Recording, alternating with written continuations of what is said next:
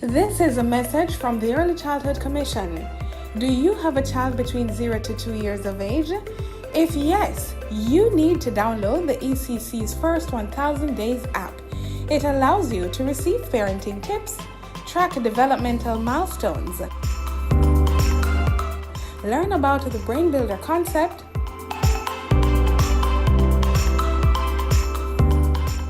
receive relevant articles and research,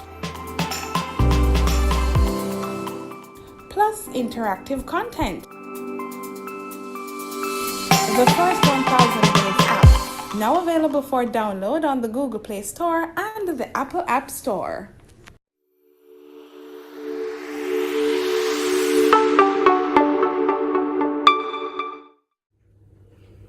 Hi, I'm Kadeen.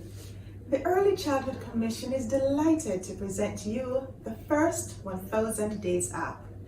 This app will give you access to information on the first 1000 days of your child's life. You will be able to track developmental milestones, and we will give you an opportunity to connect with parents as well as with the Early Childhood Commission. I will now give you 3 simple steps to download the app to your Android device. Step 1.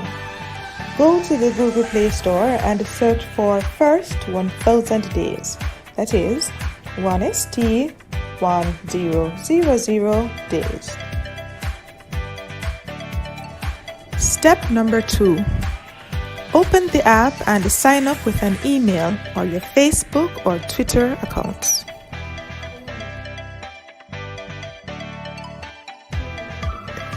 Step number 3 is the easiest of them all. Enjoy the features of this wonderful app.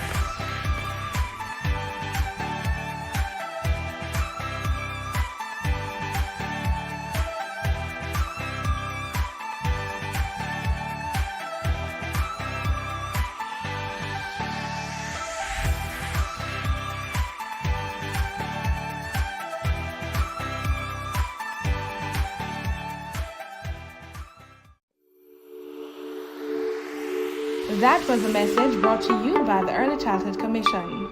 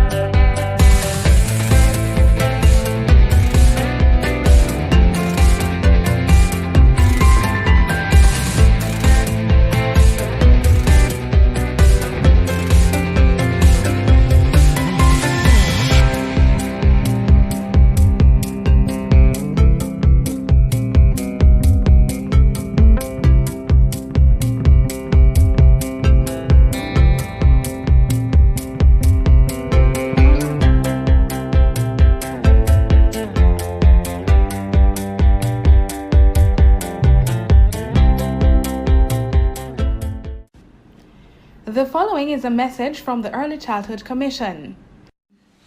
This is Wayne Marshall, and I'm working with the Early Childhood Commission on the new Brain Builders Initiative, where we're focusing on the children, we're focusing on the first 1000 days of life. That is the time span from conception to 2 years of age, and it's a time when foundations are established for health, growth and development. We have to really focus on the kids at this stage of their development. That was a message brought to you by the Early Childhood Commission. This is a message from the Early Childhood Commission. Do you have a child between 0 to 2 years of age? If yes, you need to download the ECC's First 1000 Days app. It allows you to receive parenting tips, track developmental milestones, learn about the brain builder concept,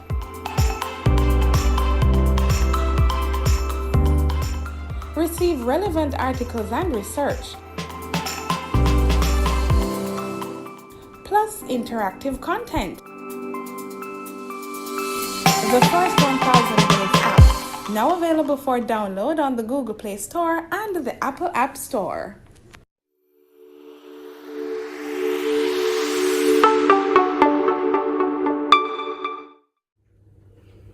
Hi, I'm Kadian.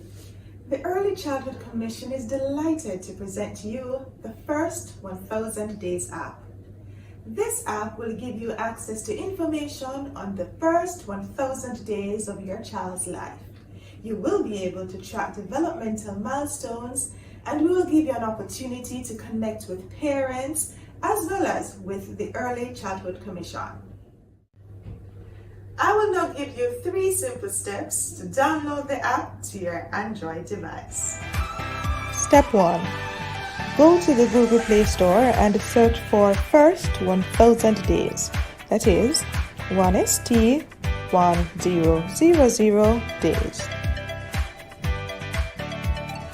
Step number 2.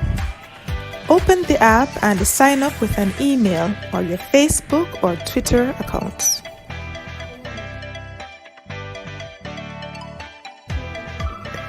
Step number 3 is the easiest of them all.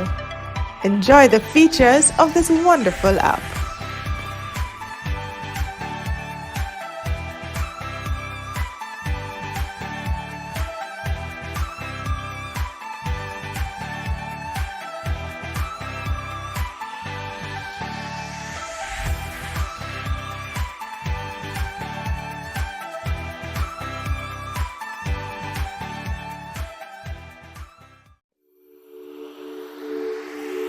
That was a message brought to you by the Early Childhood Commission.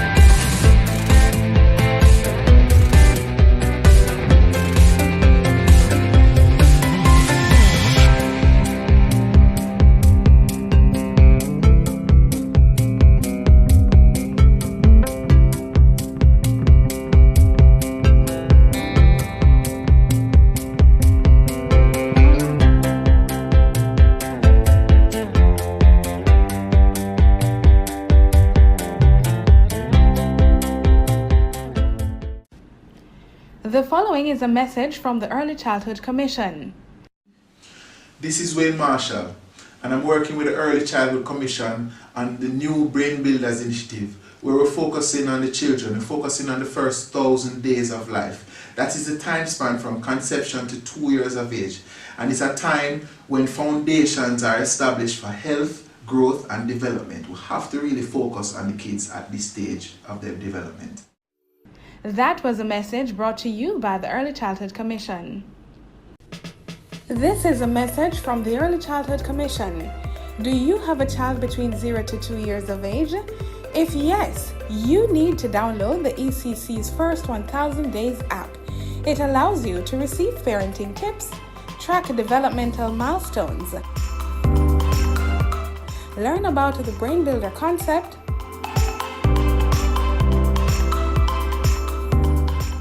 receive relevant articles and research, plus interactive content. The first 1000 Days app, now available for download on the Google Play Store and the Apple App Store. The following is a message from the Early Childhood Commission. Did you know that the first 1000 days of life is the most important time? to the development of the brain and mind of a little child. We have to make sure good nutrition is a must.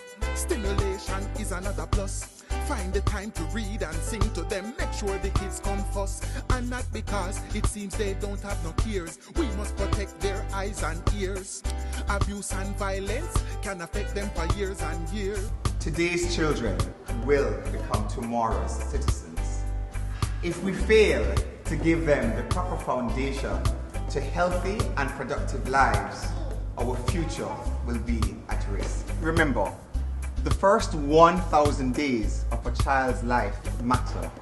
Ensure they receive love, protection, stimulation, and nutrition. That was a message from the Early Childhood Commission.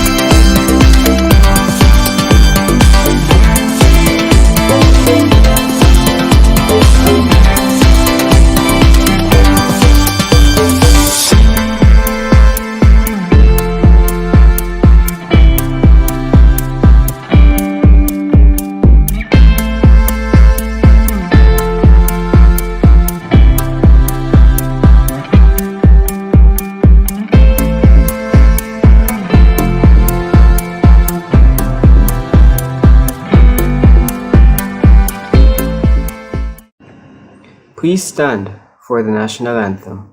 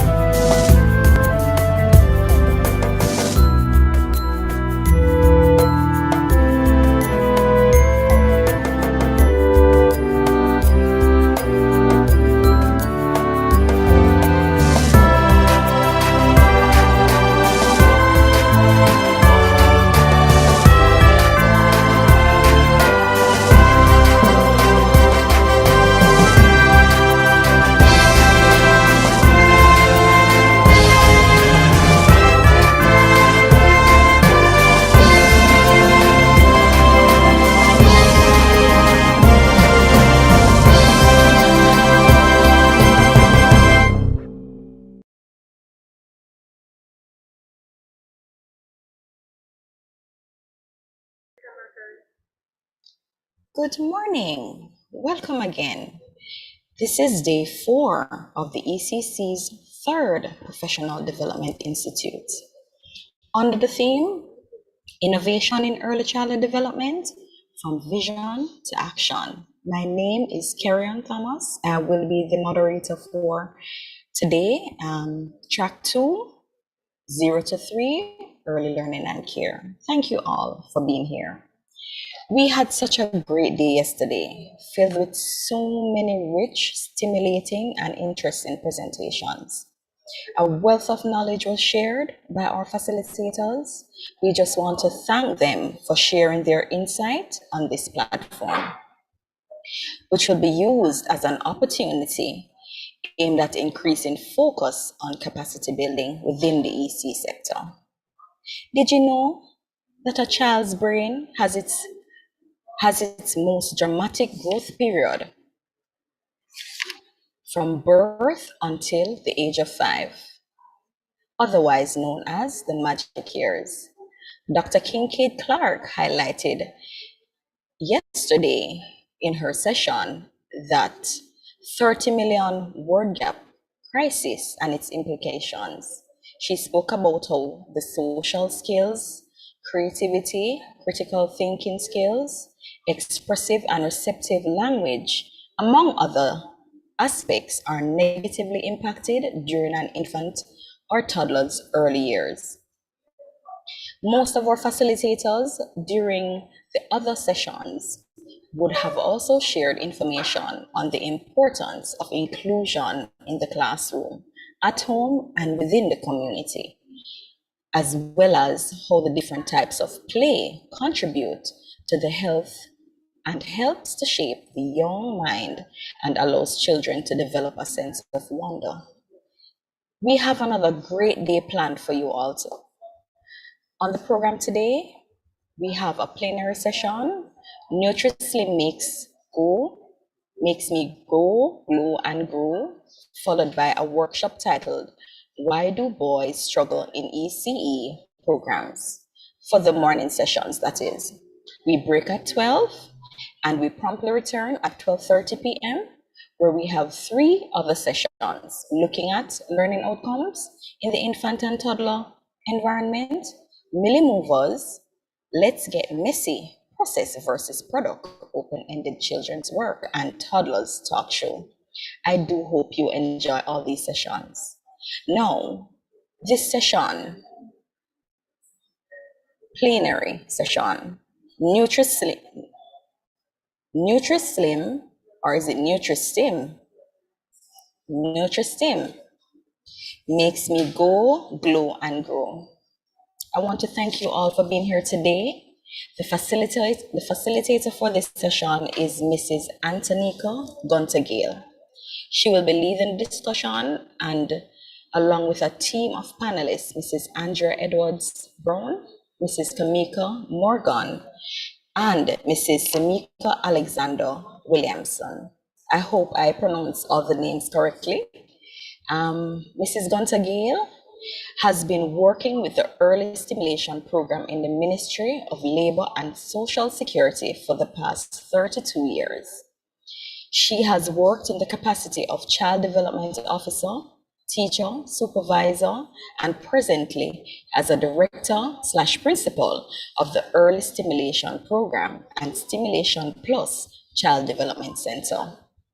Mrs. Gale is an advocate for children with disabilities and has been championing the cause for education and special intervention for the nation's children with special needs. She currently sits on a number of committees and boards and is a past member of the ECC. Mrs. Gunter-Gale has done studies in early childhood education, early intervention techniques for children with developmental disabilities, community-based rehabilitation for children with intellectual impairment, social work, among others. She is presently a PhD candidate. She holds a degree in guidance and counseling and a master's in education. She is the recipient of a number of awards, including an award for long and dedicated service in 2012. The Badge of Honor for meritorious service to the nation's children by the Governor General in 2014, and was again awarded the Order of Distinction for excellent service to children with special needs in Jamaica in 2017. Mrs. Gunter Gale is a Justice of the Peace and a loyal Jamaican who continues to serve her country with pride, dignity, and respect. Now, the team of panelists, Mrs. Kamika Morgan, who currently works in the Ministry of Labor and Social Security Early Stimulation Program Division for the past 20 years. She has worked in the capacity of Child Development Officer, Senior Clinical Officer, and presently as Coordinator Supervisor for the Early Stimulation Program, Rural Programs for Children with Developmental Disabilities. Mrs. Morgan interacts with children with disabilities and their families on a daily basis. Some of these children include those with cerebral palsy, trisomy 21, and autism, to name a few. Mrs. Morgan's years of experience takes her across varying communities in Jamaica, where she has been impacting the lives of children with disabilities and their families in a positive way. Mrs. Morgan has done studies in psychology, early childhood education, early intervention techniques for children with developmental disabilities, community-based rehabilitation for children with intellectual impairment, social work, among others. She presently holds a master's degree in education and a degree in guidance and counseling, and presently sits on the board, a number of boards and committees. Mrs. Edwards Andrew Brown. She grew up in the parish of St. Thomas, Jamaica, with her 7 siblings and parents in the community of License. There she spent her early years at the License Primary School. She continued her education at the Morant Bay High School, where she spent her formative years and learned how to socialize and embrace diversity among her peers. She blossomed into being resourceful, tenacious, confident, adaptable, and reliable. I can attest to these. After high school, she developed a love for children based on the number of young siblings she cared for periodically. Therefore, she enrolled at the University of Technology, Jamaica, where she completed a Bachelor's of Science degree in Childcare and Development. Following which, she was employed to the ECC, where she was given the opportunity to impact the lives of the nation's children. During her employment at the ECC, she completed her master's in educational administration and leadership at the University of Technology. Andrea is married to Stephen Kenneth Brown, and the union produced 2 beautiful children, Stefan and Kay Andrea. She is a woman of faith and now worships at the Roden Penn New Testament Church of God in Christ, and prides herself in serving in whatever capacity she is led to serve in. She possesses over 11 years experience in the early childhood sector and owns her skills as an early childhood specialist who is currently a senior inspector at the ECC, Region 7, Clarendon. Andrea believes we should study to show ourselves approved in whatever field we find ourselves in. Now, Mrs. Alexander Williamson. She's currently the Advocacy Officer with the Global Health Advocacy Project at the Heart Foundation of Jamaica. She holds a first degree in dietetics and nutrition from the University of Technology and a master's in public health with a focus in health management from the University of the West Indies, NONA. Mrs. Alexander Williamson practices as a lactation specialist, where she recently sat an exam to become the second international board certified lactation consultant in Jamaica. She has a passion for nutrition, health, and wellness, especially in children, which is why we decided to pursue a career, or why she decided to pursue a career that deals with assisting moms in providing nutrition for children as they are born. Mrs. Williamson recently married and has a 3-year-old son. Congratulations. Now, this panel discussion will explore the importance of nutrition and early stimulation for infants and toddlers, and how they relate to their growth and development. Focus will be placed on identifying the risk factors and pinpoint measures to lessen the risk. Now, during this session, you're asked to type all your questions and comments in the chat. The ECC welcomes your feedback, so we ask you to visit our website and fill out the evaluation form with the link provided immediately after the session is complete. All right, please sit back, relax, and enjoy. I now hand over to Mrs. Gunter Gale and the team of panelists. Thank you.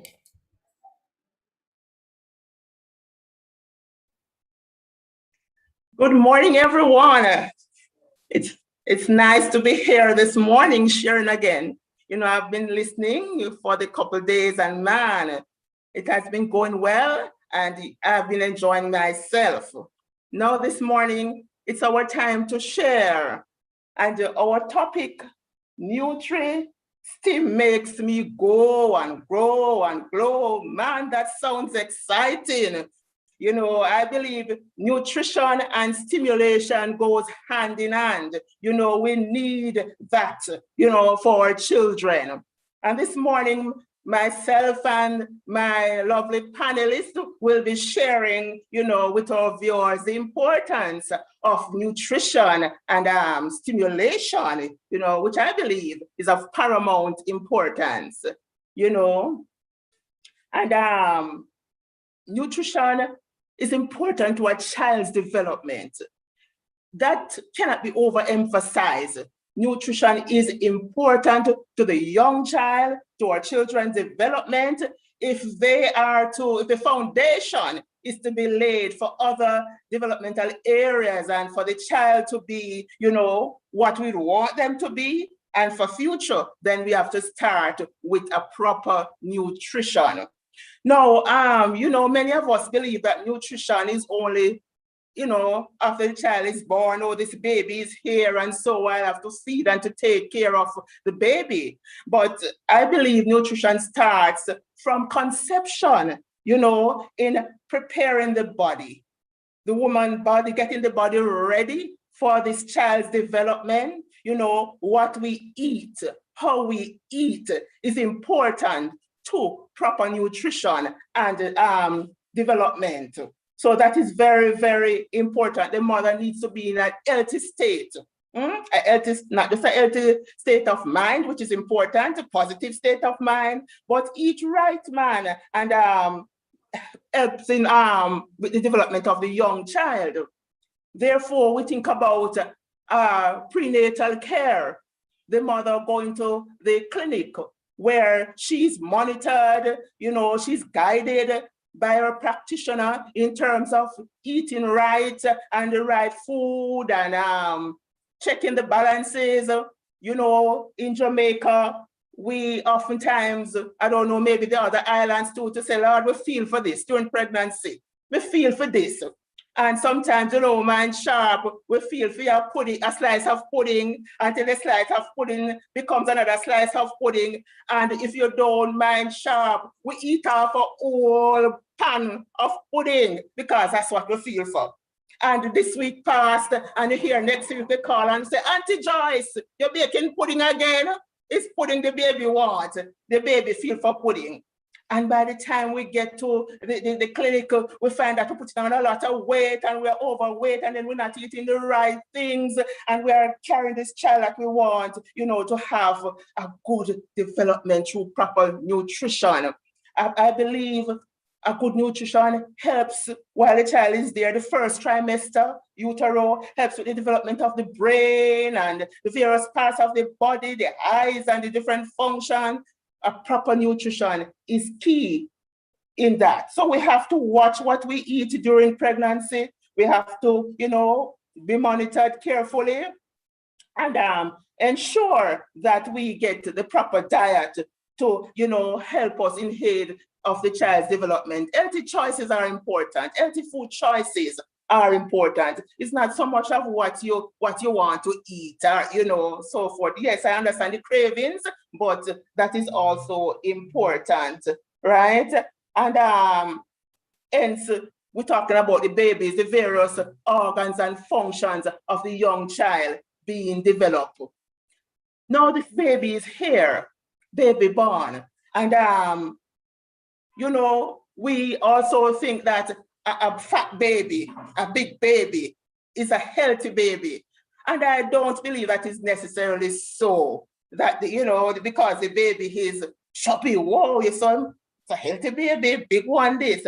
That's not necessarily so. So I know that breastfeeding is an important part, important aspect.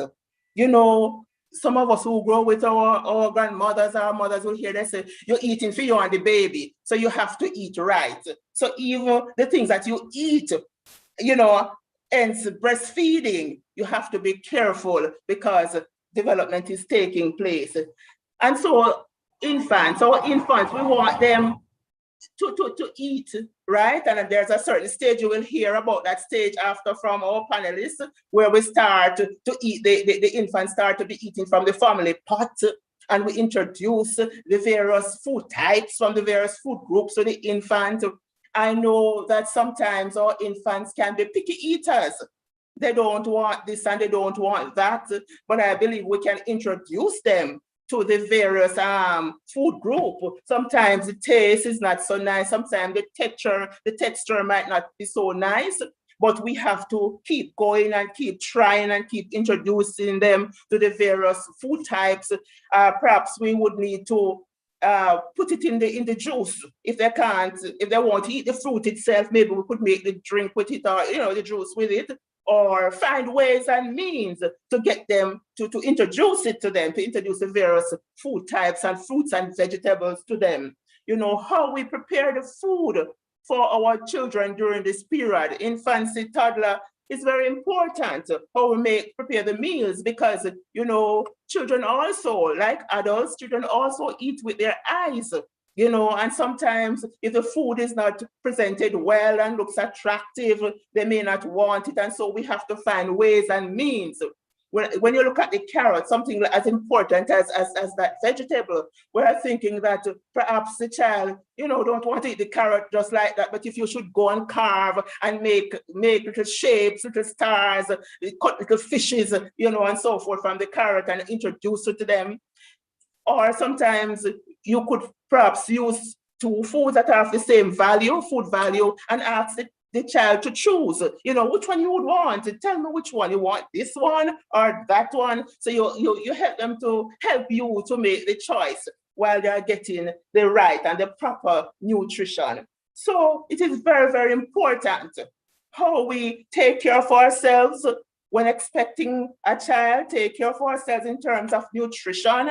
And it's also important for the child's development during the early stage, of development, what we feed this child with, the kind of food, the types of food, how we prepare them, the portions. So rather than, giving the child 3 strict and bag juice because he doesn't want to eat the juice or so, find ways and means to get this child eating the fruits, the vegetable, a balanced meal, because we want, a good setting, a good foundation. And stimulation depends a lot on what the child wants. We're talking about brain stimulation. So we want to start them right and make them right.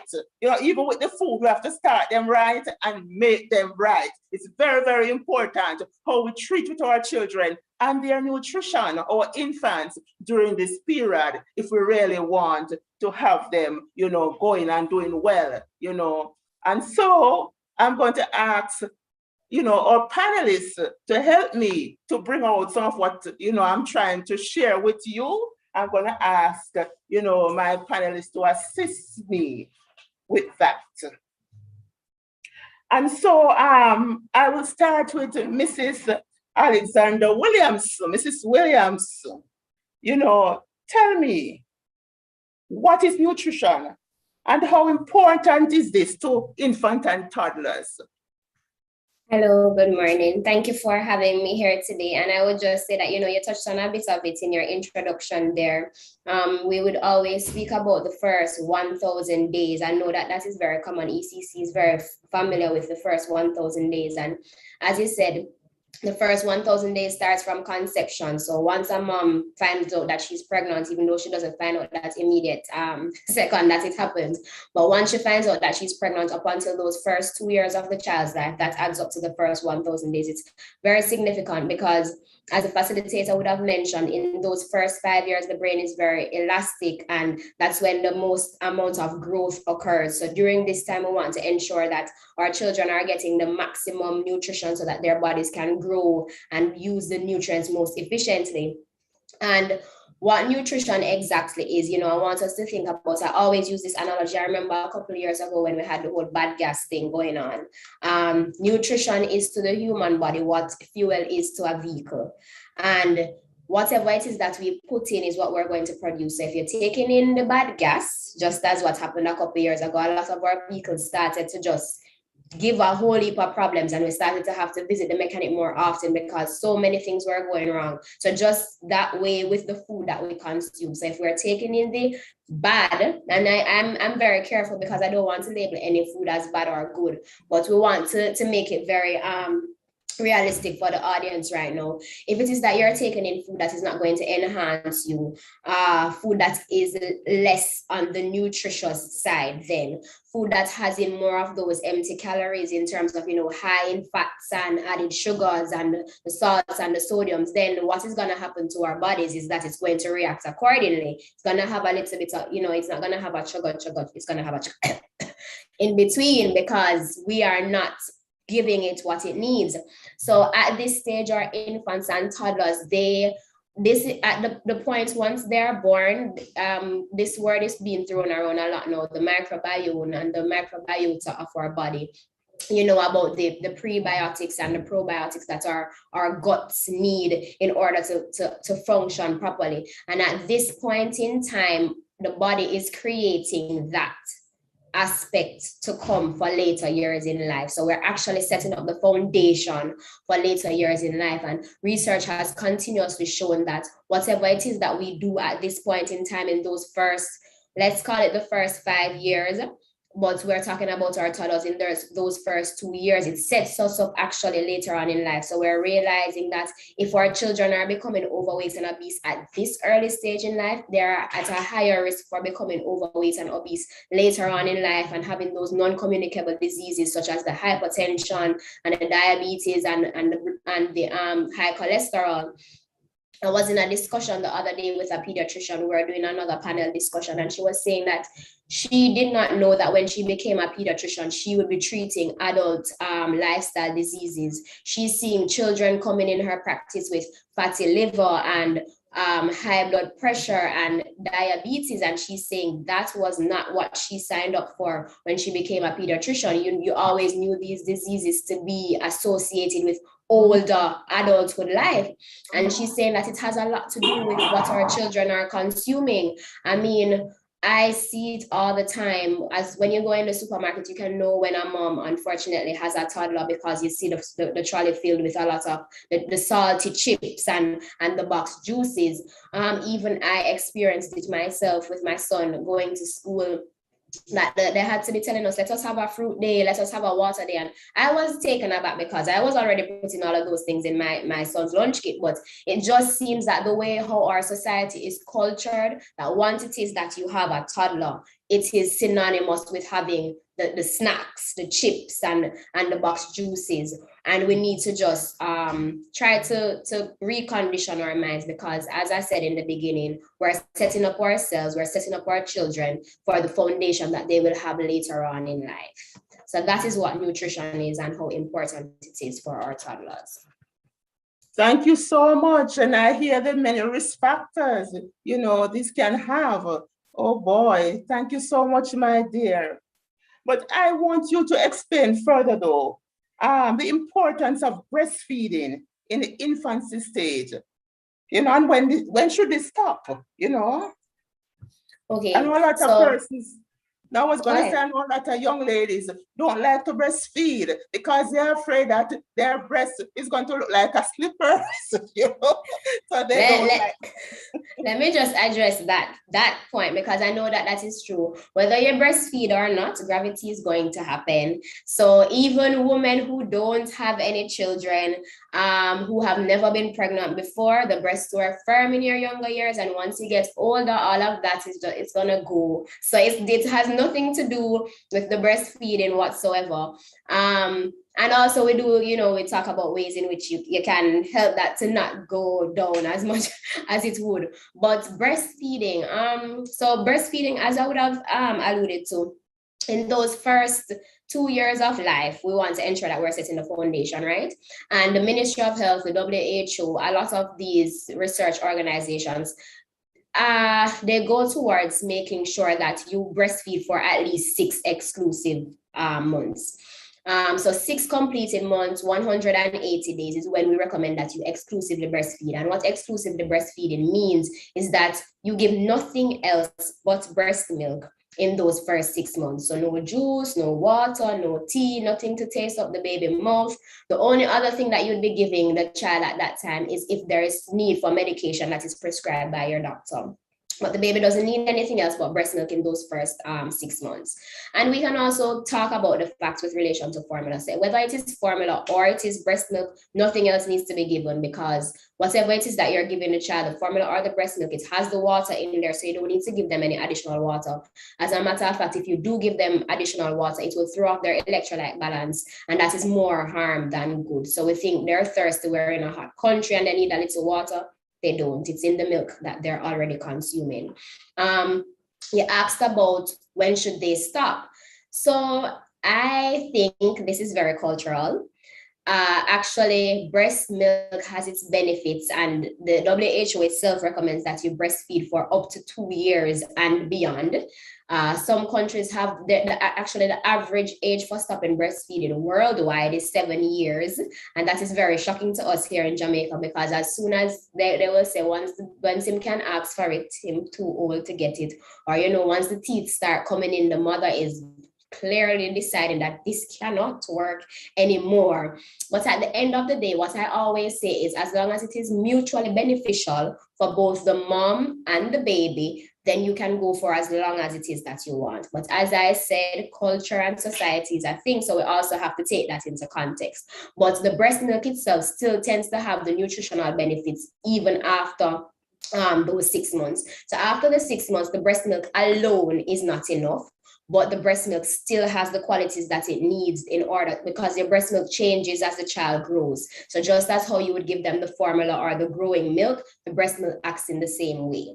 I'll just add my personal tidbit here. I fed my son nothing but any milk that he was getting was only breast milk up until he was a year old. And the only reason why I stopped with the breast milk was because I was losing so much weight and I needed to. I couldn't manage anymore. But it just goes to show you that they literally don't need any other milk, because the breast milk is enough. So it continues for up to 2 years and beyond. But it's just that it on its own after the 6 months would not be sufficient. So after those 6 months, now the 6 completed months, because most people think, oh, once you reach the 6 month mark, that means you can start giving them the food. But it's the 186 completed months. So basically, it's technically at the 7th month. You can start feeding them foods from the family pot. So whatever it is that you're eating, and then at this time is when we recommend ensure that the family themselves is eating well, eating healthy, so that whatever the child is taking, they don't feel excluded or different. Oh, why am I getting a different food from mommy and daddy or grandma? Let it be a part of what the family is eating. So your regular soup, your mashed potato, Irish, your sweet potato, the mashed bananas, we know. And you can even use the breast milk to mash them and puree it for the baby as well. Wow, wow, what a lot of information I am learning. I tell you, parents, I hope you are listening. You know, at 6 months, not even water, you know, the breast milk have sufficient, you know, nutrient, not even water you need to fussy about to give the children. Oh my, a lot of information here. Thank you so much, Mrs. Williamson. Thank you so much. Let me ask Mrs. Edwards Brown. Is there a correlation between nutrition and cognitive, social, emotional, and physical development of a child? Mrs. Edward Brown. Good morning, everyone. Welcome to my fellow panelists. Thank you for that question. Is there a correlation between nutrition, cognitive, and social, emotional, and physical development? I would say yes, there is. Because as we look at the benefits of good nutrition in infancy and toddlerhood, then we would see that it would have allowed the children to be able to participate in a number of activities, those early stimulation activities that we want to engage them in. And if they are engaging those early stimulation activities, their energy is high, they are developing well, and their skin is glowing, they have the minerals and the vitamins necessary to participate in these activities, then automatically we have social development taking place. So as our toddlers receive proper nutrition, we now need to ensure that we offer early stimulation activities to aid in their cognitive, social, and emotional, and physical development. Is especially critical during the early years because we have that brain development taking place, all of those connections are taking place. So really on average, based on research, toddlers grow really rapidly. They sometimes increase in height, probably 6 to 9 inches from birth, and the weight gain increase also rapidly. So significant brain development really occurs, and providing good nutritional choices is extremely important to ensure normal development in a number of areas, including those that were mentioned before. If we're looking at cognition, we're looking at language skills, we're looking at short-term and long-term memory, we're looking at making connections to different ideas and principles and so on. And if proper nutrition is given to our infants and toddlers, we see them more likely to developing, good reasoning skills, and their attention span will increase also, as well as their speech and language development. We will not have delays in those areas. And when we look at the physical development or the physical growth, that includes the child's height and weight, etc. And for those children, we see them more likely to walk faster, to be more active, to be able to grasp things quicker and so on. We see them, I remember my daughter, she was about 9 months old when she was able to walk. She was exclusive breastfed for most of her, for that 6 months. And when she was building blocks and sitting up, she was about 8 months old, and I was surprised at those activities. So I can attest, to the fact that these things, they're breastfeeding, proper nutrition, really assist children in developing physically and physically well. All right, they are now able to more participate more actively. They're not lethargic, low in energy. They can't go because, at that early stage, you would have packed them up with probably too much food, or, some foods like sweet foods that cause them to sleep or, lose energy. So we have the proper combination of nutrients, allowing them to, actively engage in these activities. And we know that if they engage in other activities with us as caregivers, we facilitate those back and forth interaction. Automatically, social interaction will take place, social development will take place, their emotions will be heightened, and they'll be able to now have those conversations with, their peers. Because at 2, some children start speaking. My 2-year-old, which is a boy at the time, he spoke fluently, full sentences. He never babbled or Google Gaga. He spoke full sentences by the time he was 2 years old. And I can now say that, yes, there is a correlation between proper nutrition and the fact that, we stimulate our children at an early age. It gives us better outcomes for the future.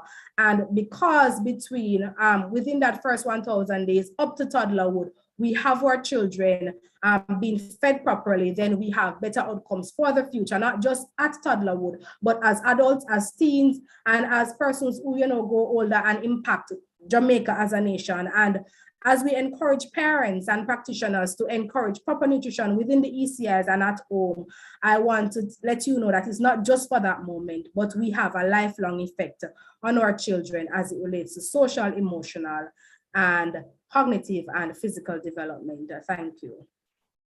Incredible, incredible. Thank you so much, Mrs. Edwards Brown. Our parents are listening, because you see the various types of development that takes place during this period. And I tell you, nutrition is really critical to stimulation and this type of development. Thank you so much. Thank you so much. But in saying this, Mrs. Edwards, are there any standards that guide the nutritional practices of our infant and toddlers, you know, at the nursery or the preschool setting? Are there any standards?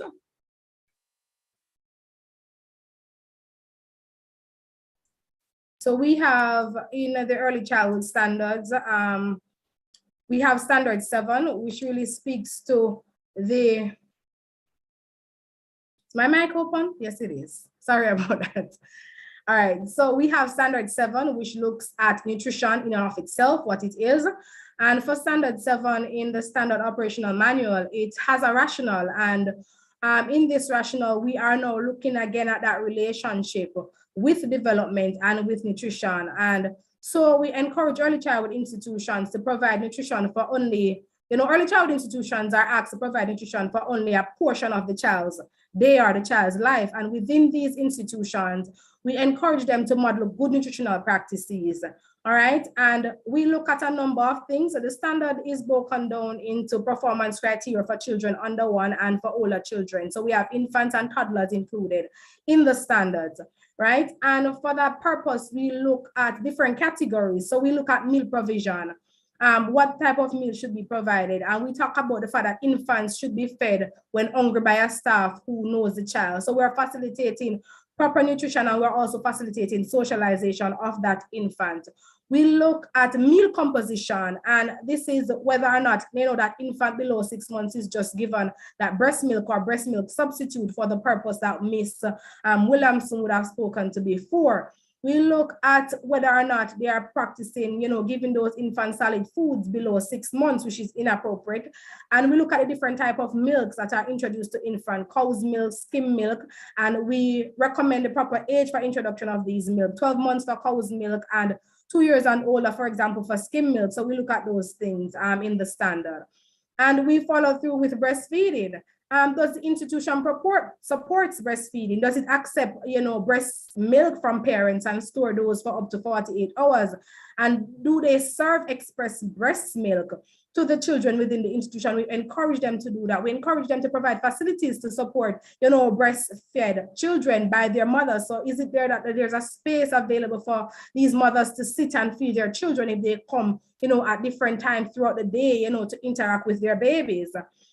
We look at meal variety for, you know, for use over 6 months and so on, and the introduction of new foods. And we know we introduce new foods over 6 months, right? We look at the menus for infants and that it should, you know, take into consideration the multi-mix principle so that the different nutrient requirements can be taken into consideration. So we want them to consider those things within our early childhood setting or daycares and so on. We look at the introduction of new foods and we want parents to provide ECIs. We say probably a list of foods already tolerated by these infants and toddlers. And we encourage the practitioners to gradually introduce these new foods to our infants and toddlers as they become accustomed to the different textures and taste. Then they can go ahead and introduce other foods. And we look at the food progress, or it is that you gradually change from the different, you know, textures of food, from liquid foods to more things that are pureed.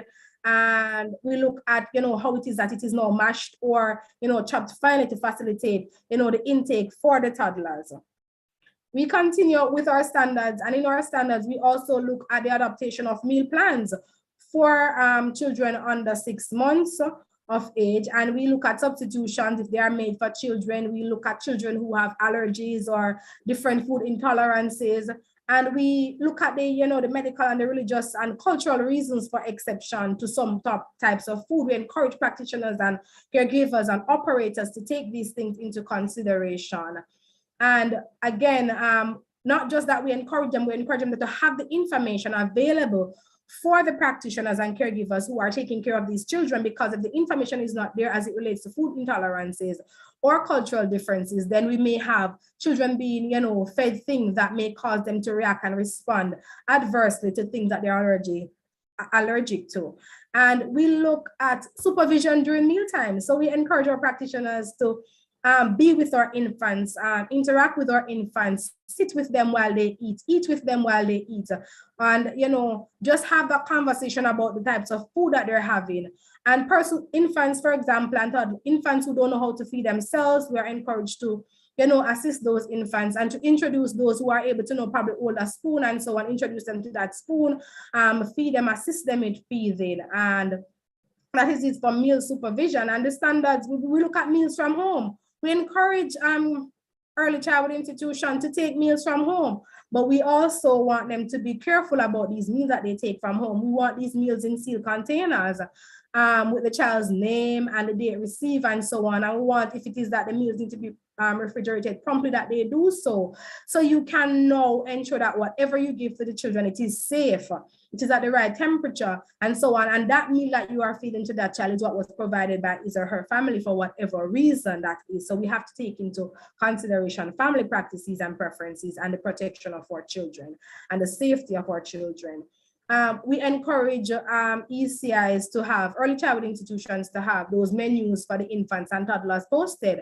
And we encourage them to have those menus posted at least for, a 4-week period to, be able to, give the children variety throughout the weeks that they are with them and so on.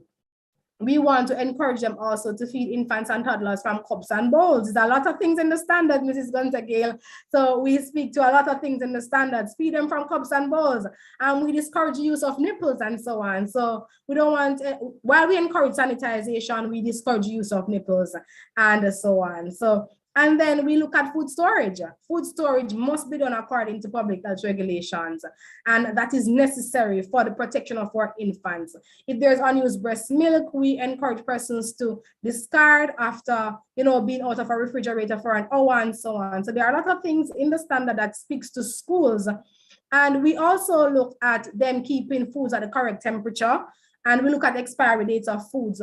We encourage schools to discard foods that would have expired, so we don't feed those to our children.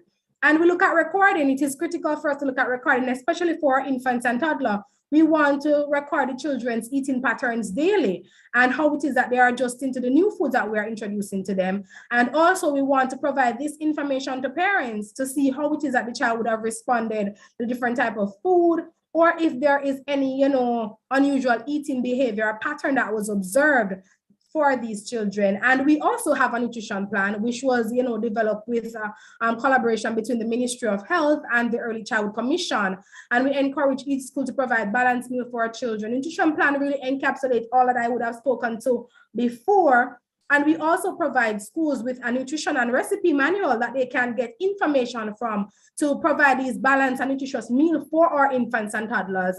And we continue to support them through training as it relates to the nutrition plan and what it is that is needed for our children, and through our development officers who encourage them to take on, the things that they would have committed to ensure that our infants and toddlers are, well fed or would have received a balanced diet, so we can encourage this early stimulation with this good energy and the children growing, and growing. Thank you. I think that was a mouthful, but I tell you, excellent. That's a whole lot. My. Wow, that's wide. I tell you. Thank you so much. And I must tell you, panelists, that our practitioners and parents are sending in the chat that they are learning so much. One person was saying that they thought they should have stopped breastfeeding from 6 months. And, they didn't know that they should go on and all of that.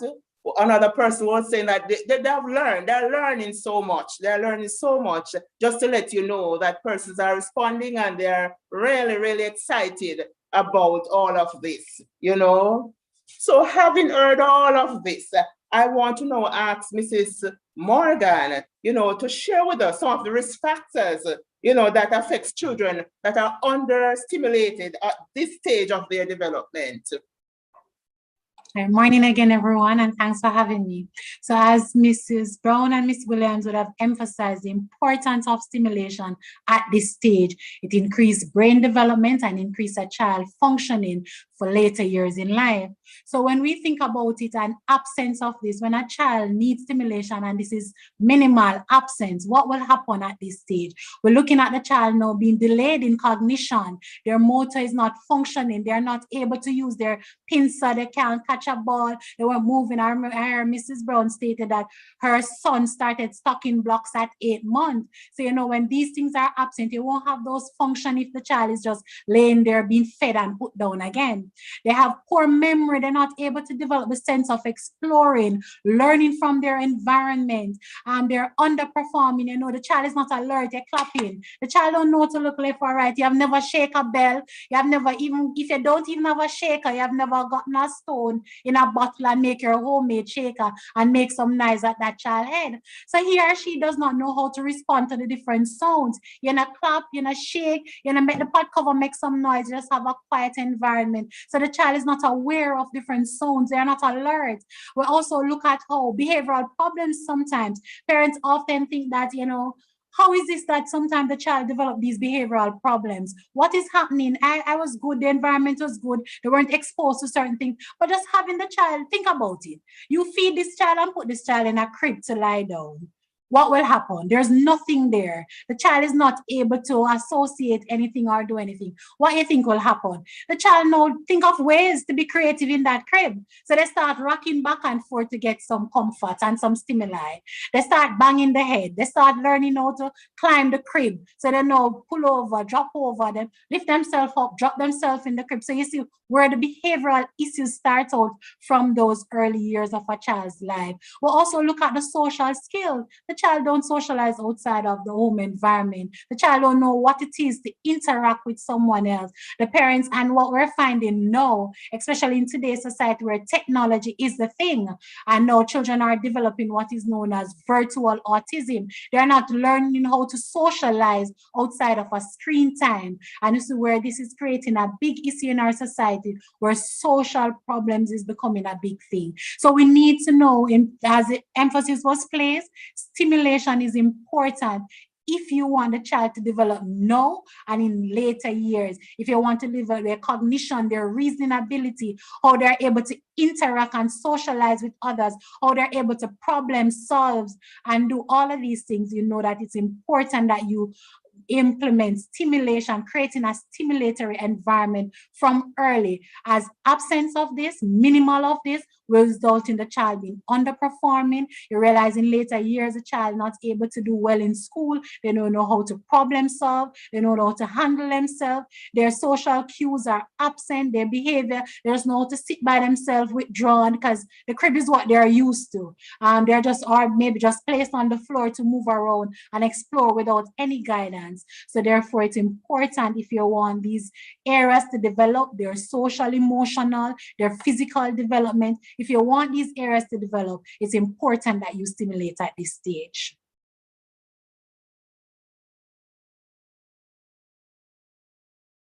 Thank you so much, Mrs. Morgan, for that. Wow, wow, wow. So you see all those risk factors of poor nutrition. Thank you so much. And I know our practitioners and parents are listening. We have a few questions in the chat here. I think this one, Mrs. Alexander Williams, perhaps could help us with this one. Oh, maybe this person was also late. How do we encourage, especially the younger mothers who think that their breast is the most attractive part of their bodies, and therefore they don't want to breastfeed? Maybe she came in a little late, but. Thank you for the question. So actually, I was speaking with a group of young mothers the other day from the Women's Center, and I find that even at that young age, what they are excited about is what is it that they can do to ensure that their children are smart. I think as parents, most if not all of us want to ensure that our children are smart.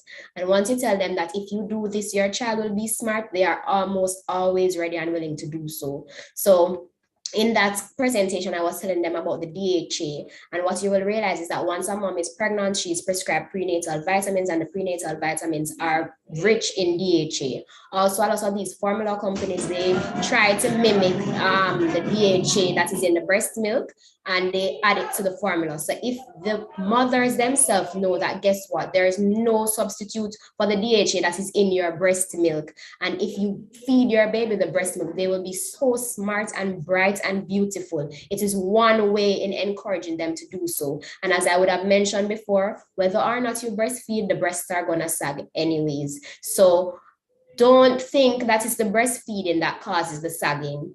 What we also encourage is that proper positioning helps to prevent the breast from being dragged down. A supportive bra also is something that helps to keep the breast up. But either way you take it, breastfeeding or not, they're going to sag. But the breast milk will provide the nutrients for your baby to be very smart and bright and beautiful. Thank you so much for that, Mrs. Williamson. Another mother was asking, how is it porridge is nutritious to children's health? All right, so as I was explaining before, even after the 6 months, the breast milk is still nutritious. So what you will ensure is that you can add the breast milk to the porridge.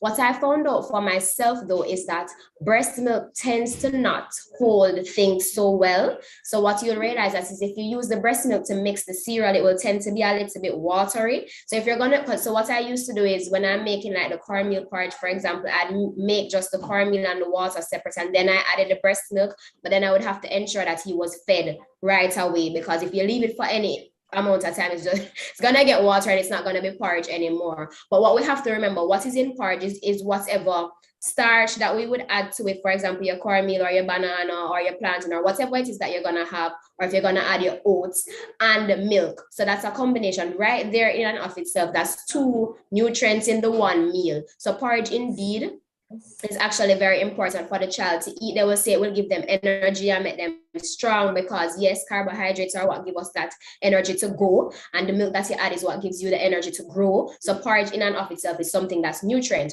What brings down the nutrient content of the porridge though is when you're going to add too much sugar to it. So we want to stay away from the sugar. I didn't add any sugar, it was just the milk and whatever else. And if you want to add the spices, you can add like your cinnamon or your bay leaf or whatever to make it tasty, but we want to stay away from too much additional sugar. And at that stage, you know, they're gonna say, but the baby not gonna like it. Baby don't know any other flavor, you know. It's what you introduce to the baby that the baby knows. So if from that stage you introduce the sugar, later on when you try to give them something else, they're gonna be like, well, that doesn't taste good. So you have to set up their palate from that stage, because to this day my son is 3 years old and he eats the plain yogurt, and my friend is always so amazed because she's like, but plain yogurt don't taste good. I said, but him don't know any different. That's what he's used to, and that tastes good to him. But if I had introduced the sugary one to him first and then try to introduce that after, obviously he would look at me like, but mommy, what is this? So we have to realize that we are the ones that set the stage for our children and not the other way around.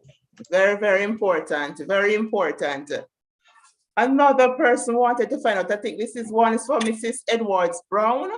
How can we be given assistance, or how can assistance be offered to institutions so that we can provide children with nutritious meals, affordable nutritious meals?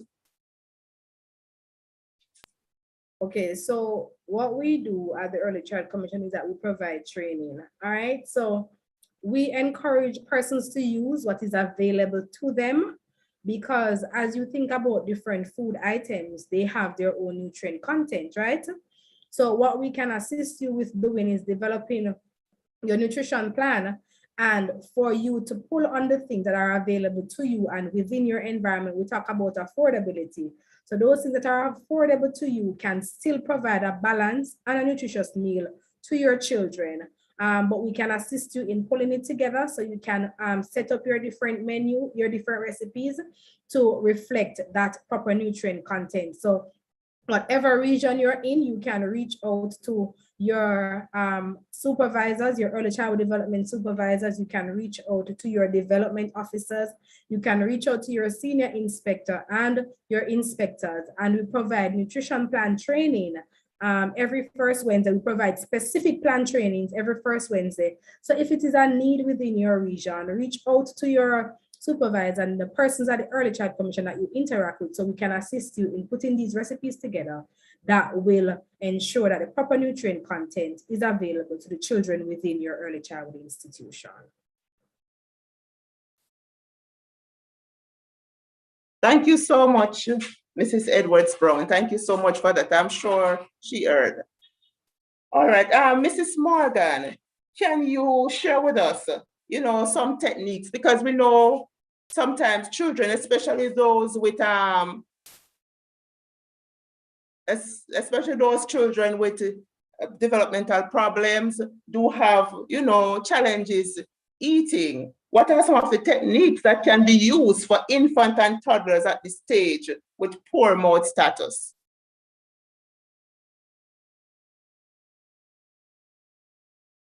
Sorry, I was trying to unmute. All right, so we know that infants and toddlers this stage with developmental challenges, especially those with physical problems, they may have problems, they're drooling, their tongue is protruding, they have a problem chewing. So if you just imagine with me, a child with a physical disability and he has poor head control, if you hold back your head and try to put the food in and try to swallow, how would that feel? Just imagine feeding a child and the child's head is way back. That is uncomfortable, and at times parents talk about the children don't want to eat and they're not sure what to do. But if you as an adult just pull back your head and do that small illustration, you'd feel how uncomfortable it is for the child. So that's what the child is feeding. They're having the problems with their mouth, their tongue is protruding, they don't know how to roll it, their muscles need strengthening, because imagine chewing a piece of food now, how many muscles that you're using. Just chew with me and see what is happening. So you need all of those muscles. That child that has reduced muscle tone or poor mouth status, the muscles need strengthening. So therefore, there are simple things that you can do as caregivers and practitioners and children in your care with these problems. Once you see the drooling and the protruding tongue and all of those things, you realize that the child is not chewing hard food properly. Right away, you start thinking about the mouth muscles being poor and need strengthening. So there are simple techniques that you can do. You can start by putting some peanut butter on the child, the outer part of the child mouth. So you put the peanut butter on the four parts of the child mouth and have the child sticking out the tongue and reaching for it. And if you practice it as adults, you'll realize how beneficial it is to the children. You can use the jam. So you use sticky food so you don't drop off, so the child can try as best and reach. You can even get your hands clean and have the child just flip up the tongue so you get used to how to get it to the side and the side. And what your aim is to strengthen the muscles of the mouth so you can have the child able to chew and swallow properly. You also need to make faces, go into the mirror with the child and use simple faces, kissing, moving the mouth, smiling, and you will see how the reaction, you're helping the muscles to go. You also get a rag and rub the inside and outside of the child mouth and ensure that the texture of the rag sometimes is different so that child can also expose to different textures. So you're rubbing in and you're rubbing out. You're repeating words so the child can able to move the mouth, da, da, da, jump, and anything that you can move. If the child is even not talking, you just go and move the mouth to ensure that you're getting those mouth muscles to move. You also can have a soft toothbrush. A gentle toothbrush can do a whole lot because you can even stick the jam onto that brush and give the child different textures and expose the child to different feel, and then you massage the mouth inside and out. So this is just simple things, as I know parents oftentimes say, but I may have to take the child to the doctor, I may have to get this, I may have to get a chewy toy, I don't have any money to buy it, but a simple toothbrush can work as a chewy toy. You just have a soft brush, massage the mouth, and have the child exposed to that. You can have a sweet, sometimes kids love sweet, and even if the child is not able to through the tongue, you get your index finger in and just do simple massage. You're pulling it in and out. You can support it with the thumb and just have it in and out. Stick it on the sweetie. So, kids like a little sweet, you're creating the balance, not too much, and have the child stick onto it and pulling it back in. And those simple exercises will help the child to develop and strengthen the muscle tone and in the mouth, and then you'll be able to help them to chew. So for the ones who have poor head control, support them by pulling their head forward and massaging the areas and help them to strengthen their mouth muscle. And once you get a strong mouth muscle, then you'll help the child to eat, and the child will be better comfortable to eat also. Wow. That's a lot. I love those techniques. I'm sure practitioners and our parents are listening. Very, very informative. Very good. Thank you so much, Mrs. Morgan. Thank you for that. We are coming down, but I will want to ask Mrs. Williamson to sort of elaborate for me on the importance of including the foods from the various food groups in the for the infant. Okay, thank you for your question. So I'm so excited about all that's happening right now. I can't I can't express it. But so we want to ensure that we eat from the rainbow. So we want to, if you realize, when you look at foods and there are different colors, each of the different colors represents different nutrients. So for example, you have your tomatoes, which are red, your carrots, which are orange. We don't have so many blue stuff in Jamaica, like the blueberries, maybe the purple cabbage. You have your brown foods, you have your white foods, which we are trying to stay away from. We have our green vegetables. So you really want to eat the rainbow. And that is because when you're eating the rainbow, you're introducing a variety of nutrients to the body.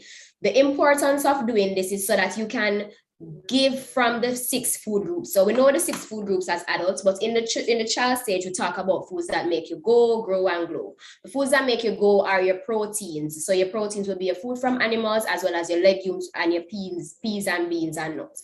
The foods that make you grow, those are your foods that make you grow. The foods that make you go now are those that give you the energy. So those are your starches and your carbohydrates, and also your fats and oils. So your fats and oils are important, but you want them in smaller portions, because as Mrs. Edwards-Brown would have alluded to earlier, if you're having foods that are in too much high of a calorie, you'll realize that the children start to be sluggish and they're tired all the time. They want to sleep all the time and they're not going to be stimulated. They're not going to be engaged. So you want to have a balance. And then last, but of course not least, those foods that make you glow. Those are your fruits and your vegetables. You want to have lots of those so that your children, the hair can be shiny and beautiful. Their faces can be bright and rosy. So eating from those 6 food groups, putting them down to the 3, helps you to have a balanced diet, helps your body to operate in the way that you want it to operate. Because once it is that you have these things, as I mentioned before, you will better be able to cope with what is happening. So even if it is that you do get sick, because I'm not going to tell you that the children are not going to get sick, especially when they're introduced to other children in the school environment, they're introduced to germs that they are not used to. They're going to get sick. But once it is that they're eating well, they will get better quicker.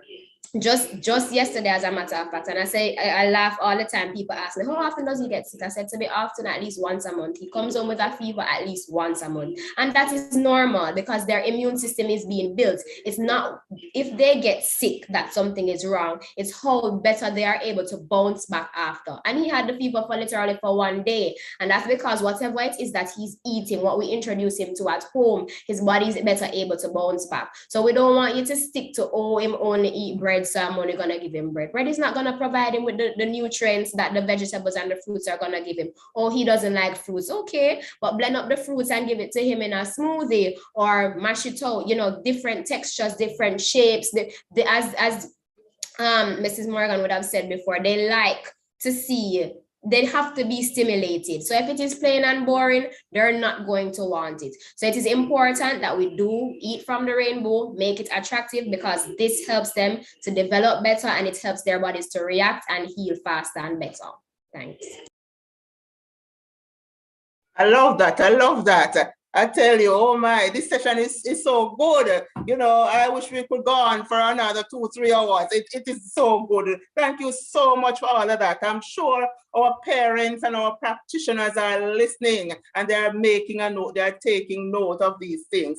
Excellent. Let me ask Mrs. Edwards Brown, you know, our children with eating challenges, our young children, what are some of the suggestions that you could give to parents to stimulate the child's appetite? Or maybe Mrs. Williams, either of you could answer. What are some of the suggestions to stimulate appetite in your...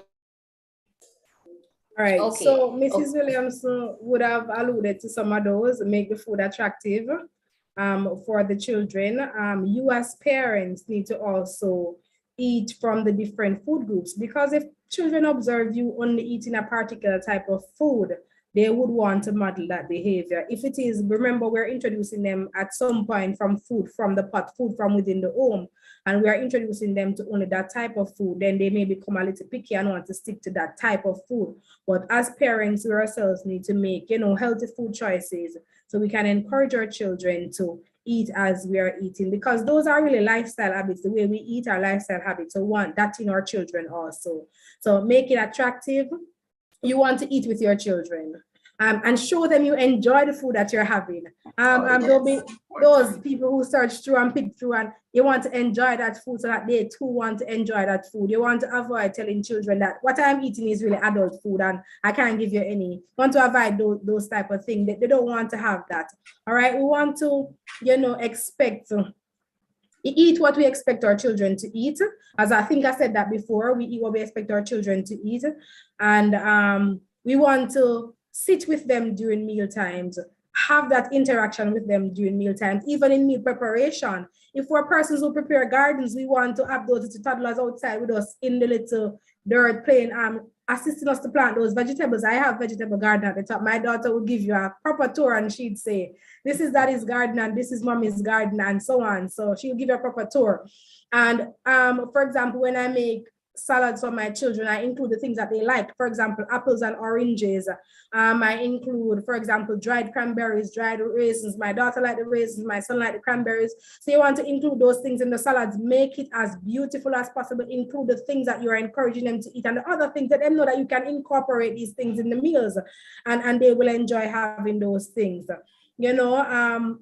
Encourage the questions that they ask. Don't shut them down, but answer those questions. They are curious. Their minds are developing because we're encouraging good nutrition and we want to encourage more cognition. So we want to respond to those questions. They're curious about the food you're presenting to them. Why is it this way? Why does it look that way? And we want to encourage parents and practitioners for those fussy eaters, those children who need stimulation eating. Give them in proper proportions. If you look in your child passport, you will see that at certain age, they have different type of servings. For example, here's my child passport. I took it out today just for assisting me, and we have a page on foods that the children should eat. And for 6 to 12 months, we see the different portions that we should introduce. We want to start with probably 2 to 3 and then tablespoon of everything. Sometimes we give the children so much and we say they're not eating, but the child passport is here to guide us as parents and practitioners to tell us what the proportion should be and when we should start introducing those foods. So those are some of the things that I would say to parents. And my biggest thing is make it attractive and interact with them during meal times. Ms. Alexander, over to you if you want to add. Sure. So you would have really included a lot of things that I wanted to say, but what I want to keep in mind is that we should try our best not to set the children's palate of our preferences. So a lot of times, because we don't like something, we decide that we're not going to give the child that. And we really should try our best not to do that. We should try as best as possible to introduce them to a variety of things, whatever it is that we... Once you're in the supermarket and it just looks like something, if they show any sort of interest, give it to them. If they don't have it, fine, don't get upset. And as Mrs. Brown would have said earlier, don't expect that you're going to give the child a full plate and they're going to have it either at different stages of their life. Just a teaspoon is enough. But we have this clean your plate mentality. I remember growing up, if I didn't clean my plate, I couldn't go to bed. I couldn't get up from around the table. But we have to realize that children are very instinctual at this age. They know when their bellies are full. They know when they don't like something. They have that choking and that gag reflex for a reason. Sometimes you give the child something and they're gagging. It's because they just don't like it instinctually, and it's not for you to force it down their throats. This is when we're setting up ourselves for a lot of things like eating disorders, even overweight and obesity, because we feel like you have to clean the plate. I work hard to give you the food, so you better eat it. But we really should not be doing that. Allow your children. We have a lot of people say it's a modern day way of parenting, but it's just us being more aware of our surroundings. Yes, the old way was a good way to set a foundation for us, but with a lot of research and us learning about things that are happening, we have to be smart about the things that we do, and we have to go about things differently. So we have baby-led weaning, and we have all of these things because the children do know we are just there to guide them. So it's not for us to try and impose our values and our preferences on them, but allow them. And when the children are able to explore, you put the different textures and colors on the plate and you allow them to feel, and they take up what they want and they taste. That is a good way for them to feel comfortable in deciding what they like and deciding what they don't like. And if you'll be surprised today, they might like something and you introduce it to them tomorrow and they don't like it. So you don't just think, oh, today I gave him porridge, so today he's not gonna like the porridge. Try it again tomorrow. Don't force it. Just let him taste it, but try. Don't give up. And one thing that I always tell my parents, consistency is key, because in a lot of cases they said, mommy, he doesn't want to take the bottle today, or he's only taking the breast. That's why some people don't breastfeed, because they feel like, oh, they're gonna get attached to me and I'm not gonna get him to wean off when he's ready to go to school. But be consistent. At the end of the day, while you're allowing them to explore, remember that you're the parent, you have the upper hand. You're gonna do it gently, you're gonna assist them in doing it, but don't give up. Just be consistent and still in all allow them to explore.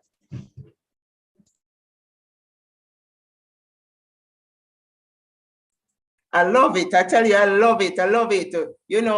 Mrs. Edwards Brown said, don't shut them down. Don't shut them down. Allow them. Don't shut them down. And Mrs. Williams says, be consistent. Be gently, don't give up. Just be consistent. Lovely. Oh boy, I love this. There's a question here that someone is asking, how can we help parents to understand the importance of breakfast for children over snacks and Bigfoot? Which one of you ladies want to take that? How can we? So Mrs. Williams in her earlier part stated that when the bad gas came, and so what you put in is what you will definitely get out. And as you mentioned that, I remember when I was with Charles Mount Committee and we have children there, we're going to the streets of Kingston, we would have often see the little kids with the bag juice and the cheese sticks, and we're out there as early as 7 o'clock in the morning. They have the bag juice and the cheese sticks going and eating so early. And when they ask what happened to the breakfast, oh, he really likes snack. Is that what you really like? And so you realize even if you go to these institutions, you realize sometimes these kids are sleeping. They get a lot of carbohydrate. They have no energy to perform. And so you have to encourage parents. It's important for the child to start out with a healthy breakfast. Whatever you put in is what you'll get out. If you want the children, as Ms. Williams would have said, encourage them. Everybody wants a bright and functioning child to go about and to do everything and to behave normal, so to speak. So encourage them that if you don't give the child a healthy breakfast, you won't have a normal child. The child will sleep when lessons are being taught. The child will have short attention span.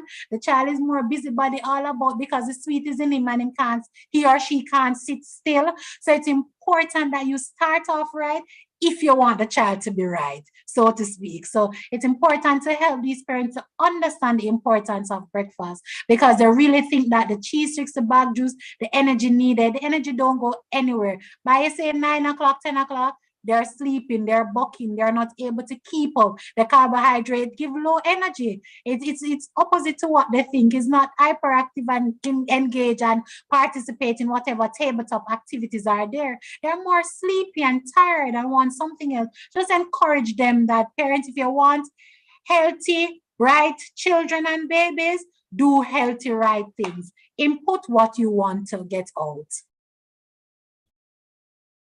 Thank you so much for that, Mrs. Morgan. Thank you so much.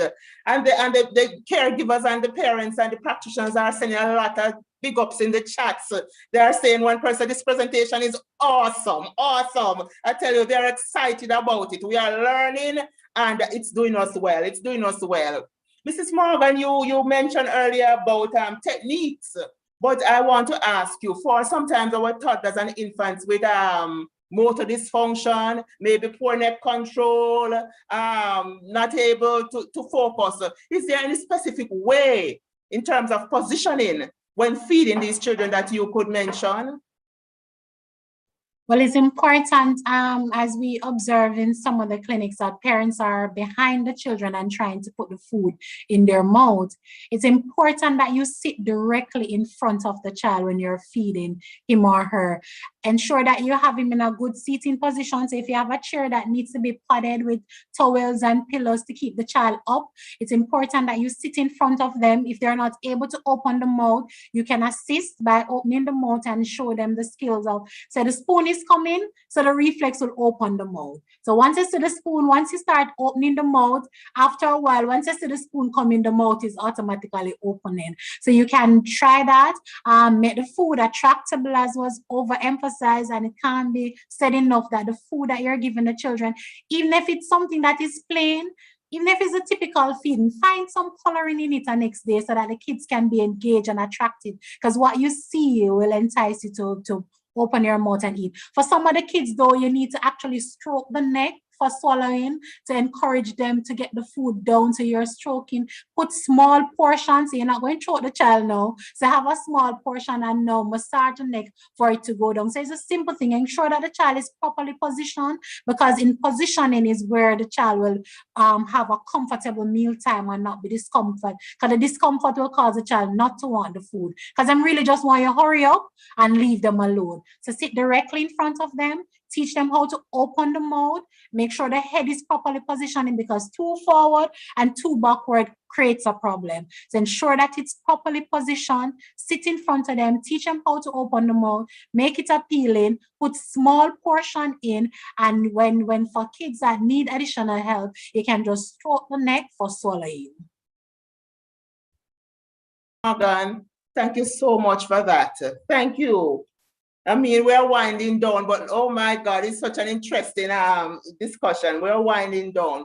But I want to ask Mrs. Alexandra Williamson, how can a parent know? You know, are there any signs when a child is malnourished or undernourished? How can we know?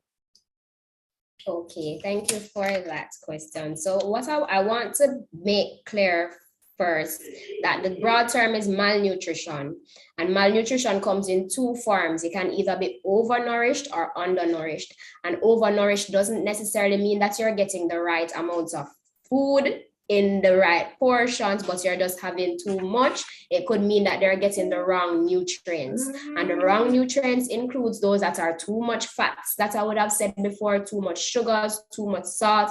And then undernutrition doesn't even mean that you're not getting the right nutrients either, you're just not getting enough. So we have to clarify those points.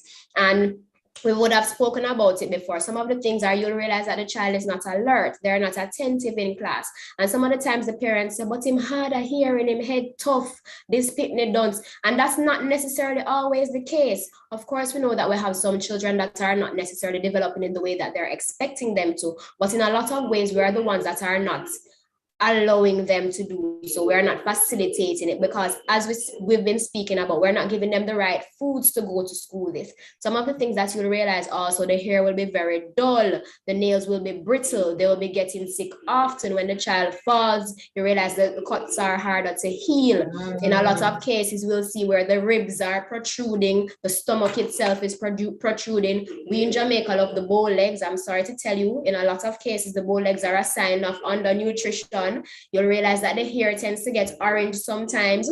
The eyes are sunken, sometimes the eyes are glossy. A lot of these are signs that the children are not getting the proper nutrition that they need. So don't think that, oh, I give him food, so that means he's getting it. You have to ensure that the food that you're giving the children, it's quality. We always say quality over quantity. So you have to ensure, even if they're taking it in a little bit, it's better you give them the carrot or the milk. It's better you give them the milk over the cheese tricks. It really doesn't make any sense. It don't make sense you pack them up and, oh, you give them the bag juice and the ice cream because that is what he or she will take. It's not doing them any good. It's better that you give them something with substance, because at the end of the day, it will learn and receive the information better.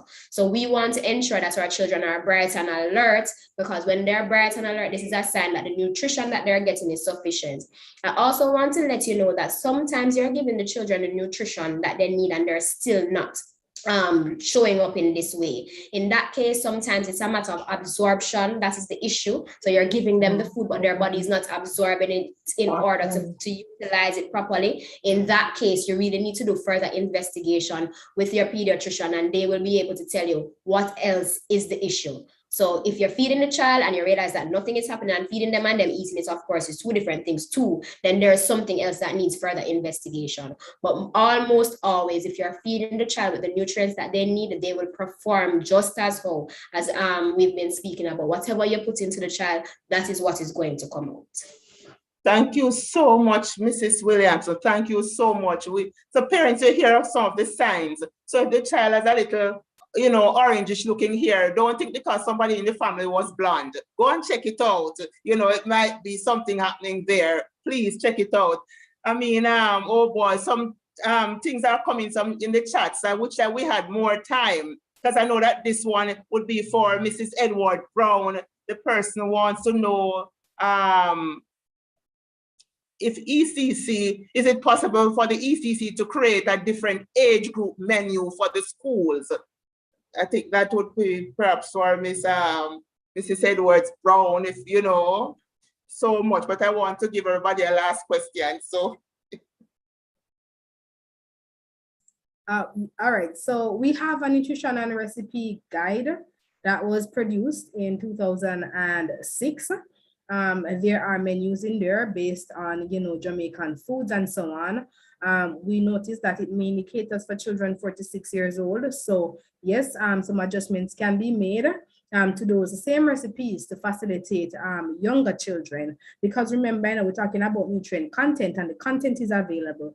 Now we have to look at the serving portions that we offer to children at the infant and toddler age group. So the menu and recipe guide is what we have available for ECIs. And if you don't have a menu and recipe guides, please put it in the chat. So Miss Carrie Ann Thomas and our team is from the Early Child Commission, as well as myself. All right. So yes, that is what we have available for those things. Closing off now, but I want to ask everybody a final question. And so for Mrs. Alexandra Williamson, can you advise parents how to prepare, seeing that times are hard, and sometimes with all these nutritional values and meals, a one-pot meal? How can we, do a one-pot meal with all the values?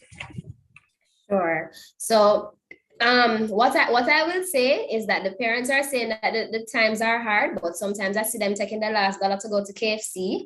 So in all of that time, when you watch how much money you're spending to go to the KFC, did you know that if you went to the shop and you bought some flour and whatever vegetable is in season or whatever fruit is in season, it would add up to much less than that one KFC meal? And that you went to the shop with the money for could feed the whole family for the evening.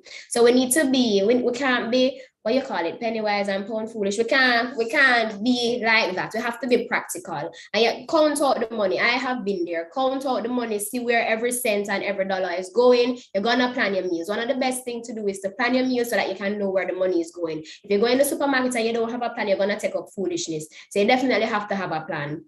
And a one pot meal just means that you're having at least 3 nutrients in it. So you want to have your carbs, which are your starches, because those things make you go. You want to have your proteins, so whether it's going to be a meat or your legumes, so that's going to make you grow. And you also want to have something that's going to make you glow, a fruit or a vegetable. So one easy one pot meal, as a matter of fact, is like your macaroni and cheese. You can actually have macaroni and cheese, that's your starch, that's your cheese, and you can add a meat. Somebody can add some franks or some sausages or some chicken pieces that's left over from before, and there you go, that's already a one pot meal. And you can add some juice, and of course you don't need any sugar. You're going to blend up some fruits, whatever it is that is in season. You're going to squeeze some orange, whatever you have an apple tree, everybody knows somebody with a mango tree, and you already add, that's 4 out of the 6 food groups already, and that's one meal. And I tell you, you don't even spend $1,000 right there. So to be honest, I think we're also thinking too hard as to what we need to do to get our child to eat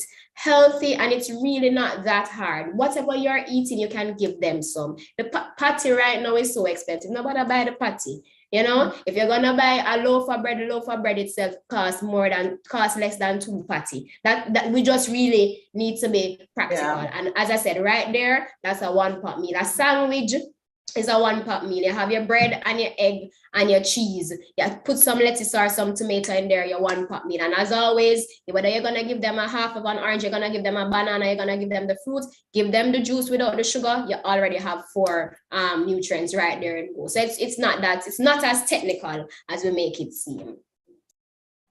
Thank you so much, Mrs. Alexander Williams. Well said, well said. Thank you so much for that.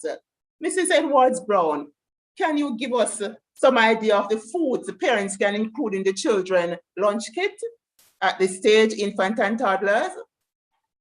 All right, so foods to include, I'm gonna go back to Mrs. Alexander's presentation. It's simple. Foods, for example, foods in season, things you can access. You don't want to overextend yourself. You want to be able to access the things that are available to you. So you want to put some fruits that are in your environment in the child's lunch kit. You can pre-prepare juices from those same fruits, and you can include that in your child's lunch kit. You don't have to buy Swizzle and Squeeze and I don't know what else, iCool and those things. You can include those things.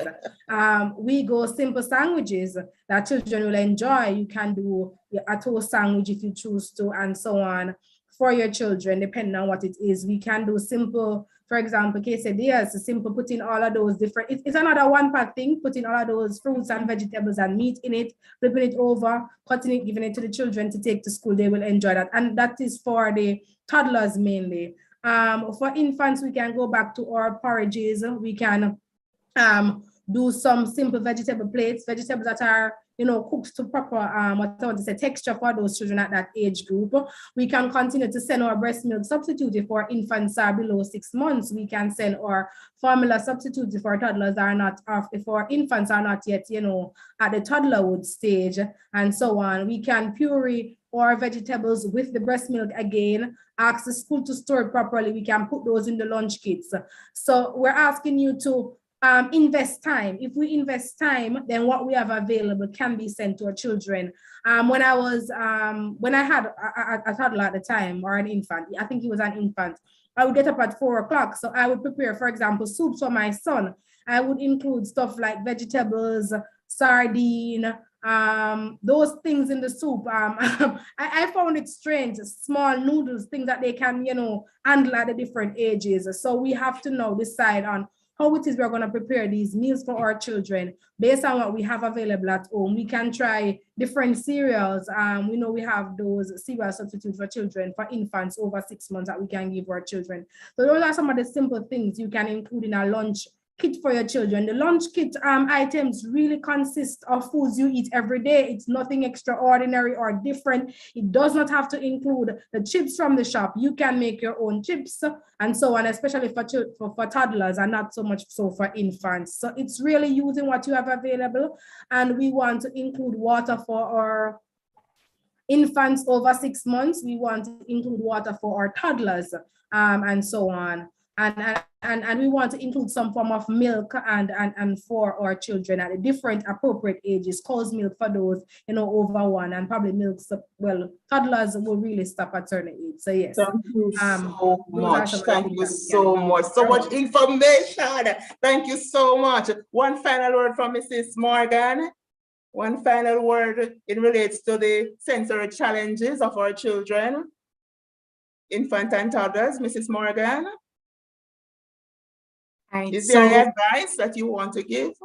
Well, so for infants and toddlers that has sensory challenges, as it's emphasized that we should start them early with a different taste and texture of food.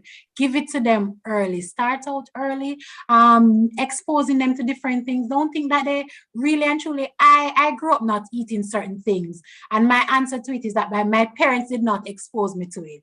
So for my daughter, she eats everything at this stage because I try to introduce her to everything, not the only thing that I eat, but everything. And so a child with sensory problem, and so when you reach in the toddler stage and you realize they really have a problem, certain food triggers other behaviors in them, you really have to try to give them the different taste and texture. One thing that I share with my parents all the time is that they have this sweet and sour sweet that they give to children. Some kids will vomit if they don't appreciate the taste or the texture of the food, but if you use like the sticky food, that will have a lasting, so even when them vomit and done, the taste is left in the mouth. So you're trying to desensitize what is happening there. So we ask them to even put some jam on the teeth. Them vomit out it, the jam is still there. So and as a parent shared with me last week, she was like, Mrs. Morgan, you know, him eat bread and him start eat crackers, and I could have given him something out of the family pot. Did that come easy? No. It's no one size fit all. It doesn't come easy. We're not saying that. It's just happen overnight. Sensory problem just come and go by just introducing the different texture and taste. No, what we're saying is be consistent. Do it every day. Don't try to give him sour, sweet, bitter, everything at once. Choose what you're doing this week. Introduce it to the child and vomit. You pause, you eat, you have the gravy of the food. Yeah, him drink only last, rub the gravy on his lip. Rub the gravy on his tongue. Yeah, him vomit it, pass again and touch it again. So be consistent, do it in small portions, but ensure that if you want to help to desensitize all of those stuff, try and introduce, because it's all about introducing. My daughter doesn't drink sweet juice because I've never introduced it to her. Really, it's what we make, and she drink a lot of water. They ask, oh, she gave her to drink water. I gave her a lot of water from early. So just be consistent, introduce different texture. Don't stick to the one that the child like or seems to be leaning towards, but give them different tastes and give them food that will stick and last in the mouth. So even if them vomit up and then try, it will stay, and they will have to appreciate those textures and those Thank tastes. you so much. Thank you so much, Mrs. Morgan. Ladies, I thank you so much for such a robust discussion. It was very good. It was really good. We enjoyed it. The parents enjoyed it, the practitioners. Oh, we wish we could go on and on. Thank you so much. God bless you. And I now turn over to Ms. Carrion from the ECC. I agree, Mrs. Gonzagale. That was so interesting. Getting a lot of positive feedback from the chat. Interesting presentation, and I'm happy that the different presentations are carried on YouTube. This is one of the comments and can be watched long after the sessions have ended. Right. Thank you so much, Dan, for that. And we had another question related to children whose parents don't give them food and how we help them at school. So I think our panelists would have covered some of that information, making suggestions to, planning the meals, using the fruits and the vegetables that we have around us, and, just using them, creating different textures, using the fruits to do smoothies, and allowing them to taste every little thing, creating different meals for them using what we have at home. Awesome presentation, awesome discussion. Thank you so much. Mrs. Edwards Brown, Mrs. Morgan, Mrs. Alexander Williamson, and Mrs. Gunter Gale for that. I surely enjoyed that discussion, and I enjoyed your, your little tips about nutrition, and Mrs. Alexander Williamson making reference to your little tip about nutrition is to the human body as fuel is to the vehicle. That was so enlightening. Thank you for that. To our practitioners, thank you so much for joining us. We would want to encourage you to use some of these tips, use them in everyday life, and apply them at school. We want to encourage meal planning as much as possible within the school environment, and so that when you look at, getting in the funds from, the lunch money, and then you can use that to plan, do better planning at school and create very interesting meals from, the food groups that are able to allow children to go, grow, and glow. Thank you so much. Give us your feedback, visit our website using the link that has been placed in the chat. Evaluate the sessions, evaluate the overall PDI, and thank you so much. Thank you so much for joining. Thank you, ladies.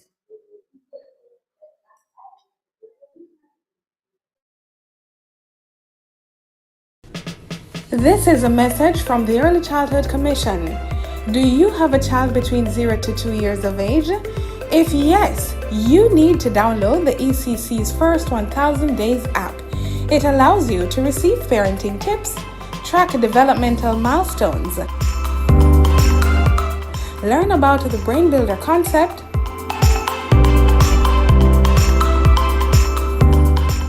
receive relevant articles and research,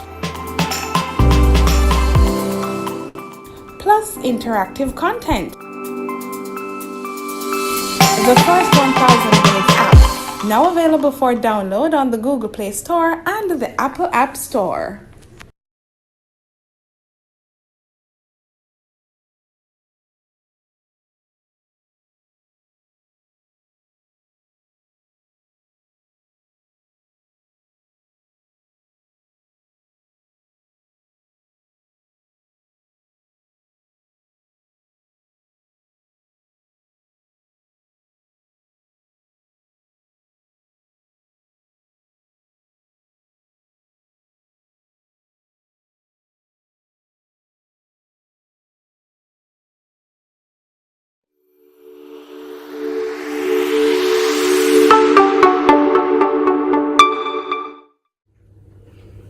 Hi, I'm Kadian. The Early Childhood Commission is delighted to present to you the First 1000 Days app. This app will give you access to information on the first 1000 days of your child's life. You will be able to track developmental milestones, and we will give you an opportunity to connect with parents as well as with the Early Childhood Commission. I will now give you 3 simple steps to download the app to your Android device. Step 1. Go to the Google Play Store and search for First 1000 Days. That is 1ST1000 days. Step number 2. Open the app and sign up with an email or your Facebook or Twitter accounts.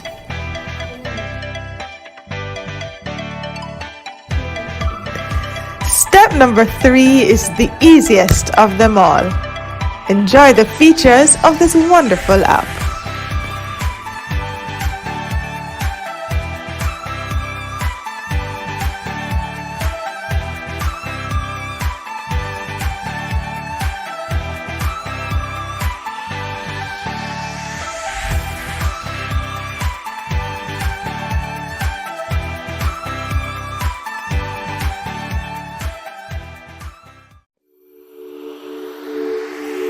That was a message brought to you by the Early Childhood Commission.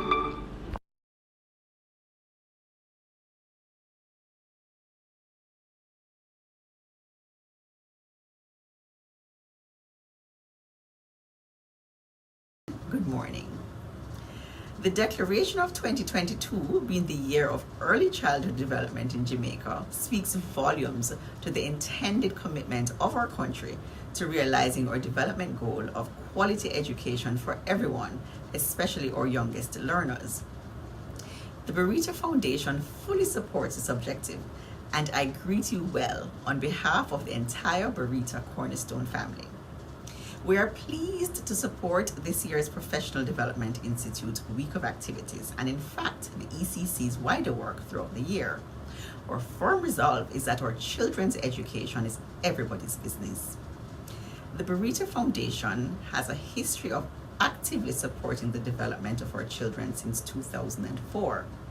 Our numeracy and literacy program in early childhood institutions across Kingston and St. Andrew, established by our founder, Mrs. Rita Humphreys-Lewin, have seen thousands of children being adequately prepared to advance to the primary levels of their education.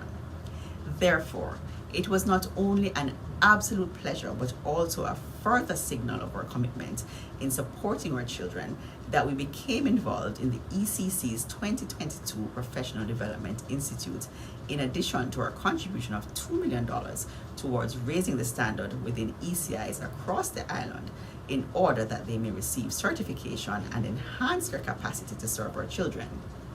Barita Foundation supports the ECC's efforts at accomplishing a positive process of change within the nation's early childhood development.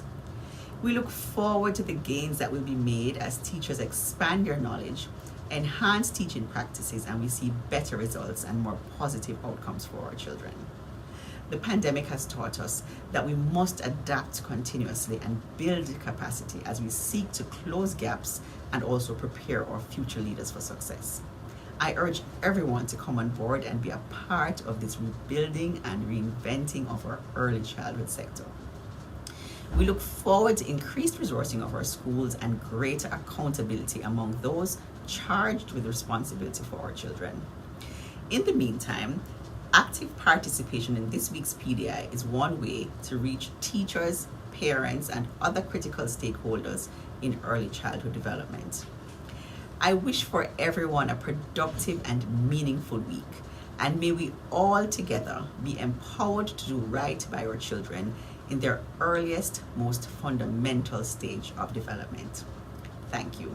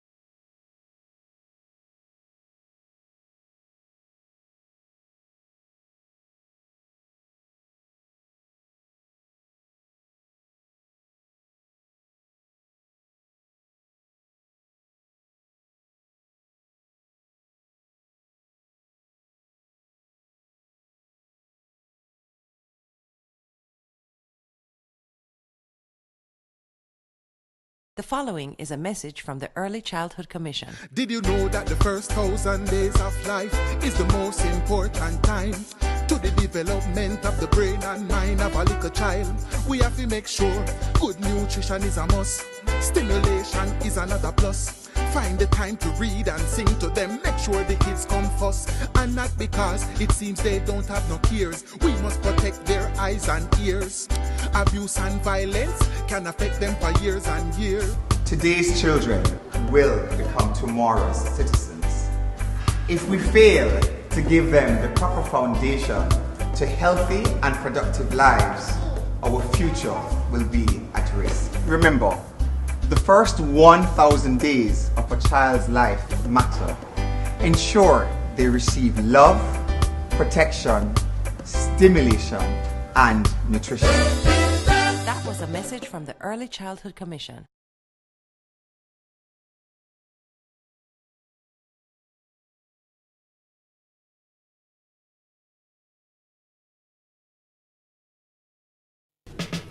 This is a message from the Early Childhood Commission. Do you have a child between 0 to 2 years of age? If yes, you need to download the ECC's First 1000 Days app. It allows you to receive parenting tips, track developmental milestones, learn about the Brain Builder concept,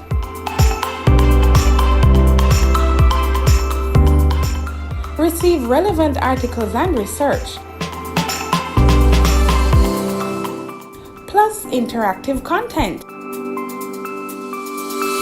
The First 1000 Days app, now available for download on the Google Play Store and the Apple App Store.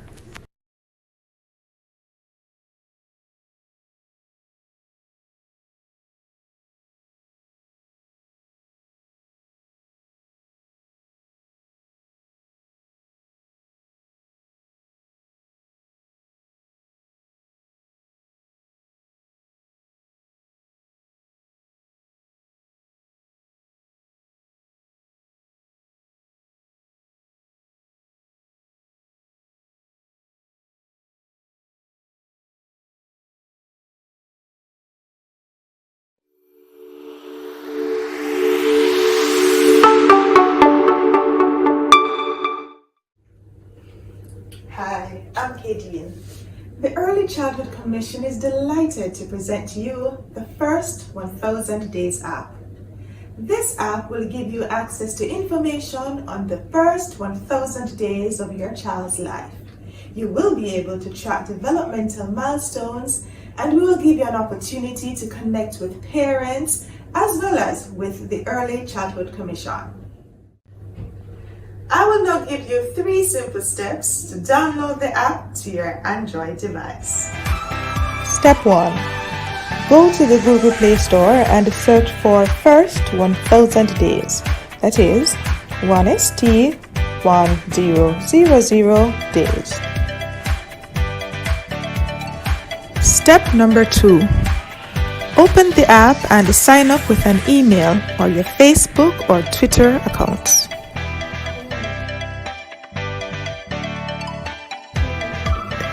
Step number 3 is the easiest of them all. Enjoy the features of this wonderful app.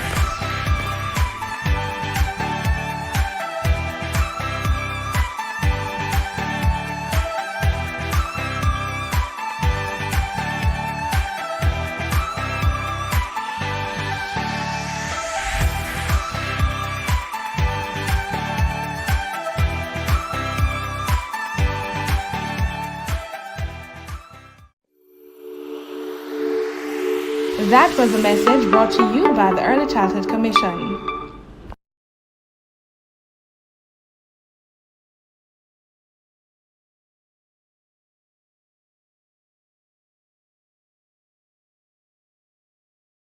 Good morning. The declaration of 2022, being the year of early childhood development in Jamaica, speaks volumes to the intended commitment of our country to realizing our development goal of quality education for everyone, especially our youngest learners. The Barita Foundation fully supports this objective and I greet you well on behalf of the entire Barita Cornerstone family.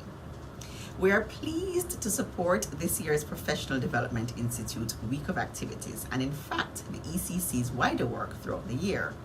Our firm resolve is that our children's education is everybody's business. The Barita Foundation has a history of actively supporting the development of our children since 2004. Our numeracy and literacy program in early childhood institutions across Kingston and St. Andrew, established by our founder, Mrs. Rita Humphreys-Lewin, have seen thousands of children being adequately prepared to advance to the primary levels of their education.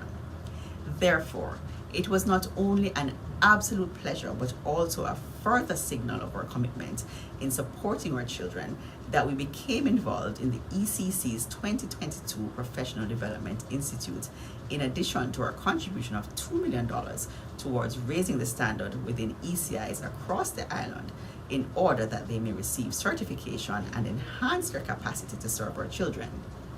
Barita Foundation supports the ECC's efforts at accomplishing a positive process of change within the nation's early childhood development. We look forward to the gains that will be made as teachers expand their knowledge, enhance teaching practices, and we see better results and more positive outcomes for our children.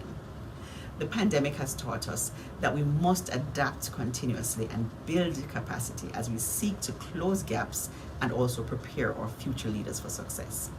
I urge everyone to come on board and be a part of this rebuilding and reinventing of our early childhood sector.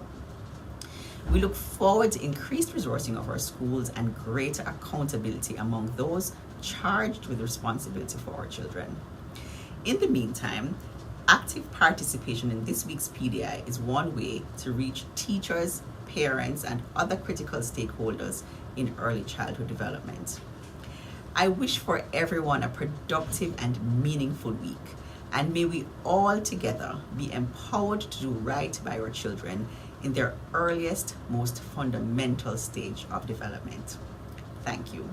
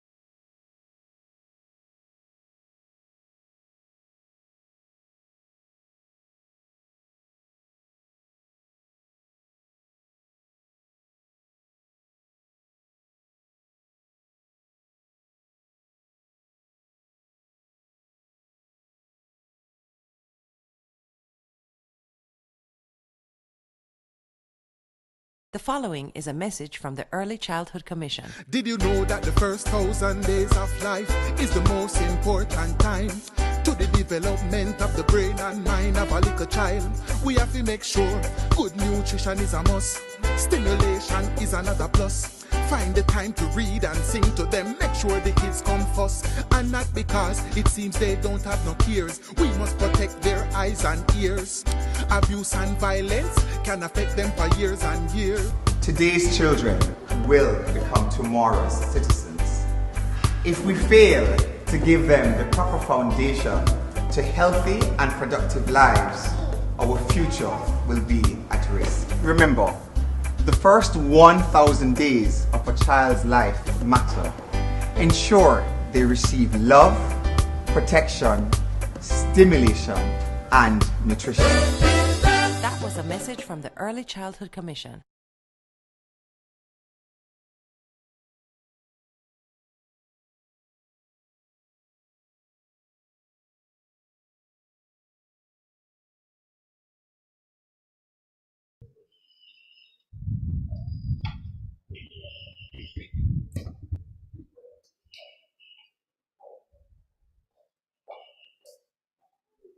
Welcome back, ladies and gentlemen, our viewers, practitioners, parents. Thank you so much for joining us.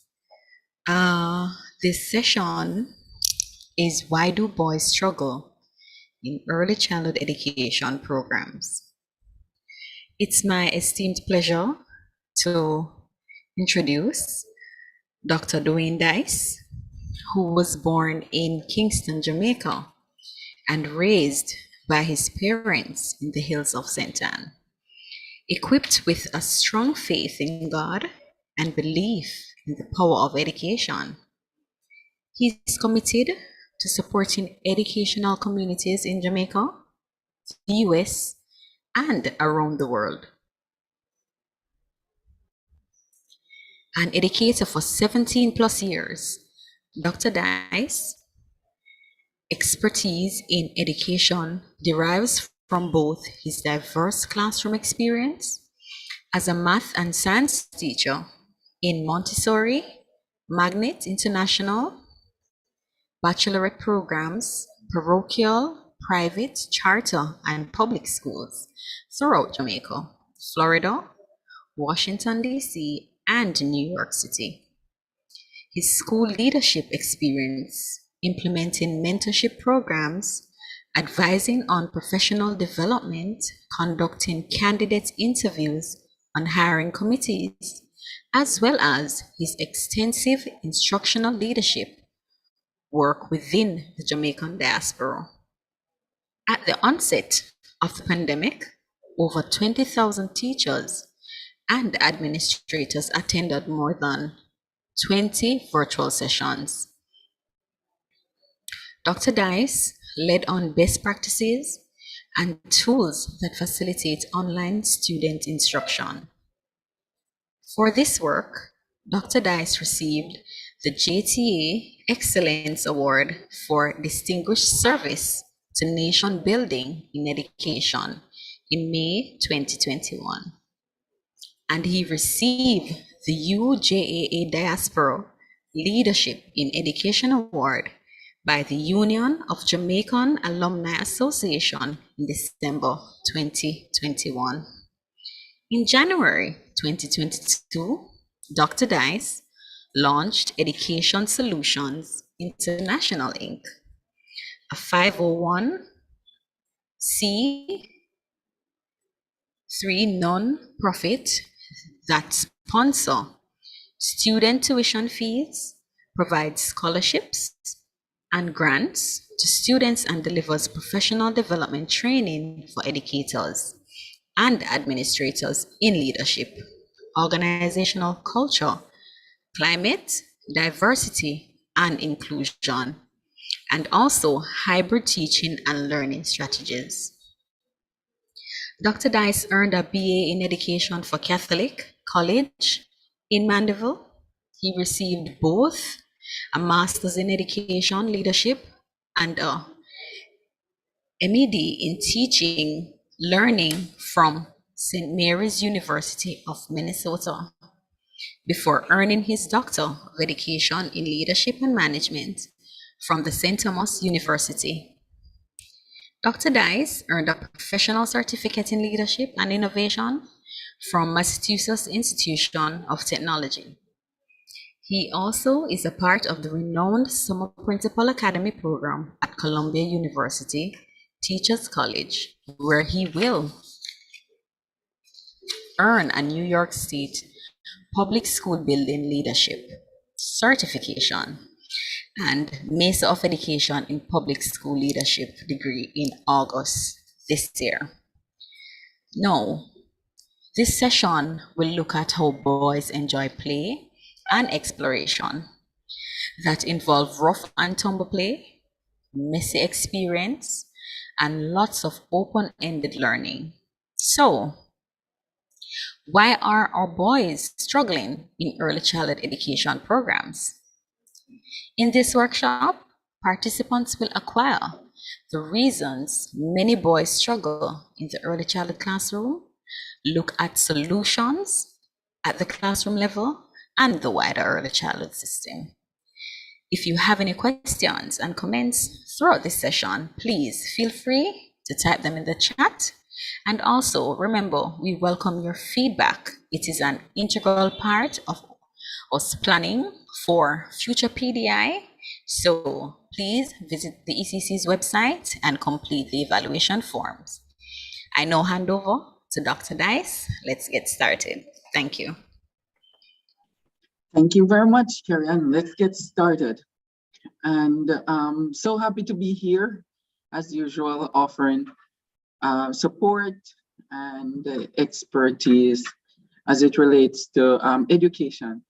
I hope everyone can hear me super clearly. I wish I was in person, but for now, we're virtual. So anyway, let's get started here. I'm going to share my screen. Can everybody hear me, Karen? Can you? I am hearing you clearly. Okay, good. So I'm going to share my screen here, and we have quite a bit to go through, so we're going to hit the ground running. All right, so why do boys struggle in early childhood education programs?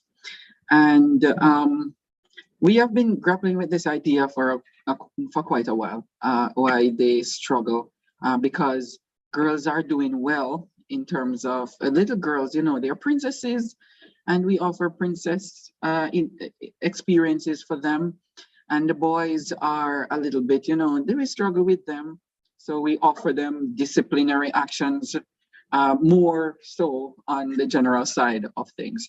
So let's explore. So in this session, we'll look at these fundamental principles that I arrange in 14, kind of like remind me of the 14 parishes of Jamaica. So some of them are more important than others. And of course, many of us have grappled with these ideas already. So some of it is not new to you.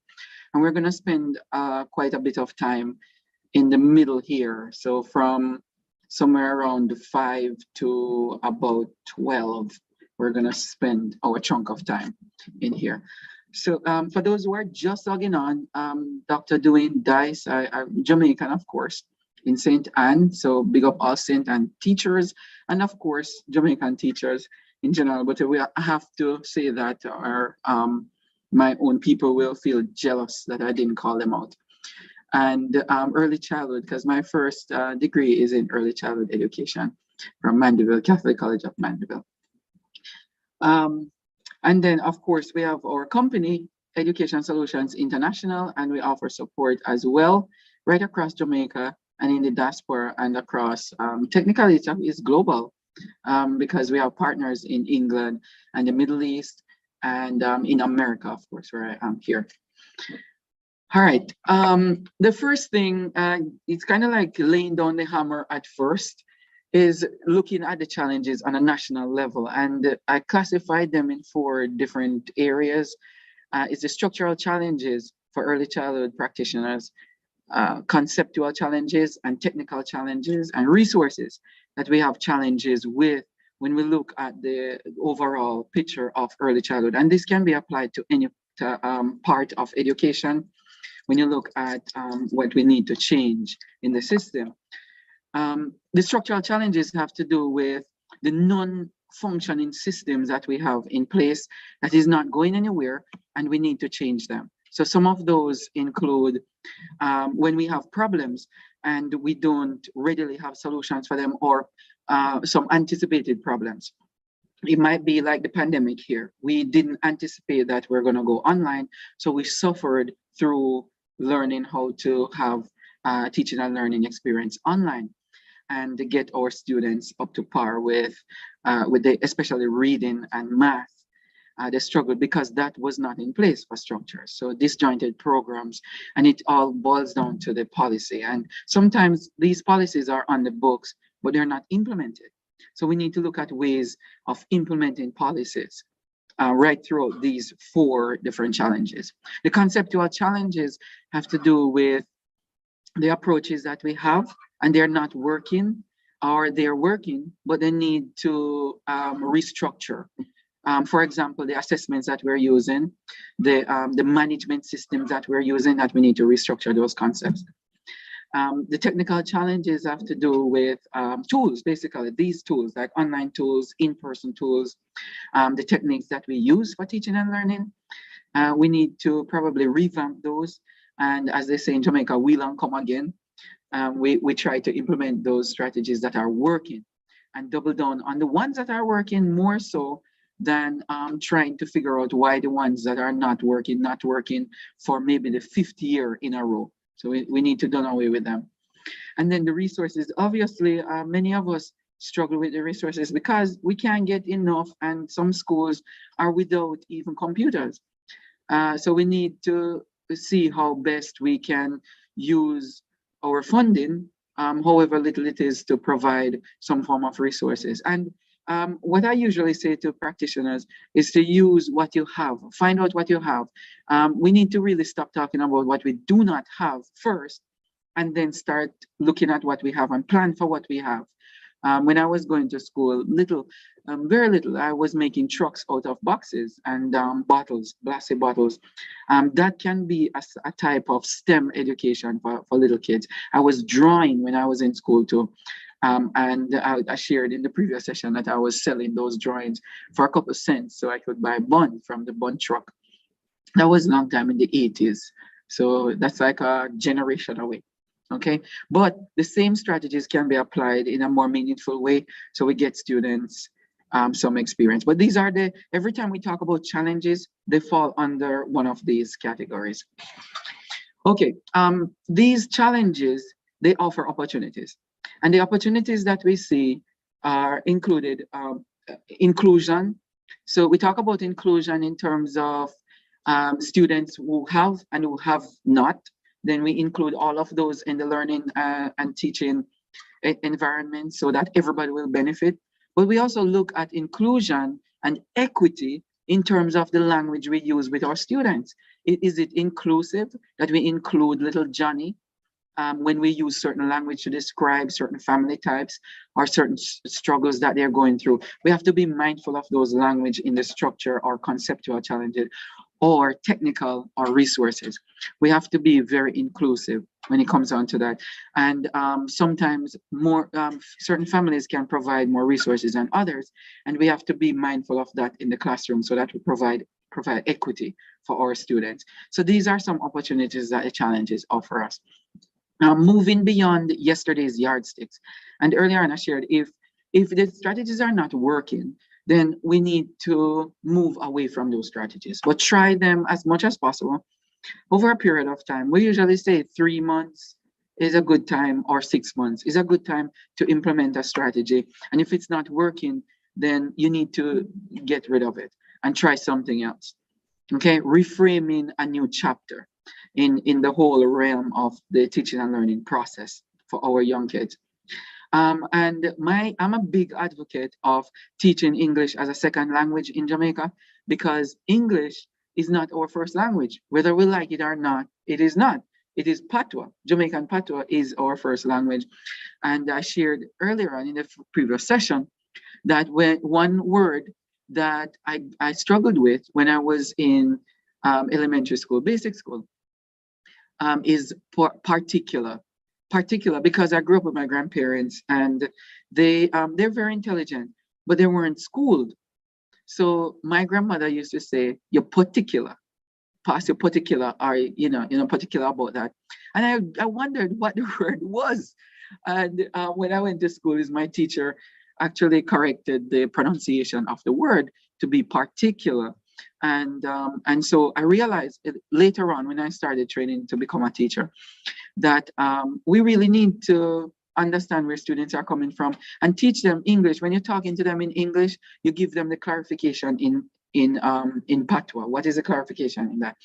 And one way of doing it, even if you don't teach English as it is, you could have translation on the board. So you have a corner where you translate certain patois words or phrases to English, so you can reach students. And assessing students with disabilities is another area that is very overlooked in our education system.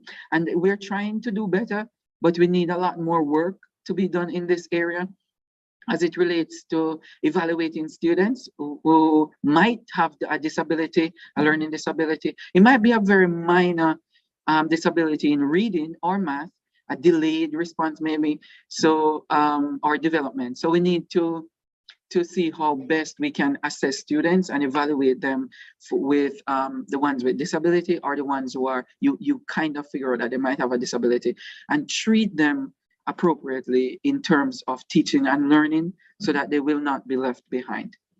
Okay, all right. We're getting down to the wire here when it comes on to early childhood education and teaching in general. In the classroom, there are more female teachers than males.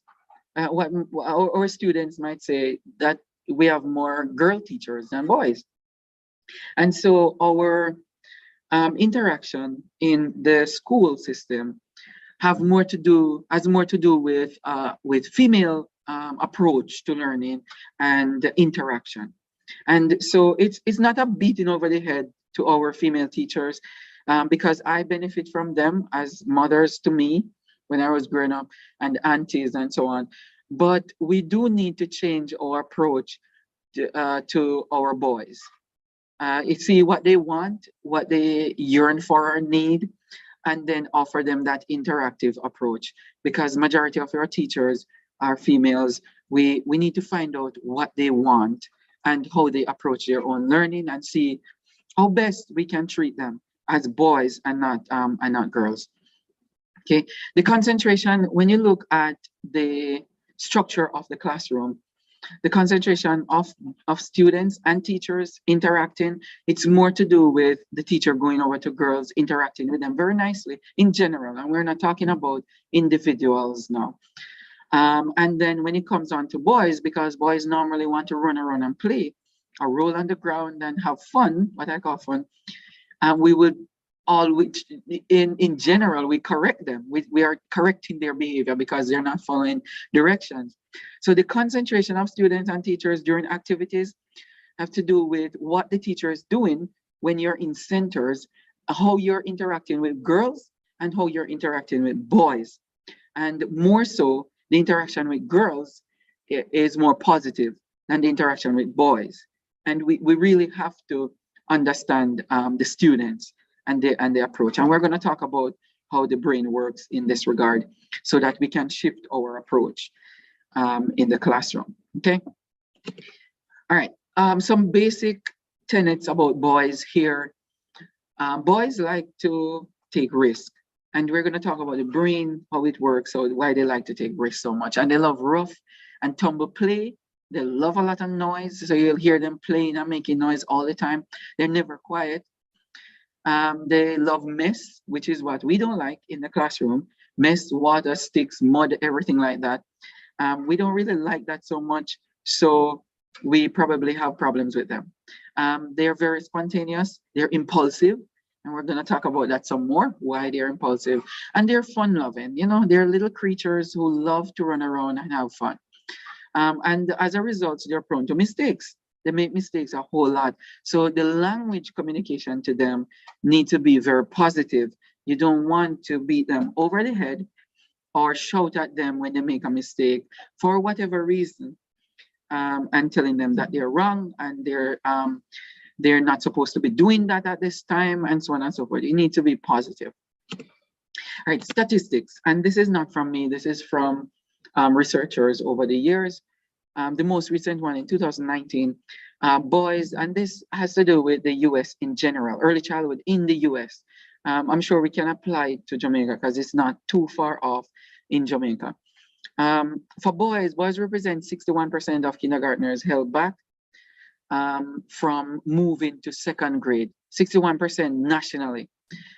Boys represent 54% in kindergarten, but for that population, you have 79% of students suspended are boys, and 82 of them in kindergarten suspended multiple times. These are boys getting out of school quite a lot instead of having them in school learning. And they're 5 times more likely to be expelled from kindergarten than girls. Boys also are 2 to 4 times more likely to be identified with a learning disability than girls. And so there are many times, in my experience with them in classroom, you interact with them, they just have a delayed response or delayed developmental readiness, and we treat that as a disability to them. It's a very injustice to boys in general. And I'm not saying that some of them don't have disabilities. What I'm saying is, if we look at how the brain works between the two genders and look at the social emotional learning aspect of it, and look at our culture and the nature versus nurture and all of those aspects, you find many times that it is not a disability, it is a disadvantage that they're at.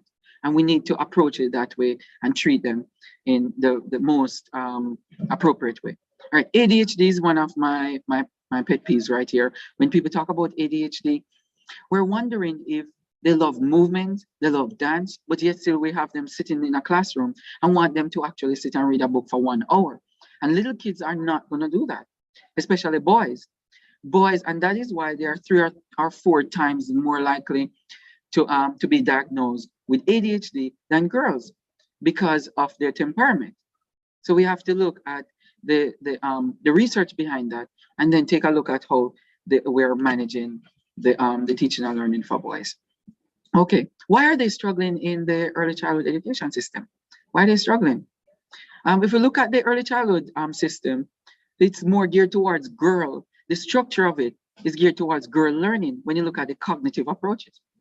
The reading, the language, even the art and craft that we chose to be art and craft is very structured in a girlish way, where they're very disciplined and they control themselves and they sit down and they learn and they try and do, and no noise at all. Okay, as it relates to positive childhood experiences, boys need to have positive childhood experiences in the classroom.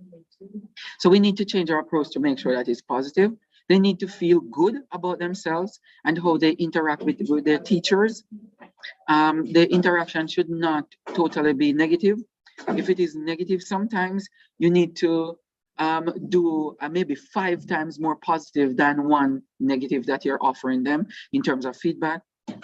They need to feel good about their potential to learn so that they can take more calculated risk, because they're gonna take risk, whether we like it or not, they're gonna take risk. And then the last one I highlighted is super important. They need to feel wanted and belonging within the spaces that we provide for them. So boys need to feel that, and they're not. And that is why we're losing them to this world. We're losing them to gangs, we're losing them to drugs and violence of all different types, because they do not feel that they belong to the environment, to the school system. So we need to take a different approach as it relates to our boys. Okay, all right. So now let's look at the differences between the genders. Boys and girls, they learn differently, so we need to treat them differently. Language development tends to be delayed in boys, and so we need to cater for those. It is not a disability, it's just the facts, how the brain works. Emotional regulation is delayed in boys, so we need to help them to regulate their emotions and telling them, all right, take a deep breath and then talk to me. Don't talk while you are, hyperventilating. Poor impulse control based on the brain structure and works of the brain, the cognitive processes, prone to inaction and inattention and distraction, and many times they're hyperactive. They're also, in general, they need to move quite a lot. And yeah, thank you, Karen. Yeah, where Anthony Wilson said that they think us as males don't have the patience to teach this age group. Yes, you do. We do have the patience because I've seen it multiple times. And me per se, I have to say that I play with them a whole lot. I've never taught in less than grade 4 in my life. Majority of my time is in 6th grade, but I interact with students. I love going to classrooms and being resources for teachers there, and explaining to students that, you know, we're here for you, and you can call me uncle, or, you know, captain or something like that, you know, or brother, or anything like that. All right. So boys need that in general, need to move. They're more physical than girls, and so you will see them struggling and playing, and you think that, oh boy, they're going to hurt themselves. What you need to do is to provide an environment so that they can play. They're going to get hurt in a little bit, but you want to make sure that you manage the environment in a way that it is not detrimental to their health. Okay. The struggle with following rules, I was one of those people too, and I don't want to go down that road of telling stories, because I've done my fair share in elementary and high school. And about not Gallimore High School, God bless that principal Sharp. He retired, but he struggled with me and my brother. All right, let's dig deep in the cognitive part of it. Not cognitive so much as the way that we were born and raised, the conception part of it. So X and Y, XX and XY chromosomes. The differences are in the hormones, yes, but not so much in the hormones only. Okay, we ask ourselves why the differences in fundamental behavior of young girls and boys, and even not in early childhood, but even as they reach adulthood as well. It's very different. We used to believe that these differences were caused by hormonal differences, specifically at conception. A child is either XX, which is a girl, or XY, which is a boy, in the last of the 23 pairs of chromosomes. If the child is XY, which is a male boy, then immediately after conception, hormones begin to develop, and the hormones are different from the girls. They have different amount of testosterone and estrogen and other kinds of hormones that influence the development of the brain. And therefore, the development of boys' brains and the development of girls' brains are totally different. We believe that these differences come out of the evolution progression of the human species.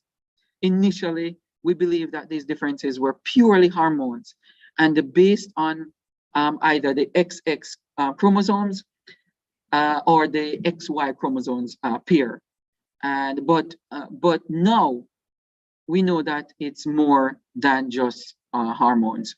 And so our early childhood institutions really need to create a system of change so that they can suit the different genders, because the system is geared towards the girl more so than the boys. And I'm not hitting anyone over there. So when I talk like this, it's not negative towards girls.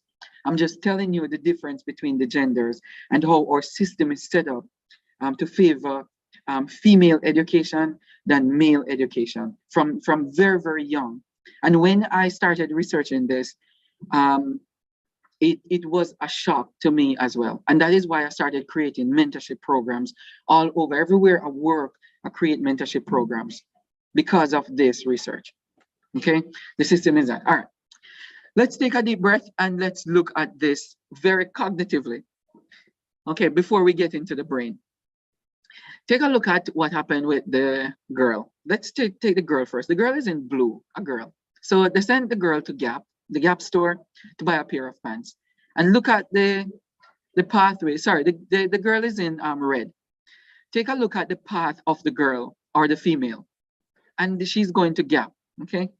And then, so the girl went this way, gap is over here, by the way, went all the way over here, down the bottom here to JCPenney's, and then all the way over here to Sears, and you don't see her going in gap. It doesn't go in gap. That is shopping, okay? In the basic sense of the word, not online shopping, just shopping in person. And then take a look at where the female goes, the male. The male goes right here and into gap. Got what he wanted, spent $33, and the female spent 3 hours and 26 minutes in there, and also spent $876. And she only went there for a pair of pants. It therefore shows that these two, they're totally different. The genders are totally different, and that's just for laugh. Okay, that is just for laugh. Okay, Tanisha Adams, thank you, Karen. Tanisha Adams, we need to reassess the gender roles to impress on our young ones that this is the root cause of dispropriety. These are social constructs that do not serve us as society more, which is very true. Society anymore. It's very, very true. It's made up construct. So you're right, Tanisha. You're very, very right. All right, so let's dig into the brain here. And I put another image there from the last one because I realized that I was talking about something and maybe some of us didn't get what we were talking about. So I put the white and gray matter at the bottom there. And we're going to explain it in a little bit. All right, so how the brain works. So, and I really need everyone to just take a deep breath and just absorb this as we go through it, because it's very important and profound. The combination effort, and this is research, by the way, the combined effort of many decades of research have produced detailed structural models of the brain. And these cerebral structures, which is all, cerebral structure is the brain itself, are now widely associated with various cognitive processing tasks. Brain studies have also yielded considerable information on gender-related structural differences. The brains are different in males and females. It is known that cerebral morphological differences, and morphological difference has to do with, you see where it says structural morphology? It basically means that the component of the brains, different portions of the brains, the way it's structured, is totally different in males and females. So it's disproportionate in males and females. And so the brains are very different, and they're going to act differently based on how they're reasoning things out. And that's why you get different responses from them. And this begins from the womb and are relatively permanent after the fetus is 26 weeks old. So they're not even born yet, and the structural differences are almost permanent. These structural differences do not seem to be affected to a significant extent by hormones. Now, we talked about hormones earlier, as children mature, nor by innate racial differences. So no matter what your race is, it doesn't matter. In the structure of the brain, it is what it is. Male are males and females are females. Gender differences in physical structure include overall cerebral volume. So the volume means that the morphology, which is the structure of the brain, it's larger. Male brains are generally larger than female brains. And this, you will see why in a little while. But after the correction of the body mass difference, after they get a little older, it measures out. And so the brains become almost equal in terms of the structure of the brain, the whole idea of the brain itself. All right, so we talk about the gray matter and the white matter. The distribution percentage differences in gray and white matter found in different brain structures, and many specific instances of cerebral regional size and or thickness variation. When we talk about white and gray matter is in a diagram right here. And the white matter has to do with thinking processes. So you're processing Everything you talk about in terms of your thinking and your processing of information happens in the white matter. The gray matter is just the connection for the white matter into other parts of your nervous system. So the nervous system has to do with your spinal column. All of that transport all the way up and down the nervous system, and it carries messages. And they also build dendrites in the brain. And the dendrites have to do with information, snaps that you build. And so if somebody becomes more knowledgeable about something, it's because they build more dendrites in their brain about that thing. So the more you read, the more you expose yourself as a child, and the more exposure you give to them, is the more dendrites they build in their brains, and the more well-rounded they are. That is why they say you teach kids languages and music and so on, and dance and all those things, not just reading and math only, or else they'll just live in their brain with math and English, and they know nothing else. They don't know how to dance, they don't know a tune, and they will become not so intelligent in those aspects and not knowing how to talk about them later on in life. So, and as a matter of fact, reading by research, not reading, music by research shows that it contributes positively to math and reading as well. So you need to teach them also some music and dance and movement, especially when they're little. Okay, all right. So the brain functional processing is related to, but different from, its structural morphology, which is the structure again of the brain, how the components are structured. A large number of functional brain differences have been documented between the genders. Physiological. Now, this has to do with the physical aspects of the brain. Physiological aspect of the female brains have been found to metabolize glucose at a higher rate and to experience greater blood flow in comparison to males. So if you have more blood flow to the brain, of course you're going to have more oxygen in the brain. So you're going to respond differently in terms of circumstances that you find yourself in. And female respond very calmly more than males. They tend to become impulsive more. They react more in an impulsive manner than females. So in general, female brain process language activities more easily, earlier and faster than males, while males more readily excel at spatial, mechanical, and gross motor skills than females. These differences explain why girls outperform boys in reading and writing, and why boys tend to gravitate towards physical activities and video games more so, because that part of the brain in terms of language and sitting down to read and write and all of that hasn't been fully developed yet. So you have to structure your lessons so that you meet their needs as well. Okay, cannot give them too much in that regard, or else you're going to give them a lot of breaks to move if you're going to do that with them. Some researchers talk about the idea of neuroplasticity. And neuroplasticity, you really need to know a lot more. I'm just scratching the surface here. And the term that means that to say that some people are hardwired that way, but it is not so. They're hardwired until you can change that tendency. For example, we're hardwired to talk a certain way. But if you choose to practice speaking a different way, you become hardwired in speaking that different way. So the brain itself is neuroplasticity in itself, so that it can change over time. It grows, it changes. It is the brain's ability to train. So you grow and you change time and time again. And so young kids are very neuroplastic. They grow and they change. And if you introduce something in the environment, they will very much readily latch onto it, and they develop like a type of hardwire concept. And then once you introduce something else to them and they love it, they gravitate towards it, and they learn that again, and they develop a hardwire concept to that as well. You need to help them to develop hardwire concept to many different things in the environment, like music. Again, I love music, reading, writing, math, and science concept. Okay.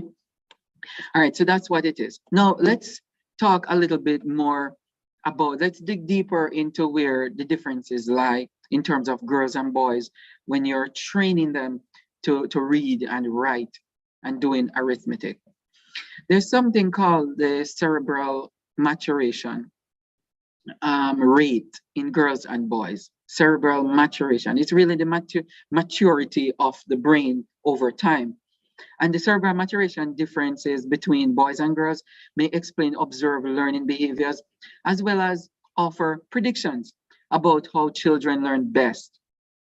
As of 4 days of age, girls tend to spend twice as much time as boys maintaining eye contact with adults due to the fast maturation within the visual cortices.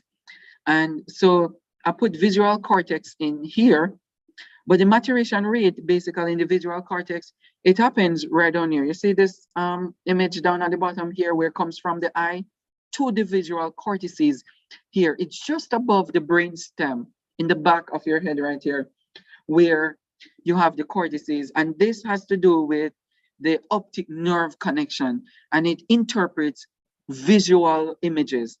And that is more mature in females. And so a baby girl will start looking at the mother or the guardian a lot. Every time you're meant to take her up, look at him. When she's growing up from that, they're constantly looking at you, studying your facial features and so on. Boys don't really do that so much. Especially when they get a chance to start walking and moving around, the preschool type of age, they want to touch things. And every time you have something in the environment, a boy wants to touch it. They want to move around and manipulate things. They will break things apart. Girls are more gentle with things and looking at things before they actually touch it. So the maturation rate for the visual cortex in the brain matures more than in girls than in boys. And so we have to have that in the back of our brains when we're thinking about lesson planning for them. All right. Another thing is the oxytocin, and lower oxytocin levels are in the male babies than in the female babies. Oxytocin has to do with the chemical that is found in the brain that cause human beings to bond when they're little. The bond, oxytocin causes you to bond with your guardian or your mom or your parents in general, people. And that is very low in males. So again, it doesn't help males to bond a whole lot with people. So there are two disadvantages. They're based on the structure of the brain for males that they don't latch onto. So you have to pull them in, and you have to treat them with so much tender, loving care, TLC, because they're not going to readily gravitate towards it. That is why they behave like that. They're more interested in studying physical objects in the environment than people. So boys are more gravitating towards objects. The area of the brain that process spatial rotation and targeting are not as superior in male brains, but they also mature 4 years earlier in comparison to girls. So the spatial maturation, it has to do with, you see the main part of the brain over here, all these parts. There are certain parts in here on both sides, the right and the left side of the brain, that this spatial rotation and targeting happen. It has to do with thinking and processing of fine motor skills and gross motor skills and so on and so forth. All of that is happening in here. It is not superior in the male brain early, but after maturation, it is superior in males, and that is why they gravitate towards spatial things like math and drawing and so on later on. But on the other hand, they found the researchers found that the cerebral areas that process language, verbal, emotive, which is emotion, social cognition, and fine motor skills develop 6 times earlier in girls, 6 years earlier in girls than in boys. So all the language, all the speaking, all the emotion, that girl will tell you all about her day, and she's very frustrated because that developed earlier in them than boys. And boys will say, why are you crying so much? Just stop crying. Little boys will say, I don't know why she's crying about. I just pushed her a little bit and then she started crying. But the girls have very deep emotions because of what the chemicals are doing in their head. and it's them, you know. The boys' advantages though in spatial processing comes with a cost. Their brain that they process these spatial images and processing, their brain is greater. They have a greater cortical, which is in the cortices of the brain, more than in females, which give them around half of their brain is occupied by this spatial awareness and spatial cognition. So half of the male brain occupy that as compared to the female. The females don't really have that much in them, in the brain to occupy it, and yet still they're doing what they're supposed to do on a proficient level. Okay. So the prefrontal cortex. So we're right here now where the purple is, prefrontal cortex. Often this part is the second guess type of area of the brain. It's a part of the CEO or the leadership of the brain. So in that part of the brain, by the way, the prefrontal cortex doesn't reach maturity in any adults until they reach, in any human being, until they reach adults. So somewhere around 25 years old, 30 years old. Sometimes some of us don't even have maturity yet, even as adults. But the prefrontal cortex does not reach maturity until adult. And it deals with the decision-making part of it. The prefrontal cortex is thought to be partly mediated by the amygdala. Now, the amygdala work hand in hand with the prefrontal cortex. The amygdala is this little one here, close to the cortex down here, the rhinal cortex. And what it does, the prefrontal cortex, is actually help you with trying to figure out what you need to do. And then the amygdala is responsible for certain emotions and feelings, such as anger, fear, happiness, and sadness. That's what the amygdala is. Now, as the child age, they gain greater control over their emotional responses as their prefrontal cortex develops. When the brain maturation is complete, both brain structures are involved in decision making.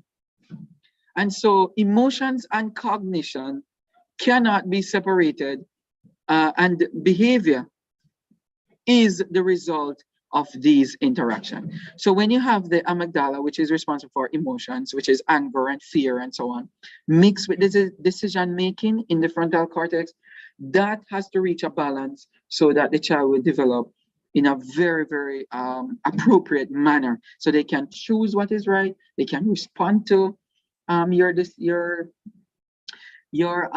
directions, and they can follow rules so that they can reach the fulfillment of goals in general. Okay. All right. The reason why. Oh, before we get to the reason why they struggle. So that is the brain. How it works. In general, you have more to this. So let's take a break here after you have learned it and look at the female and the male brain. Look at the female. The female wakes up at 4:45 a.m. and the male is still sleeping. And the female makes coffee, shower, hair, does the hair, does makeup, dress up, and then the female leaves at 7:30. Take a look at what happened to the male. This is in general. We're not talking about individual people here. This is in general for male and female.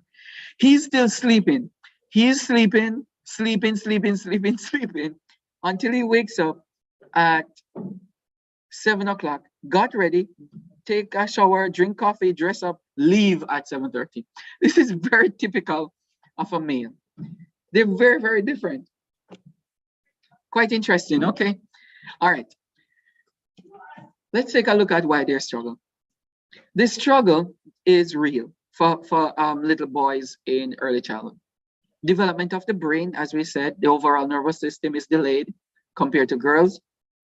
The curriculum and the activities in most early childhood programs, they focus on literacy.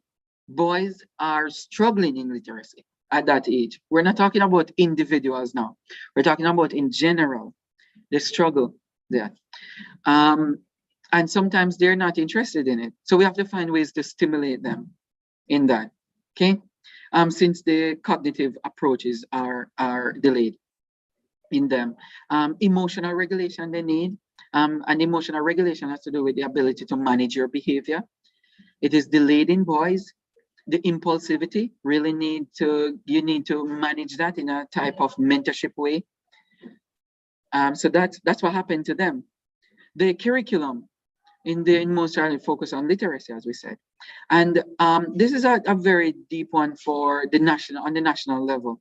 The current push as it relates to standards and curricula, it's very unrealistic for boys.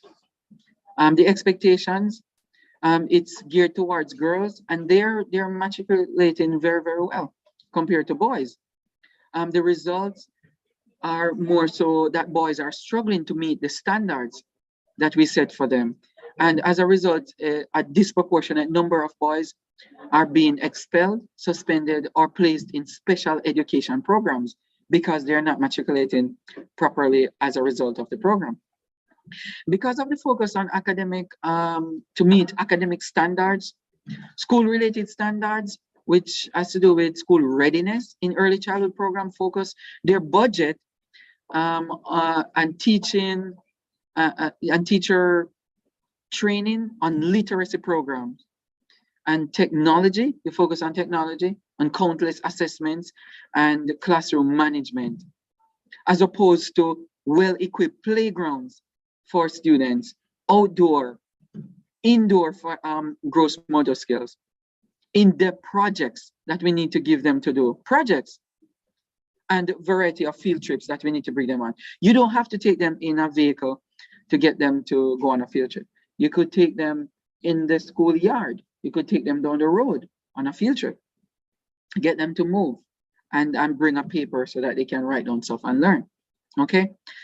The last one on the page here is fix the child syndrome. Every single time we find maybe something is wrong with a child, we think that the entire child is doomed for disaster. So we try to fix them instead of change the program mindset. We need to provide a change in program mindset for students there. So these are some of the reasons why they struggle in early childhood. Very simply, it's commonsensical if we look at these things. The unrealistic curricular expectation for boys, they're seriously struggling because of this, okay? So let's see what others are saying here. So Claudette says, very interesting. We really need to understand more about the development of female versus males, how the brain works, so we can better understand how to deal with them. Anthony Wilson, what we need to do is to spend more quality time with our male. Very good. Yes, we need more males. And one of the solutions here is to get more males in early childhood. And not good enough because the stigma in this whole society place them on that stigma. And Cecile is asking, can I get the presentation? Yeah, the presentation is gonna be on YouTube, so you can get that one unless you want the one here. We'll see how that goes in terms of, you can contact your representative also. And later on, just shoot me an email or something. I'll share my contact information. All right, so let's take a look at some of the basic solutions. And one of the biggest ones that we actually train people to change their mindset in education. Well, my company, Education Solutions International, actually working with educators now to change mindset right across the globe, to change the mindset of how you plan, how you educate, how you lead in the classroom and in the school system. So the first one is change the mindset. You change the mindset of how you approach teaching and learning. Recognize that the boys and girls are different. And then it means that you don't treat them differently in terms of inequity, but you treat them differently in terms of what they need based on their development and what you can do for them in terms of teaching and learning. This does not mean inequality as well. So inequity and inequality doesn't mean that. It means that we need to treat them exactly how we're supposed to treat them based on how their brain work, based on their socio-emotional needs at the present time. We need to radically reevaluate our focus on outcome standards. Okay, we need to look at those standards and the standards for quality program performance. We need to look at those, make sure that they're fine in terms of outcome standards, especially academic and behavioral standards. We need to look at those in the school that are not developmentally appropriate for all children. It's a huge problem, especially for many boys.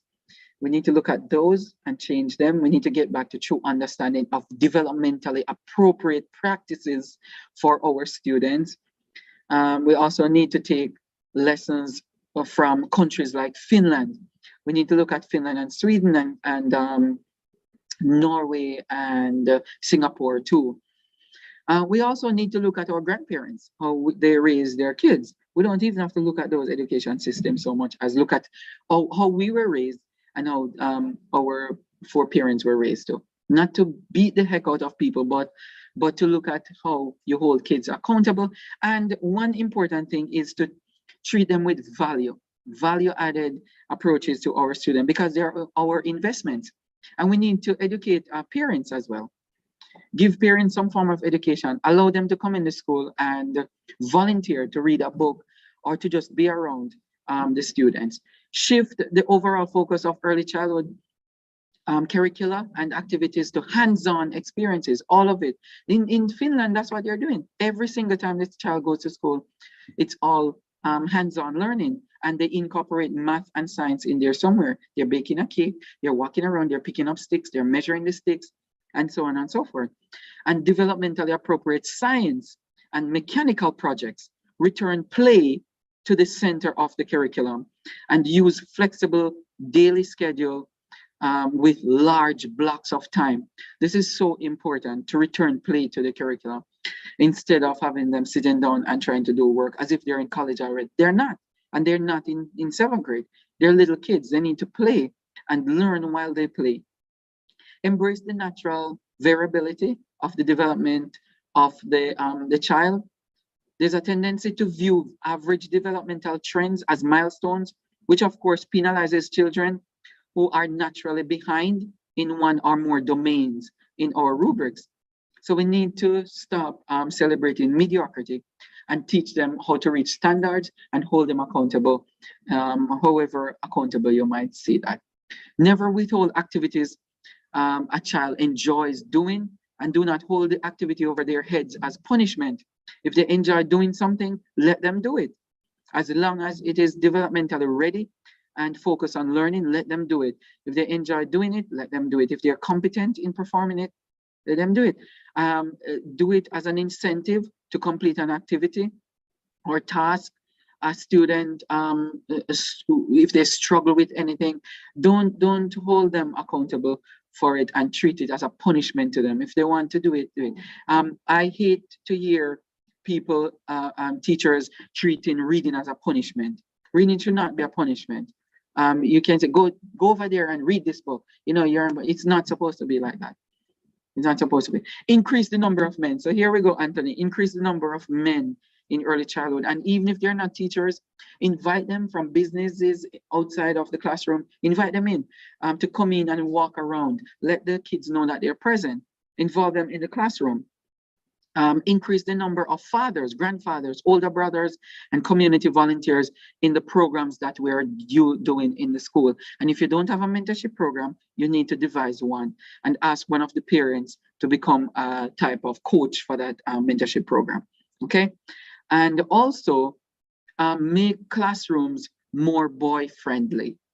You create a jungle in the classroom, call it a jungle. Create a backyard, call it a backyard. Create an area in the classroom so that our boys can feel welcome and belonging in the classroom, and they will feel like they feel valued.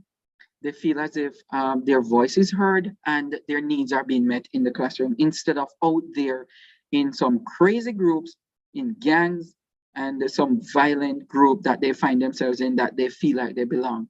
They don't belong out there more than how they belong in the classroom. And a final here is the recommendation that I would give.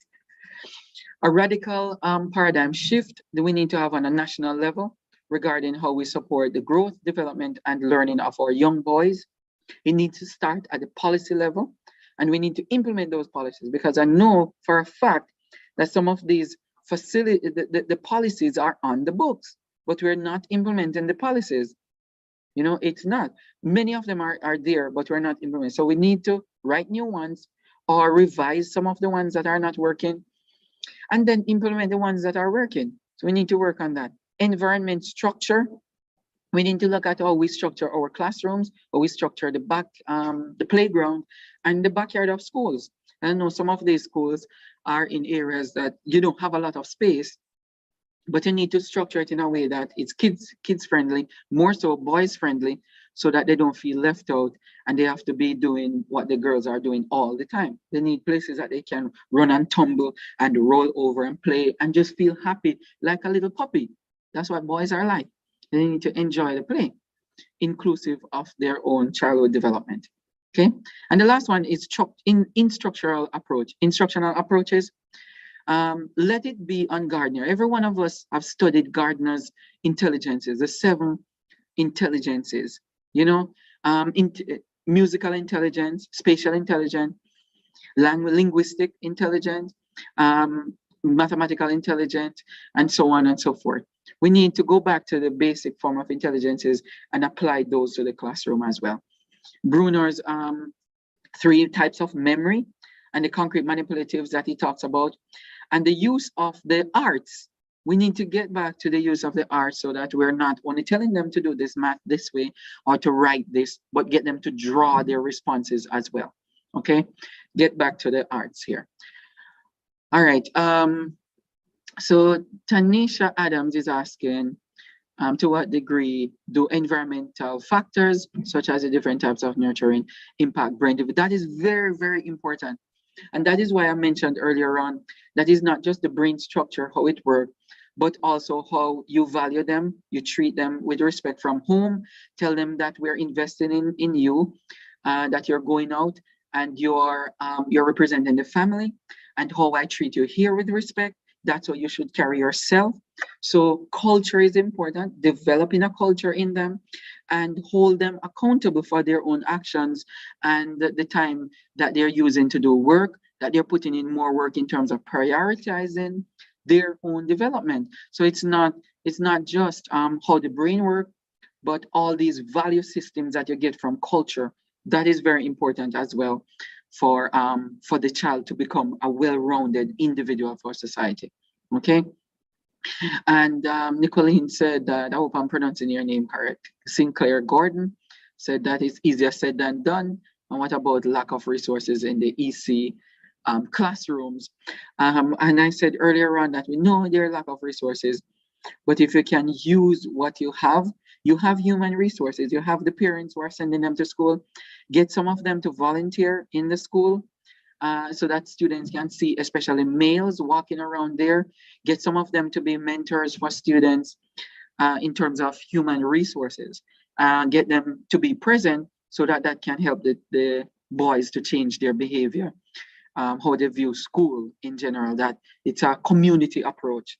Okay, so some of those. All right, let me see if we can get to the final joke here in terms of colors. And this is a little joke, yes, but it is serious as it relates to how boys and girls view colors. So a girl will look, or a woman will look on a color like red. A boy will see red. The girl will see all different types of red. Violet. The girls will see tons of violet, and the boy will be like, oh, this is pink. And the girl will say, no, no, no, that's not pink, that's salmon.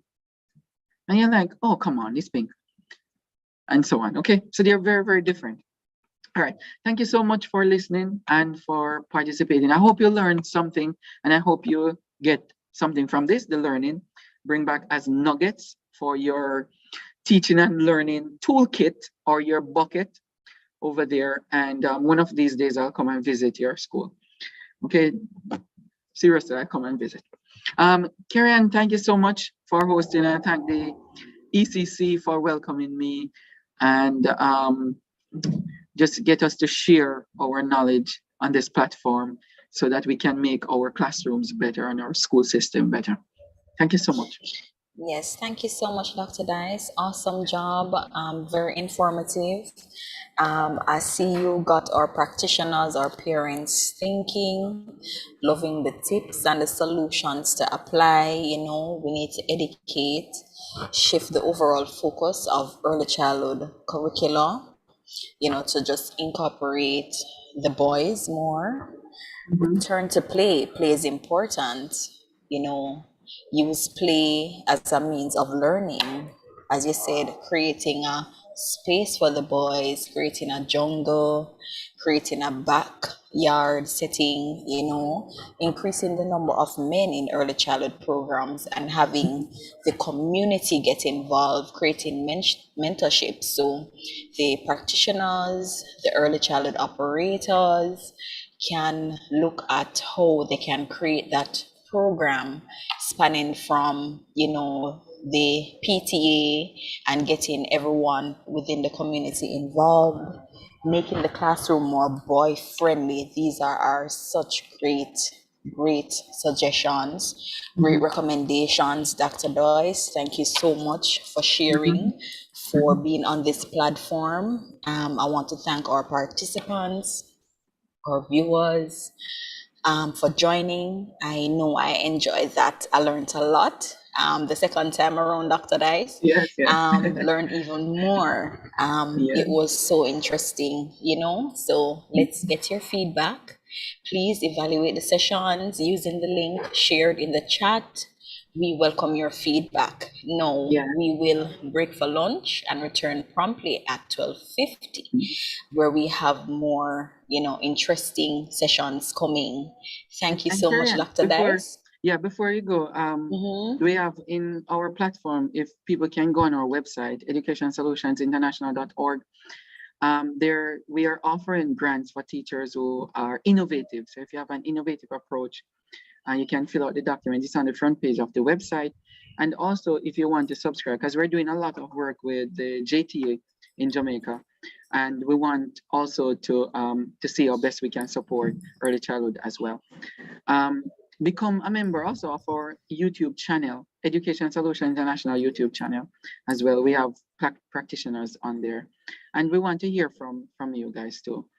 So check out the grant. It's coming up very soon.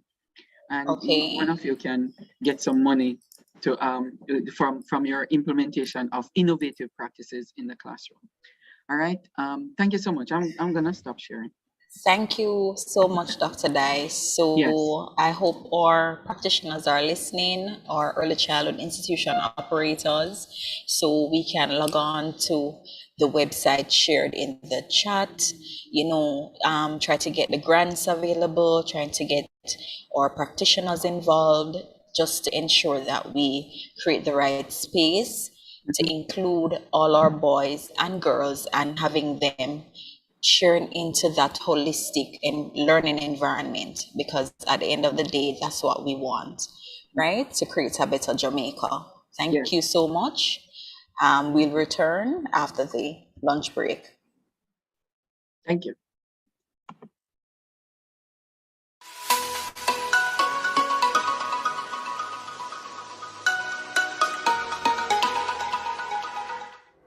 Good day and welcome to ECC Connects, where we talk about everything early childhood development. My name is Michelle Campbell, and today we'll be looking at the Science and Nature Learning Center. We'll be talking about what it is, what children learn from visiting the center, and what type of materials should be in the Science and Nature Center.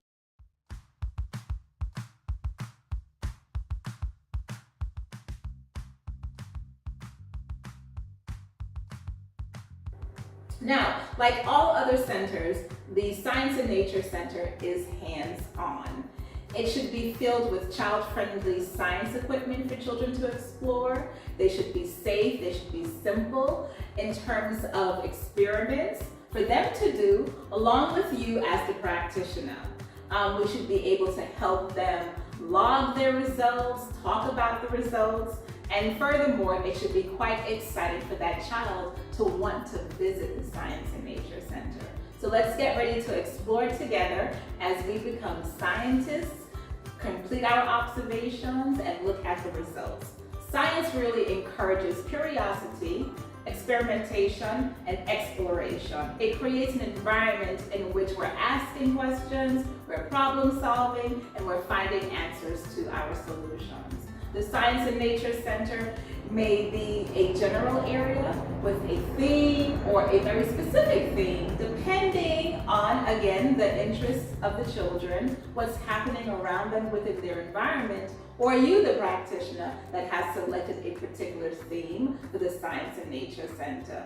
It is something that we should be able, like the Dramatic Play Center, change up on occasion, reintroduce new material, take out some of the old, because this is one area that we want our children to really want to go to. Let's see what's happening today. What can we explore? What can we create together? What type of findings can we get out of the Science and Nature Center?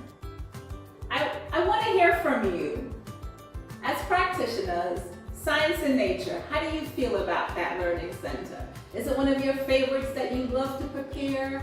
Over the weekend, did you find something that you want to introduce Monday and place in the Science Center? How do you get your children to really want to say, I want to go to the Science and Nature Center? It can be difficult. I know it's not one of our favorite centers, but through more exploration, through more development, once we build out the center, children are really going to begin to learn life skills. Number one, language communication skills, how to collaborate together. They'll learn teamwork, because with all of those experiments going on, perseverance, not giving up whatsoever. Analytical skills, problem-solving skills, reasoning, and they're also learning independence, because throughout all of our learning centers, we're fostering independence through the manner in which our learning centers are laid out within the classroom, and more specifically, what we have to offer our children in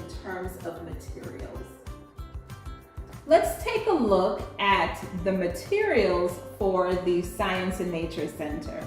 Now, this is a center that we have to continue to recreate, to bring in new material, recycle out old material. We have to keep it interesting, because sometimes it can become boring for the child as well as you.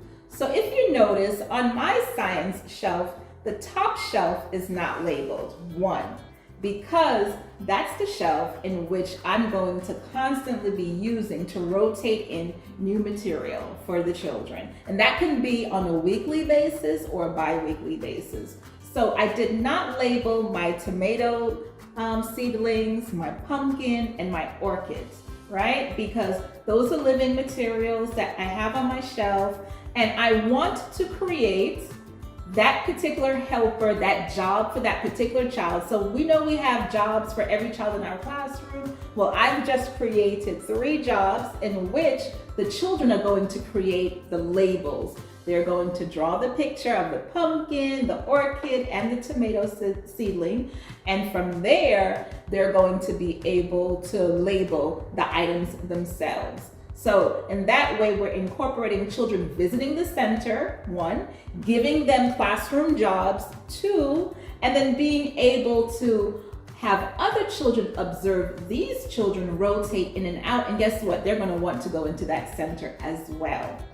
So on the top shelf, we're always growing. We always have something in the garden. So I pulled some seedlings from our outdoor garden inside so that we can look and we can discuss, we can draw, and talk about what happened when we planted the seeds, our tomato seeds. Where are they now, and what do we expect to see later on?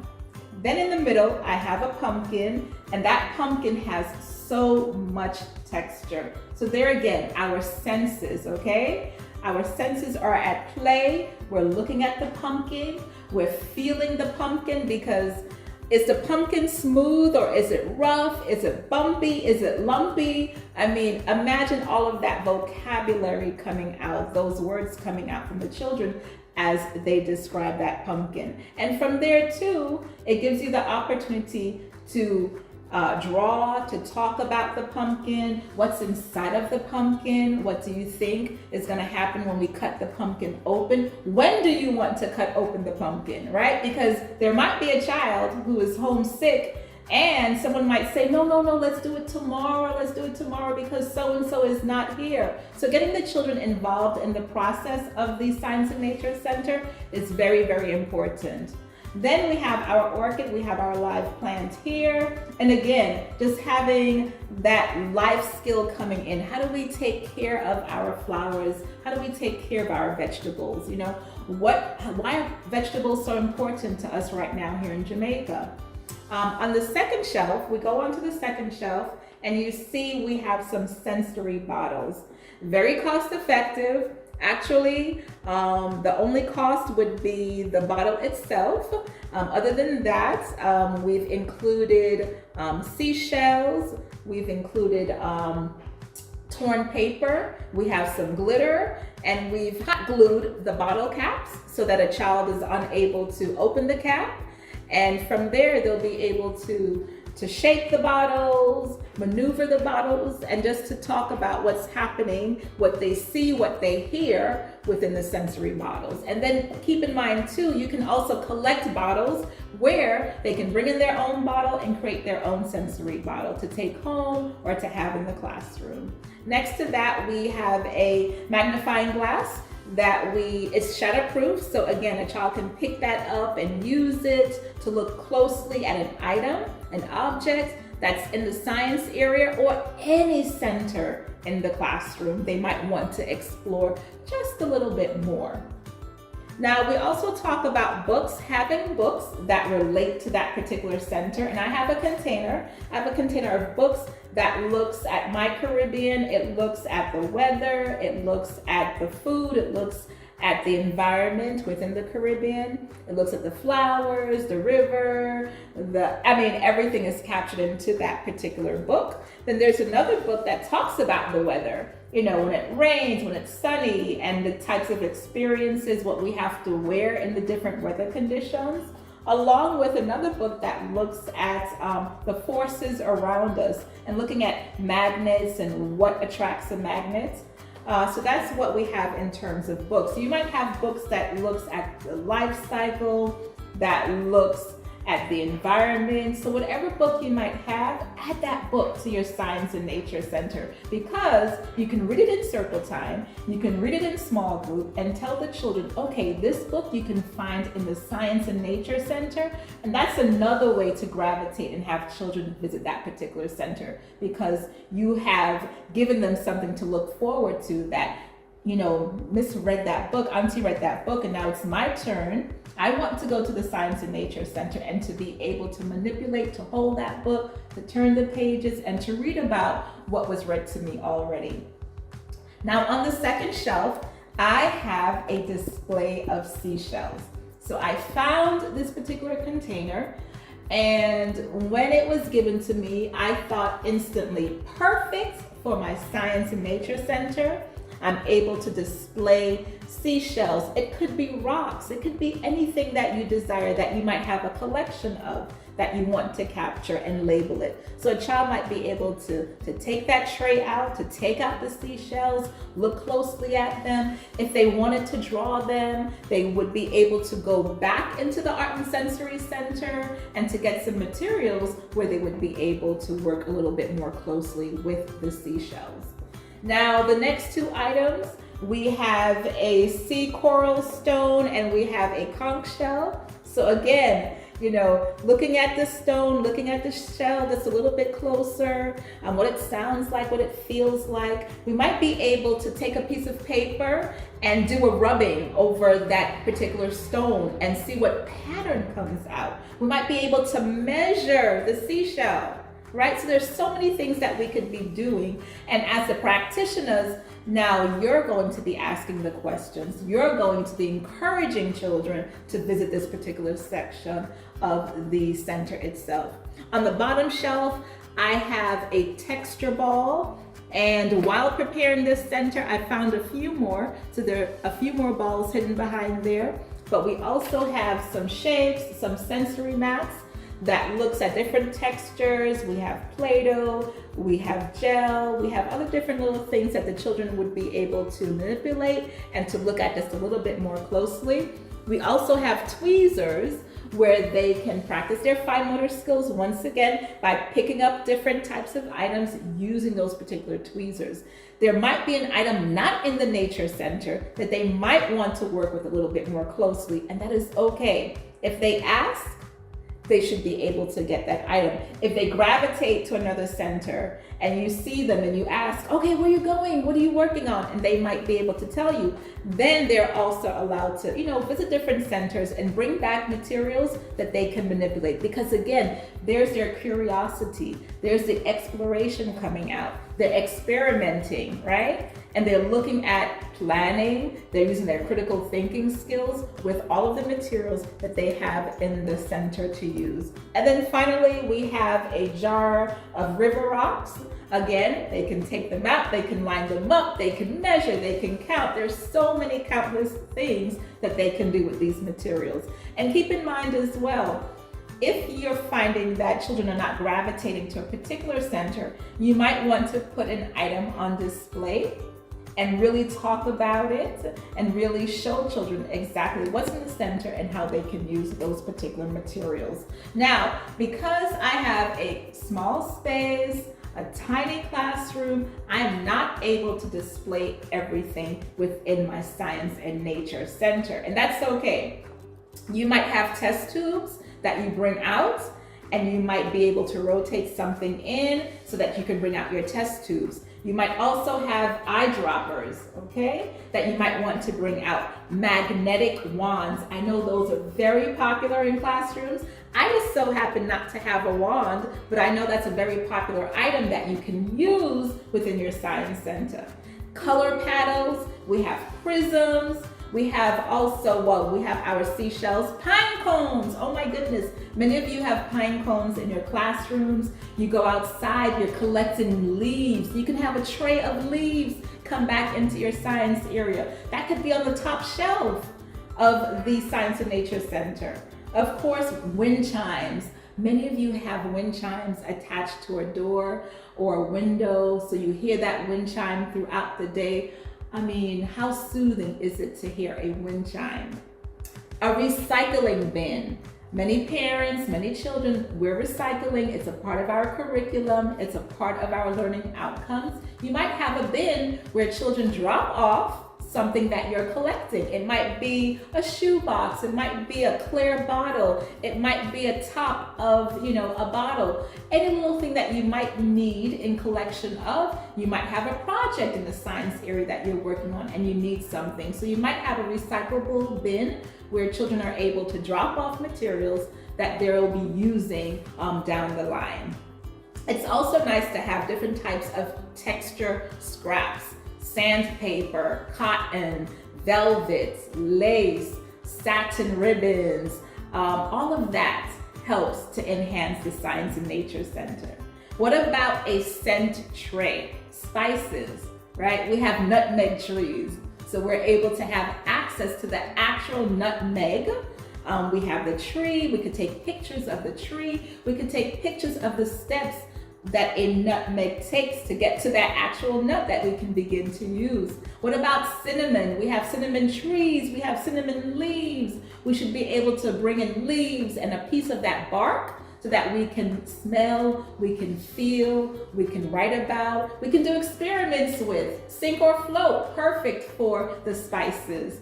What about mint leaves? We have peppermint, we have rosemary. There are all of these beautiful herbs and spices that we have in Jamaica that we can take advantage of and really fill our Science and Nature Center with. Keep in mind, practitioners, if it's something that you love, that you want to bring in, you're going to be excited and your children are going to be excited. So make sure that you're rotating material, that you're bringing in new material, live material, keeping your area clutter-free. Our learning centers should be clutter-free, they should be organized, they should be labeled, they should be inviting for a child or an adult. Today, we might have a visitor come in and they might want to play in that particular learning center. And imagine an adult going in for the first time, being able to see a child-sized shelf labeled with pictures and words, and being able to communicate with the children because they too can see clearly what's in the learning center, and the child, that particular group of children, can really share with that adult what to do with the materials in their classroom. And lastly, a globe. Many of you have globes in your classroom. You might have a chart on the wall that looks at Jamaica, that looks at different continents around the world. But it's good to have all of these different types of materials that support science and nature. And keep in mind too, nature is outside. So once you go outside, you're in nature, and that's a different classroom. So make sure that you're involving nature and looking at nature, talking about nature. You know, when you're going outside, you might want to look up at the clouds and what do you see in the sky? Are the clouds moving? What's the color? What is it making you feel like? And then it's a great opportunity to also read while you're outside. You know, just relax in the breeze, feel that wind blowing, listen to the sounds around you. That's all part of the Science and Nature Center. So make sure that you're also taking this center outside.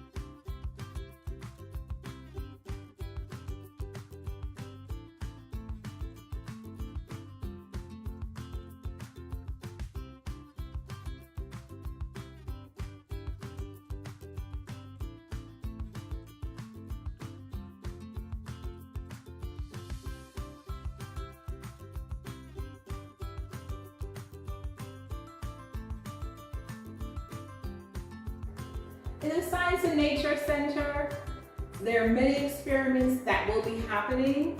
So make sure that you allow your children to record their observations along with their experiments. Keep that center safe as possible, and keep in mind safety is priority. Label your shelves, make sure your containers are clean, and the shelf itself is nice and clean at all times.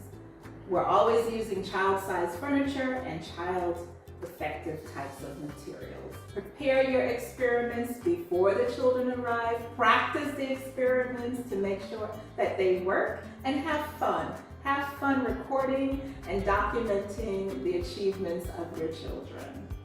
Thank you for joining me and this segment of ECC Connects. I'd like to hear from you, so please drop me a comment, a question, or share best practices, because what you're practicing might work in my classroom. Until next time, remember, play matters.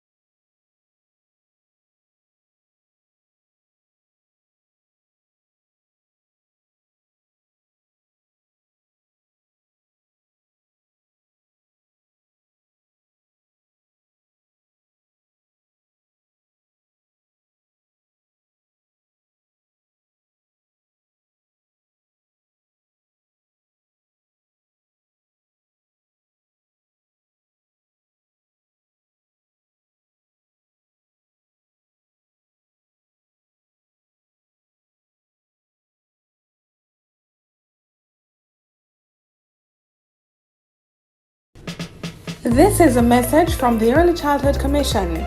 Do you have a child between 0 to 2 years of age? If yes, you need to download the ECC's First 1000 Days app. It allows you to receive parenting tips, track developmental milestones, learn about the Brain Builder concept,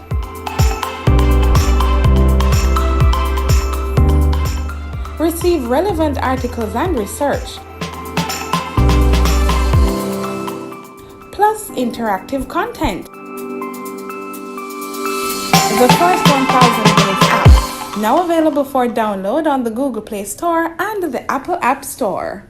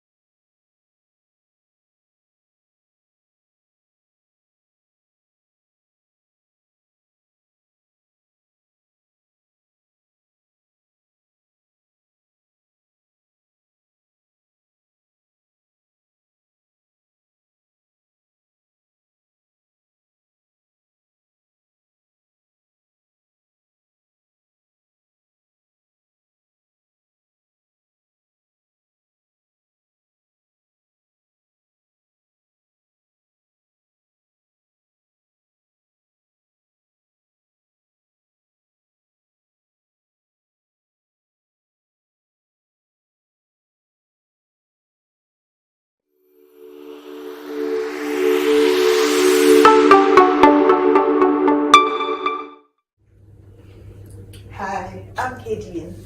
The Early Childhood Commission is delighted to present to you the First 1000 Days app. This app will give you access to information on the first 1000 days of your child's life. You will be able to track developmental milestones, and we will give you an opportunity to connect with parents as well as with the Early Childhood Commission. I will now give you 3 simple steps to download the app to your Android device. Step 1. Go to the Google Play Store and search for First 1000 Days. That is 1ST 1000 days. Step number 2. Open the app and sign up with an email or your Facebook or Twitter accounts.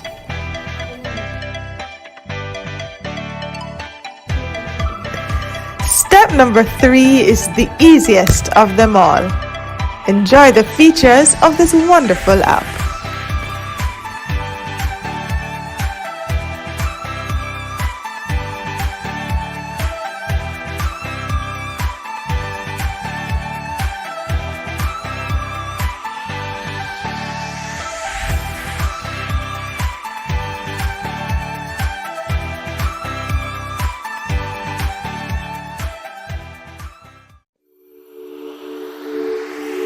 That was a message brought to you by the Early Childhood Commission.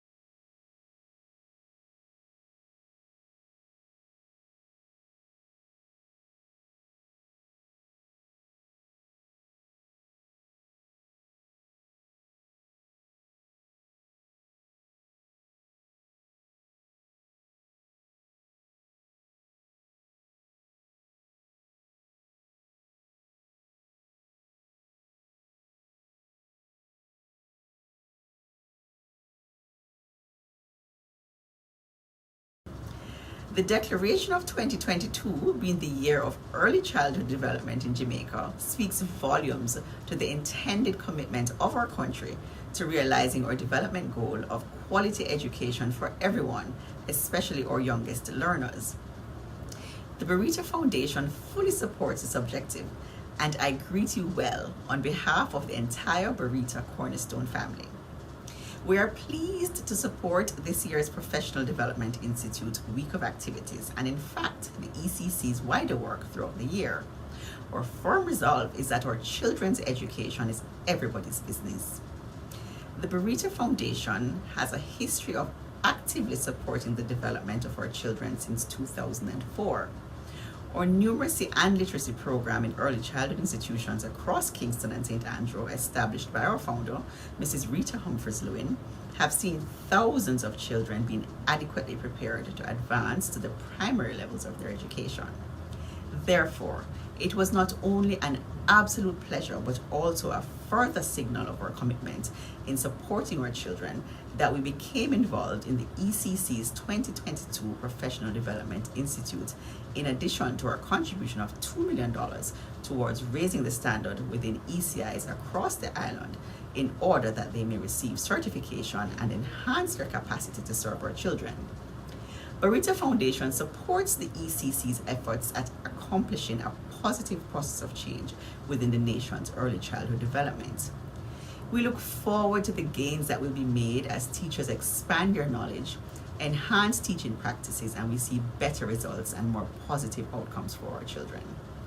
The pandemic has taught us that we must adapt continuously and build capacity as we seek to close gaps and also prepare our future leaders for success. I urge everyone to come on board and be a part of this rebuilding and reinventing of our early childhood sector. We look forward to increased resourcing of our schools and greater accountability among those charged with responsibility for our children. In the meantime, active participation in this week's PDI is one way to reach teachers, parents, and other critical stakeholders in early childhood development. I wish for everyone a productive and meaningful week, and may we all together be empowered to do right by our children in their earliest, most fundamental stage of development. Thank you.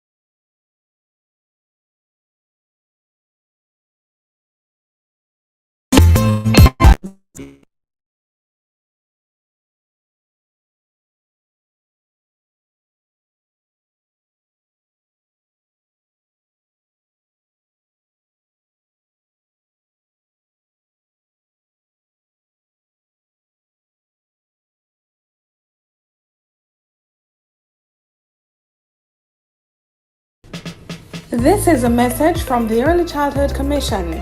Do you have a child between 0 to 2 years of age? If yes, you need to download the ECC's First 1000 Days app. It allows you to receive parenting tips, track developmental milestones, learn about the Brain Builder concept,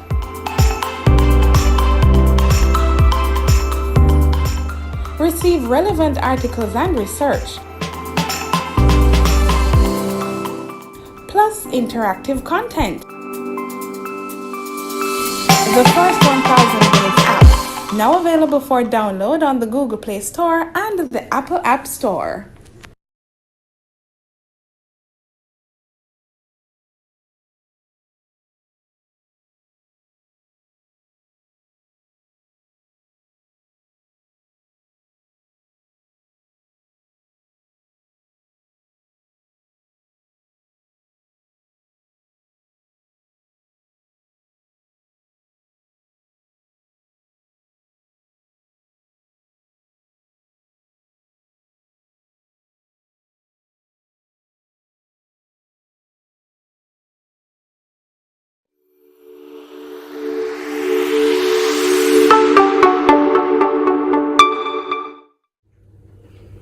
Hi, I'm Kadian. The Early Childhood Commission is delighted to present to you the First 1000 Days app. This app will give you access to information on the first 1000 days of your child's life. You will be able to track developmental milestones, and we will give you an opportunity to connect with parents as well as with the Early Childhood Commission. I will now give you 3 simple steps to download the app to your Android device. Step 1. Go to the Google Play Store and search for First 1000 Days. That is 1ST1000 days. Step number 2. Open the app and sign up with an email or your Facebook or Twitter accounts.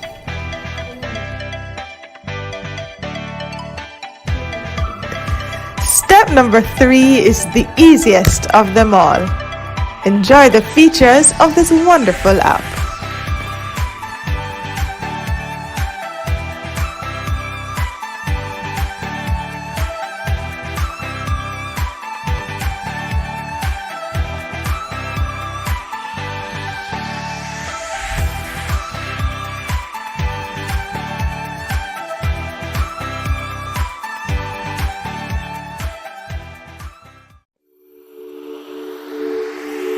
That was a message brought to you by the Early Childhood Commission.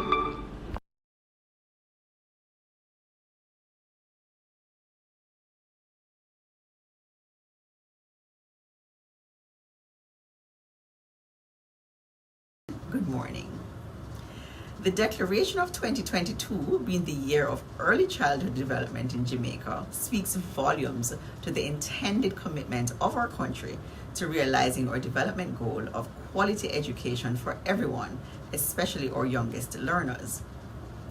The Barita Foundation fully supports this objective, and I greet you well on behalf of the entire Barita Cornerstone family.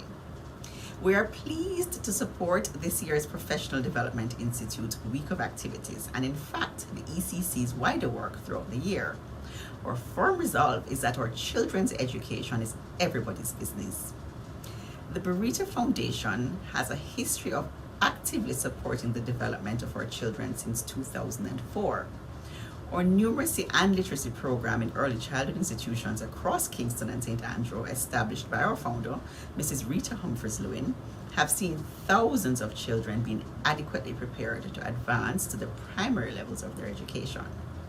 Therefore, it was not only an absolute pleasure, but also a further signal of our commitment in supporting our children that we became involved in the ECC's 2022 Professional Development Institute, in addition to our contribution of $2 million towards raising the standard within ECIs across the island in order that they may receive certification and enhance their capacity to serve our children. Barita Foundation supports the ECC's efforts at accomplishing a positive process of change within the nation's early childhood development. We look forward to the gains that will be made as teachers expand their knowledge, enhance teaching practices, and we see better results and more positive outcomes for our children. The pandemic has taught us that we must adapt continuously and build capacity as we seek to close gaps and also prepare our future leaders for success. I urge everyone to come on board and be a part of this rebuilding and reinventing of our early childhood sector. We look forward to increased resourcing of our schools and greater accountability among those charged with responsibility for our children. In the meantime, active participation in this week's PDI is one way to reach teachers, parents, and other critical stakeholders in early childhood development.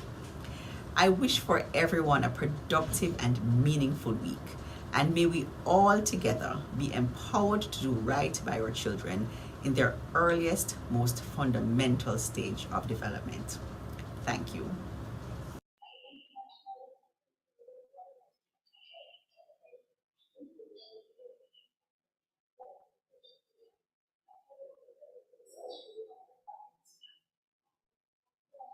And we are back. A pleasant afternoon to you all. For all those returning and those just joining us, this is track 2, 0 to 3, Early Learning and Care.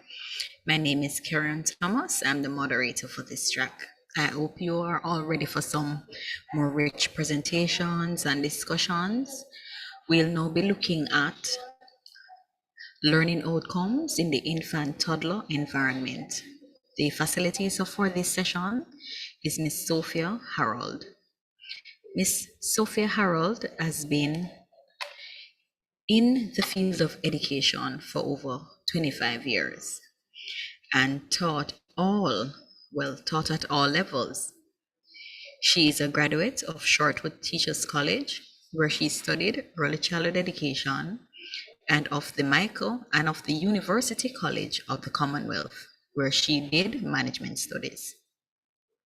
She's a final year student of theology at the College of Interdisciplinary Studies and also an auditor and assessor in the field of early childhood education. She is currently the program coordinator at Garmix Academy with responsibility for the early childhood development and allied health department. Now, this session, we will look at setting up the learning environment with intentionality, which is critical, the first step in fostering a nurturing and responsive environment. The environment must be warm and welcoming, but also communicates a child-centered culture based on developmentally appropriate practice that supports the child's schedule, routines, and rituals. Please join us and discover how the 6 learning outcomes can be individualized, integrated in the infant-toddler environment. Please be reminded to type all your questions and comments in the chat. And remember, we encourage your feedback. This is how we'll know how to plan for future PDIs. Please visit our website and complete the evaluation forms provided. The link is provided in the chat. I now hand over to Ms. Harold. Thank you. Good day, everyone. I am Sophia Harold from the Garmix Academy. I'll be looking at learning outcomes in the infant-toddler environment. The objectives of this presentation will be to look at the learning outcomes for wellness, effective communication, value and culture, intellectual empowerment, respect for self, others, and the environment. We'll be also looking at resilience in children. The target audience for this presentation would be early child practitioners, parents and guardians and caregivers of children birth to 3 years old. Let us take a step back and look at the foundation of early childhood education. The foundation of this field of study can be found in what Jean-Jacques Rousseau posited. And he was the one who posited that young children are often viewed as miniature adults and infants and toddlers as babies. So it was long thought that children were little adults, but we have moved away from that.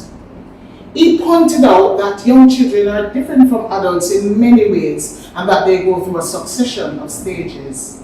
Each child has his or her own internal order and coherence. So what you'd find a child at 2 months and another child at 2 months old, but they are at different stages in their development. So Rousseau brought that out, that even though children would be going through chronological stages, that they would not necessarily be at the same stage at the same time. So every child would be unique in his or her development.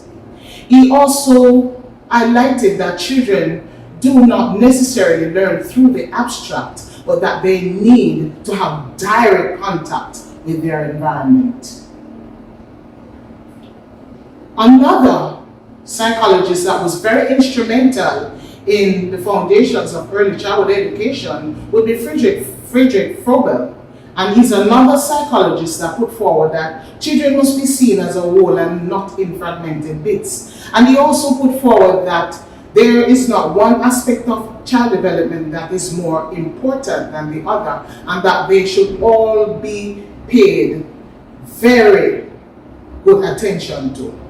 So he's widely respected in early childhood education because he was the first to design a curriculum for young children, and this has been one of the hallmarks in early childhood education. Intentionality. Today's presentation will delve deeply into that word because we have to understand why we do what we do. Why did I put a red ball in the environment? What is it that the child can gather from that red ball? Is the material, the teaching learning material open or is it closed? Those are the kind of things. So early childhood educators, they display intentionality when they are aware of the current trends and well-documented research that have come forward that relate to early childhood education and care. So intentionality then reads into developmentally appropriate practices. And these are practices that are in line with what the child development theorists would have said about the age and stage of the different domains of development. This presentation will deal with intentionality, and we have to understand why we do what we do. Intentionality means done by intention or design, and this definition came from the Merriam Dictionary. Early childhood educators can display intentionality when they are aware of the current trends and well-documented research related to early childhood education. This fosters a culture of using developmentally appropriate practices with the children to maximize their development. So I put this blue cube in the environment. Why did I put it in the environment? Is it an open piece of teaching learning material, or is it closed? When I look at this, I see that the children can learn counting, they can learn numbers, they can learn seriation, they can learn quite a lot of things. They can learn smooth because they can feel the texture, and they can also learn light or heavy. So everything is done with some amount of intentionality. And that brings me to the area where we talk about from research to practice. It is important that we know that research is conducted in the sector and that we know what it is that is happening. When the different stakeholders in early childhood education are aware of the trends in all aspects of early childhood, they are able to support, they are able to direct, they are able to define, and they are able to state their intentions very clearly. So when you walk into a classroom and you say to a practitioner, why do you have a schedule of activities there? Then they can tell you the babies have to have routine as a part of their daily activities because this helps them to be stable. Why is it you have outdoor equipment? They can tell you, oh, this is to help to build their gross motor as well as their fine motor skills when they climb, when they jump, when they do all those things. Developmentally appropriate practices. This is the approach that is used to make sure that there's a balance in adhering to the strict timelines of development and the more fluid understandings of development that emerge from the work of Piaget and Vygotsky. We are going to now delve into what we know about children from birth to 3 years old. Children from birth to 3 years old thrive mostly in an environment that has individualized activities. So group activities should be kept to a minimum and they must be very short. Children also thrive in environments where the routines are maintained, and I mentioned that before, that the children need to know what is going to happen after each activity each day. So children will know that first you have receiving children, then after that they have free play, then after that they go into devotion, then circle time, and this helps them. All materials that are used with the children should be non-toxic and they should be safe in case a child swallows some. Materials should also be durable and adequate, because if the materials are not durable, then pieces may come apart and we might have choking hazards. And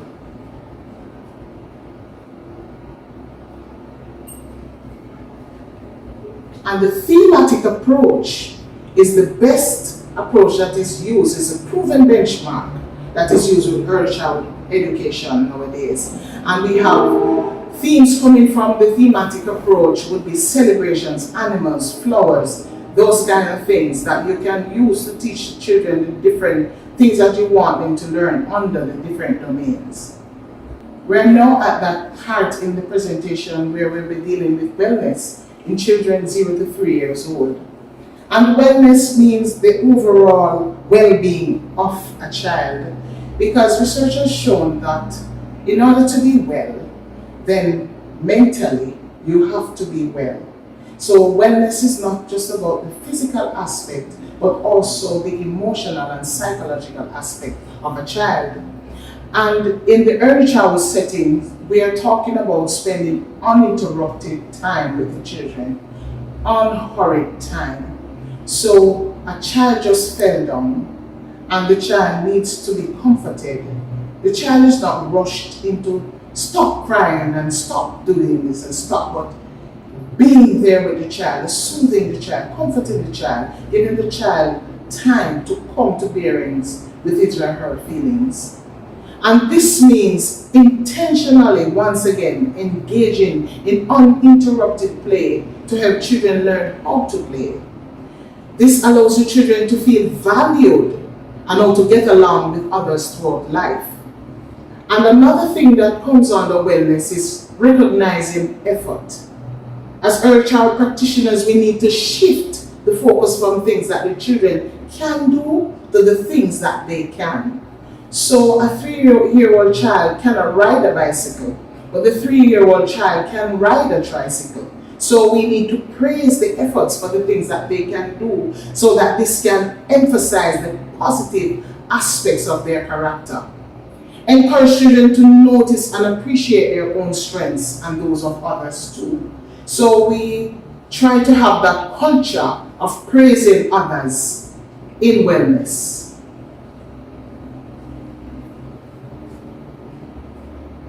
Children may be feeling a range of emotions when they come to us. And they may feel worried, angry, sad, apprehensive, they may feel anxious. But it can be difficult for them to say how they are feeling. It can be difficult for them to identify and to name how they are feeling. And that is where we help. we can use emotions chart, and I am going to show you an example of this. So Jane may be 2.5 years old, but Jane may be having difficulties being able to name how she's feeling. So we may point Jane to pictures with different emotions, and she'll be able to point to the one that she's currently feeling. And in so doing, over time, Jane gets to understand what she's feeling. And so we can help Jane to even regulate that feeling over time and to talk about her emotions.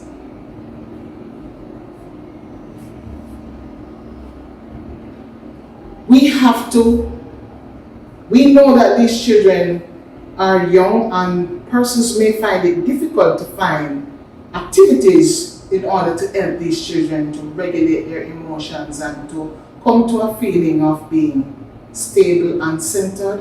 And so there are some activities that we can use for this particular age group. And one is having the children blow imaginary bubbles. So in blowing the bubbles, they are taking in deep breaths and they are blowing out, and in so calming themselves. And they can do this when they are faced with difficult emotions.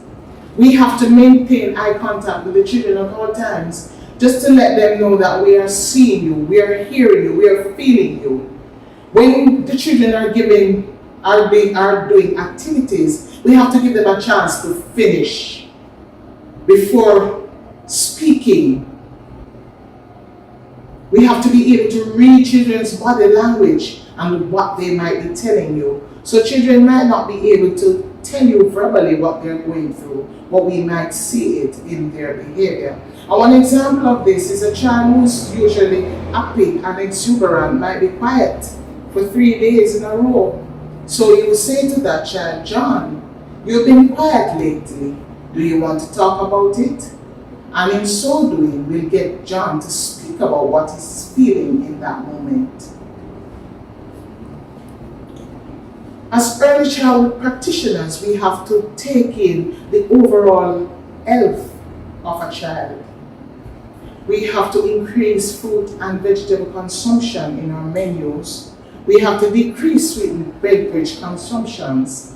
And we have to decrease food portion size and increase physical activities. We have to decrease TV and other screen time, and we have to push forward the trend of breastfeeding. Now we're going to be talking about resilience in children 0 to 3 years old.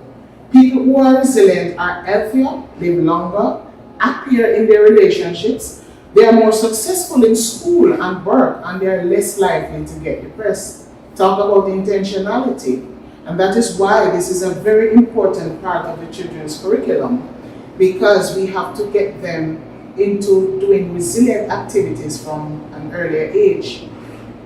One way that you can build resilience in children is to help them to develop a growth mindset. This relates to the belief that our abilities and intelligence can develop with practice, feedback, and effort. And here I have some blocks. And children would be interfacing with these blocks and dealing with these blocks. And you might find a child might be building a house, and every time he tries to put the roof on, it topples over. And the child might be getting irritated, and the child might be getting frustrated. And that is where the practitioner comes in to say, John, do you think it would do better if you put a different shade to make the roof top? And you just give the child unlimited amount of times to try until the child gets it. So this will build resilience. Children with a growth mindset are more likely to try again when they fail at something, and they'll also attempt to learn how they can improve. So when John had the top toppling off, and the caregiver said, why don't you try another way? Then John builds confidence, and he knows that sometimes, even though he may come across blockages or he may come across things that are not going his way, that he can always try another way. When caregivers interact with children like this, their self-esteem grows. And when persons recognize their efforts and acknowledge their success and provide encouragement, this helps to buffer children when they face struggles. And one of the ways we build resilience in children is by having the reward chart in the environment, where you celebrate even small wins. So even a child that would rub the Play-Doh and make just a stick, then you reward that, because it helps a child to try again another day and can even make a circle the next time. Some activities that we can use to help the children to learn resilience, we can teach them how to play simple instruments. And if the child is playing the instrument, you can have dialogue and say, you are getting better, you're getting better, you're getting better. I see where you're making so much progress. And the child will feel so good.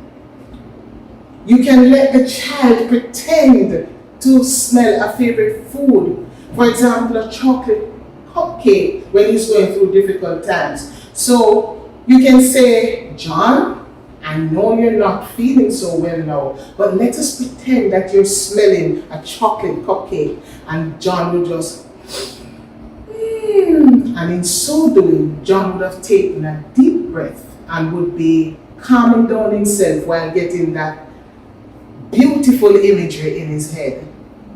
We can let the children pretend that they're blowing up a balloon.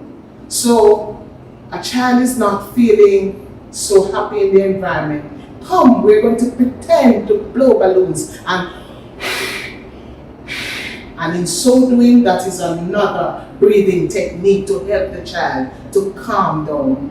And another thing that the children enjoy is bubble breathing. So you can let them pretend you're dipping your stick in the bubbles and you're blowing. And in so doing, the child is also taking deep breaths and getting to be relaxed. And another thing that is very popular and is very good is when you play peaceful, relaxing music in the environment. And when you do this, some of the children may even fall asleep. They are so relaxed, and they get to focus on their breathing while they listen.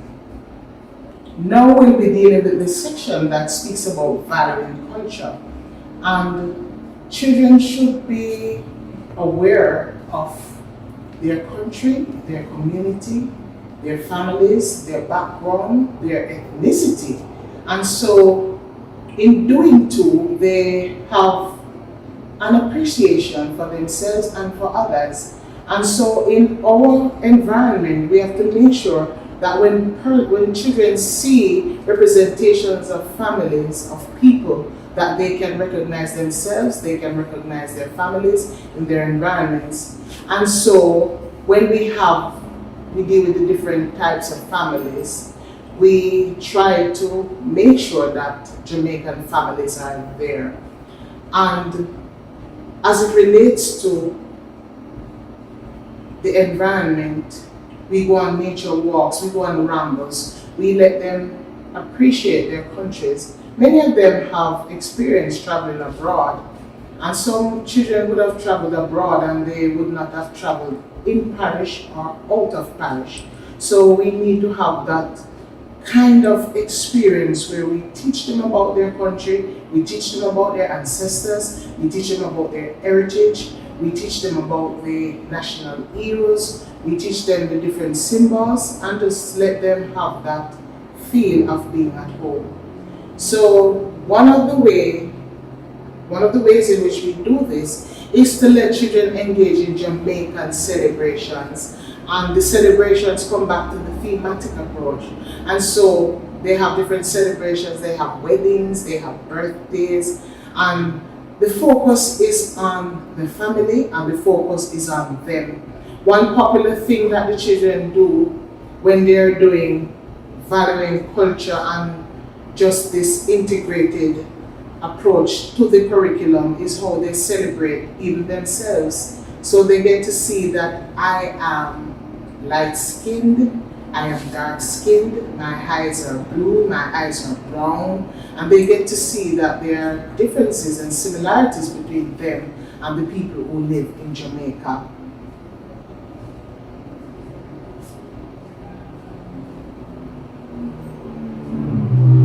We are going to look now at some intellectual activities for children from birth to 3 years old. And some people find it difficult because they're thinking, what can I do with a baby who is 1 month old? But I can tell you, you can do a lot. And some of the activities that came out as a result of the research was a brain dance. So children enjoy singing, children enjoy dancing. And you're going to ask me, how is it can a 1 month old dance? And I can tell you, the practitioners can dance and sway with the babies. They can twirl with the toddlers, and they can teach dance step to preschoolers.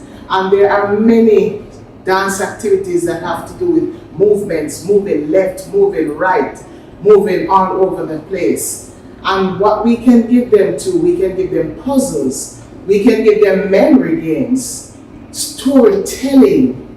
And storytelling is when you actually tell the story from memory using the drama modes. We use voice modulation, gesticulation, we use movement so that the children can be excited and they can be engaged. We use peekaboo for the babies. So peekaboo, I see you. So the baby learns object permanence over time. He learns that though my face is missing now, that my face will appear again. Because even though my face is out of sight, it still exists somewhere. We can also use jingles and songs in order to get them to be stimulated cognitively. And we can also use our favorite nursery rhymes. The children find it a joy to just be moving up and down, shaking up, and movement in early childhood education, and just being excited while we do these intellectual activities.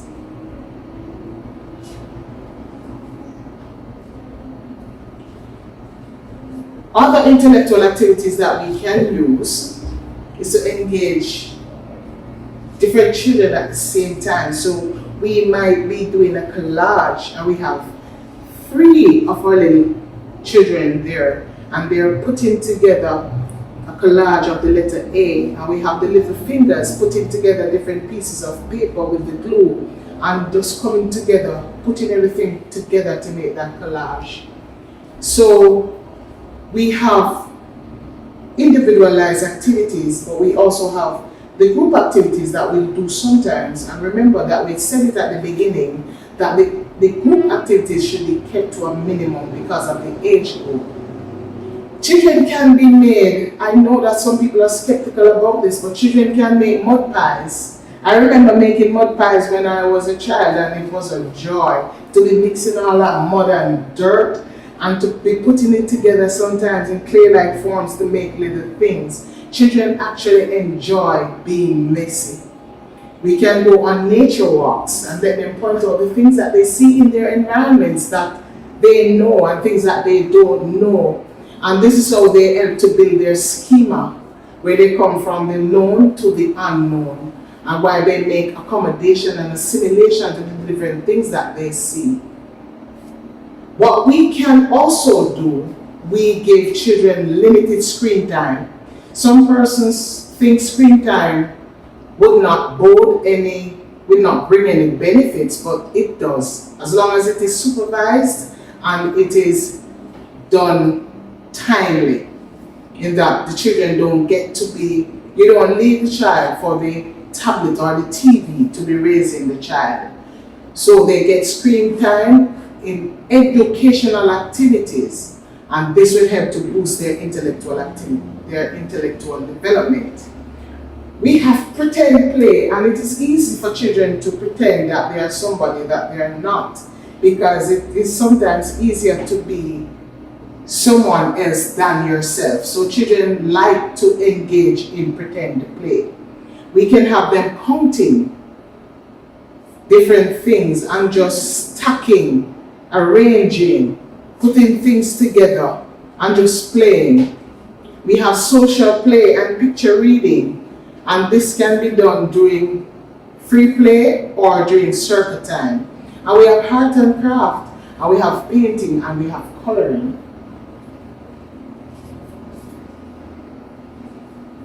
We have communication now with the babies up to children who are 3 years old. And we need to understand that babies communicate as soon as they enter this world. And they communicate through sounds, for example, crying, cooing, some of them squeal, some of them use facial expressions to make you know how they're feeling, some of them make eye contact. Some of them smile, some of them even grimace, and some of them use gestures and body language movements. Example, legs. When they're angry, some of them move their legs in distress, or when they're happy, some of them squeal and kick their legs. And later on, they communicate by pointing. Children's communication skills will grow by leaps and bounds over the first few years of life. And that is why it is very important that we know how to stimulate the children as it relates to communication. The practitioner should, at this point in time, when the baby puts up his hands, so the baby is communicating, I want to be lifted up, then you pick him up. When the baby coos, you coo back to the baby. When the baby gazes at you, make eye contact and talk with the child. When you are responsive and attuned to what the child needs, it tells the baby that his communications are important and effective, and he just gets better at it. This will encourage the child to continue to develop the communication skills. In this environment, we ask the children open-ended questions. John, how are you feeling today? We read to the children. We tell exciting, age-appropriate stories to the children. We read poems during circle time. We allow children to recite short memory gems, and we narrate as we go through our daily routine. John, I'm going to give you a bath now. After you get the bath, I'm going to dry your body, then I am going to put lotion on your skin, and then I'm going to put on your clothes. John, I'm going to be feeding you today. You're going to be getting applesauce and orange juice. And you also will be getting cheese.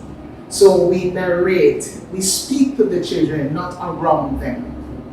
In addition, as it relates to communication activities for children 0 to 3 years old, we have to encourage pretend play.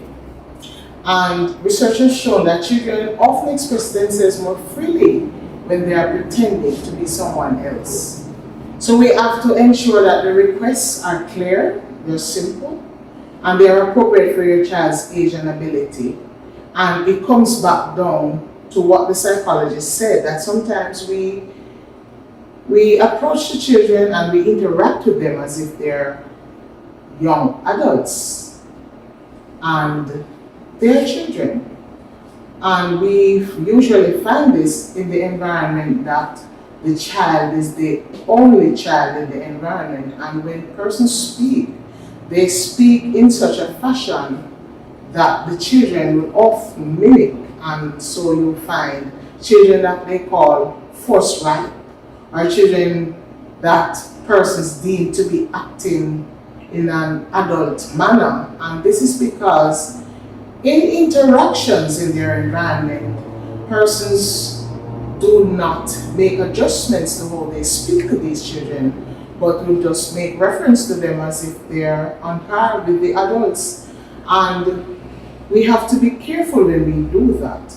So in the environment, as it relates to family, which is a socialization tool, the mother usually uses what we call the mother's language, in that she has her particular language that she uses with the child. And so we have to be careful how we interact with the children. And another thing is that in our environment, the children will come to us with their vernacular of the language, and we encourage them that we want them to speak in standard English, but we do not approach it as if to say that the language that they bring to school, that it is something that is bad. What we do over time, John comes, no one go bathroom. Oh, John, you want to go to the bathroom. And over time, John will change the way in which he speaks to what is the acceptable English in the school over time. So we don't have to make them feel any bit uncomfortable to the point where the children shut up or crumble.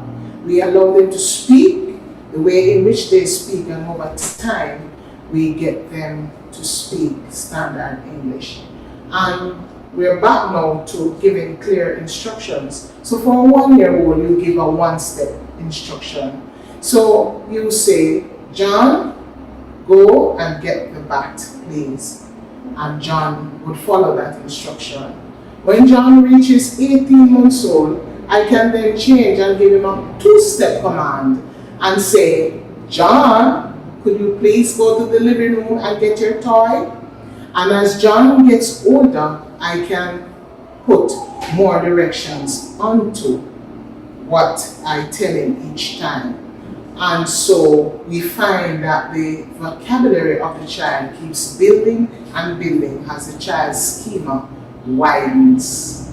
And there are some times too where we have to give the children cues. So when I'm sending John to the room to get his toy, I can call John's name, or I can gently pat him on the shoulder and make eye contact to make sure that John understood what I asked him to do. So children would know that, you are responsive, you are in tune, and that what they have to say, what they do matter. And finally, we're going to be speaking somewhat about respect for self and the environment for children 0 to 3 years old. At this point in time, we model age-appropriate behavior, and we have to be appropriate role models because we need children to display the behavior that we want them to, and at the same time we have to make sure that we are not doing something that is contradictory. So we are not saying to children to be polite, have the manners, and then they see us displaying behavior that is not in tune with that. So we model age-appropriate behavior. Another thing that we have to ensure is that we provide age-appropriate environments and age-appropriate expectations. And it is very often that you see adults who take children into environments that are not age-appropriate and expect them to behave in adult-like manners. And this is not to be done because children develop by age and stage, and so this must be taken into consideration. And at this point in time, it is important that the practitioner sets the environment in such a stage that is done in a way that developmental appropriate activities are there. And we provide positive reinforcements using reward charts and different types of reward systems, because we want children to understand that when you behave in a positive manner, that they are rewards. Because children at this stage, they learn through reward and punishment. So they learn what is right through rewards, and they learn unacceptable behaviors through punishment. And we want to just provide that amount of balance in the environment. We have to teach children how to respect themselves because they have to understand that they have to value themselves from an early age. And good manners, and what the research showed was this term called deep manners, where you teach children etiquette from an early age. And at this point in time, even in the early child environment, you find the early child practitioner practicing good eating habits, even while sitting around the table, even while having the meals and having conversations and the whole interactions with each other during meal times. We teach children how to speak politely. You say good morning, you say good afternoon, you say good evening, you say good night, you greet persons with a smile. There are certain things you do in the environment, and this is why you do it. And one area that I heard an early child practitioner complain about recently, she said that in the evenings, it is such a task to clean up the environment. And I said to her, do you not allow the children to clean up after themselves? Because this is teaching respect for the environment and knowing that, it is okay to make messes, but after we make messes, we clean up. And she said, yes, we teach them that, but there are some messes that they make that we have to help them with. And I told her, don't you worry, over time, they'll be able to clean up more as they go along. So children get to understand that, yes, I'm going to make a mud pie and the place is going to be messy. I don't have to worry about the mess. I'm going to make them all the mess I can, but after that, we're going to be having cleanup. I get to build a castle with the sand. I get to build anything I want with the blocks. I throw them out on the floor. I do all manner of things on the mats, but when I am finished, I have to put back things the way they are. And that is respecting myself and respecting my environment.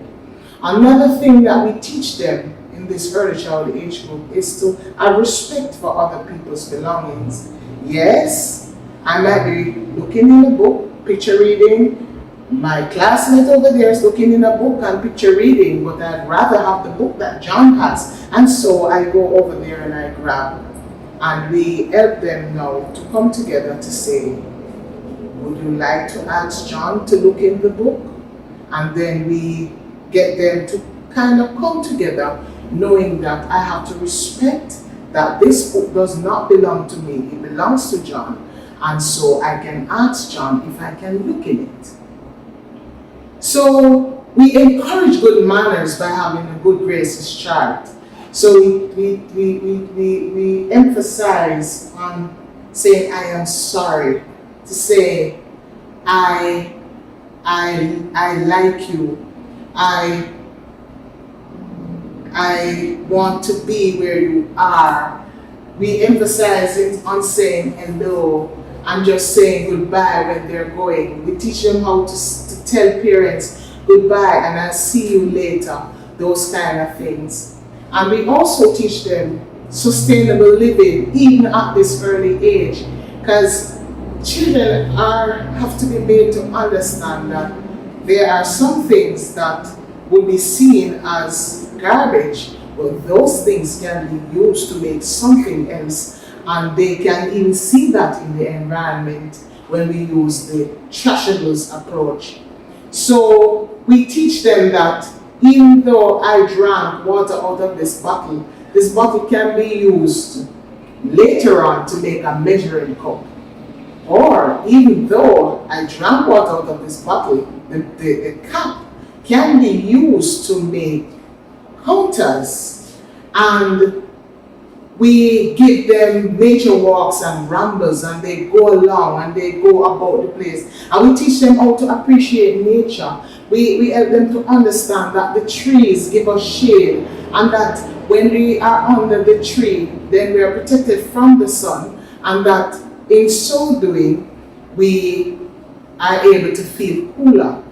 They learn to appreciate the grass, because when they're running, they'll find that if they fall on the grass, it is different from if they fall on the concrete. And so they get to understand that nature is there, and it is there for all our benefits. We teach them not to litter. And there are some cases in some countries and in some cultures where they're teaching children how to recycle at this early age, where children learn that plastics go in this container, papers go in this container, so they understand that how we treat the world will determine how long we are on this world. And we have different things that we can do, because children at 3 years old, they can be made to water plants, they can be made to feed pets in some instances, and get to take care of pets and take care of animals in the environment. They can be made to do small things like painting in some instances with non-toxic paint, just bringing alive the environment. And so we can do that even through a little duty roster, where John knows that on Mondays I get to water the 2 plants that are in the classroom.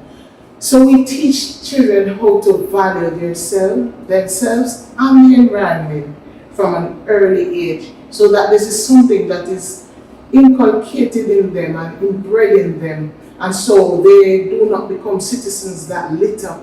They do not become citizens that would chop down trees and not replant. They do not become citizens that would mine a riverbed. They would not become citizens that would just throw garbage through windows, but they'll understand. And over time, we'll find even these children correcting adults when they see them do these things.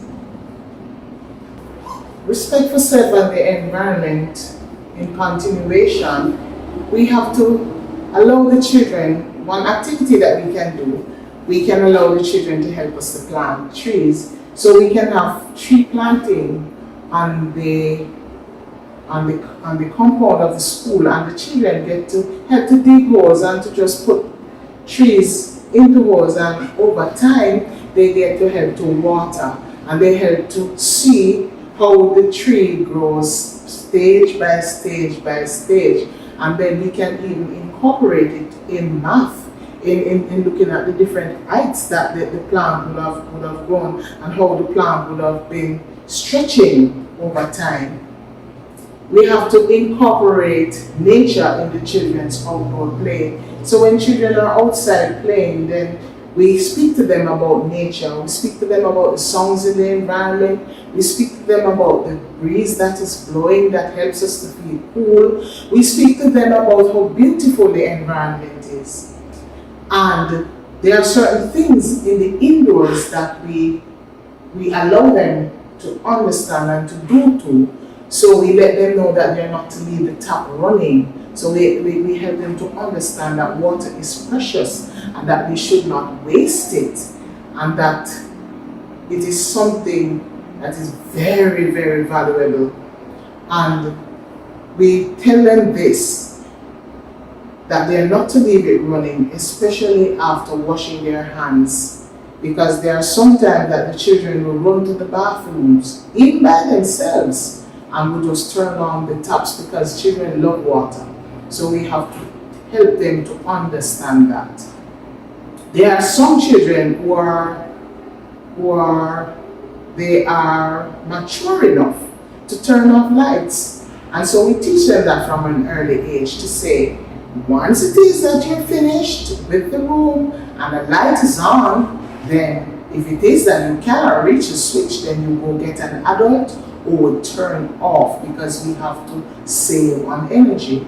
Another thing too is that after they have gotten their screen time, they learn how to power down their devices, And they also learn how to get an adult to turn off the televisions to save on electricity. So the children know that the environment is something to be looked after, that they are precious, that other people are precious, and that there are ways in which we go about when we're interacting with other people, and that there are acceptable and unacceptable behaviors in the environment. And now this brings us to the end of the presentation. What I'd like for you to take 3 takeaways. I'd like for you to think deeply upon intentionality. I'd like you to think deeply upon developmental appropriate practice. And I'd like you to think deeply on research to practice. And in so doing, being more curious as to why we do what we do and how we can improve upon what we do. Because the children would reap benefits as it relates to the learning outcomes in the environment, which are wellness, effective communication, valuing culture, intellectual empowerment, respect for self, others, and the environment, and resilience. And in so doing, when the children are well-rounded, when they are stable, when they are happy, then they will develop holistically, and this will result in better children, happier children, children who are more able to be successful to the teachings and the learning in the environment, and so this would result in better citizens of the country and in retrospect, better citizens of the world.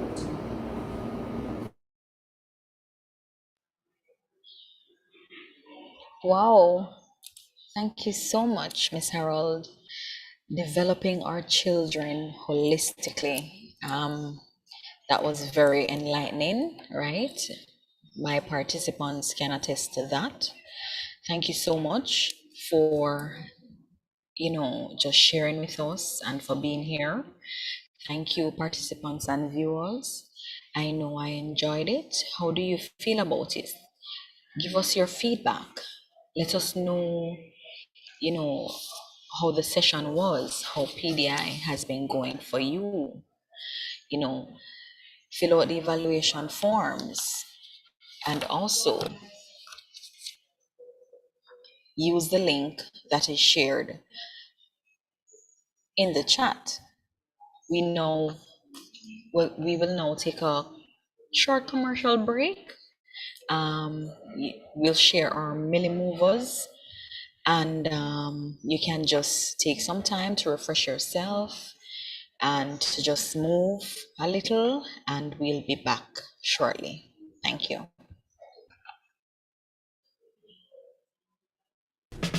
This is a message from the Early Childhood Commission. Do you have a child between 0 to 2 years of age? If yes, you need to download the ECC's First 1000 Days app. It allows you to receive parenting tips, track developmental milestones, learn about the Brain Builder concept,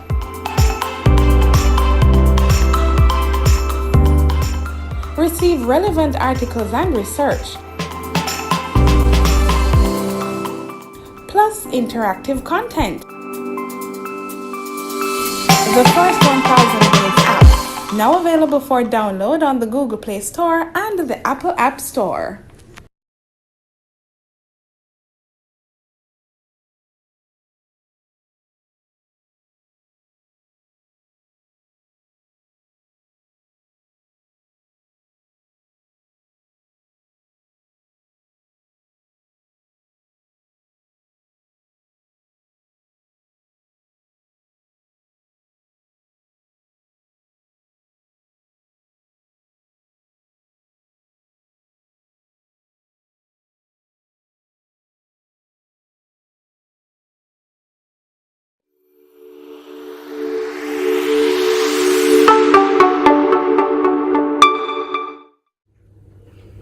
Hi, I'm Kadian.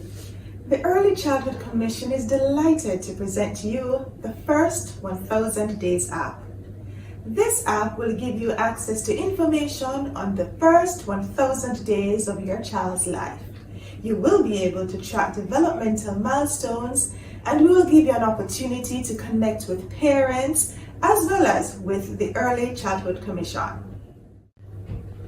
I will now give you 3 simple steps to download the app to your Android device. Step 1. Go to the Google Play Store and search for First 1000 Days. That is 1ST1000 days. Step number 2. Open the app and sign up with an email or your Facebook or Twitter accounts.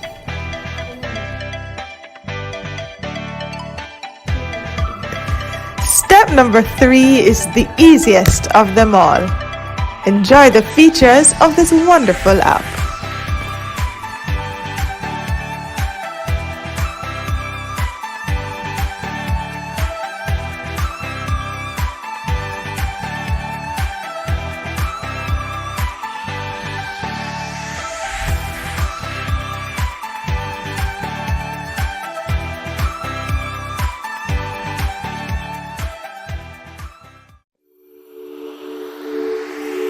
That was a message brought to you by the Early Childhood Commission.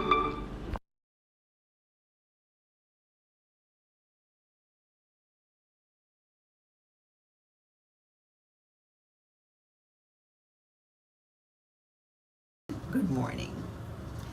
The declaration of 2022, being the year of early childhood development in Jamaica, speaks volumes to the intended commitment of our country to realizing our development goal of quality education for everyone, especially our youngest learners.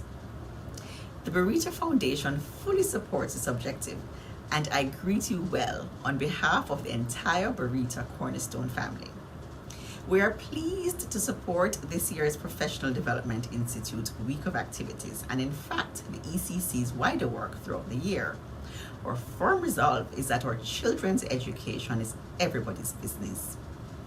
The Barita Foundation has a history of actively supporting the development of our children since 2004. Our numeracy and literacy program in early childhood institutions across Kingston and St. Andrew, established by our founder, Mrs. Rita Humphreys-Lewin, have seen thousands of children being adequately prepared to advance to the primary levels of their education. Therefore, it was not only an absolute pleasure, but also a further signal of our commitment in supporting our children that we became involved in the ECC's 2022 Professional Development Institute, in addition to our contribution of $2 million towards raising the standard within ECIs across the island in order that they may receive certification and enhance their capacity to serve our children. Barita Foundation supports the ECC's efforts at accomplishing a positive process of change within the nation's early childhood development. We look forward to the gains that will be made as teachers expand their knowledge, enhance teaching practices, and we see better results and more positive outcomes for our children. The pandemic has taught us that we must adapt continuously and build capacity as we seek to close gaps and also prepare our future leaders for success. I urge everyone to come on board and be a part of this rebuilding and reinventing of our early childhood sector. We look forward to increased resourcing of our schools and greater accountability among those charged with responsibility for our children. In the meantime, active participation in this week's PDI is one way to reach teachers, parents, and other critical stakeholders in early childhood development. I wish for everyone a productive and meaningful week, and may we all together be empowered to do right by our children in their earliest, most fundamental stage of development. Thank you.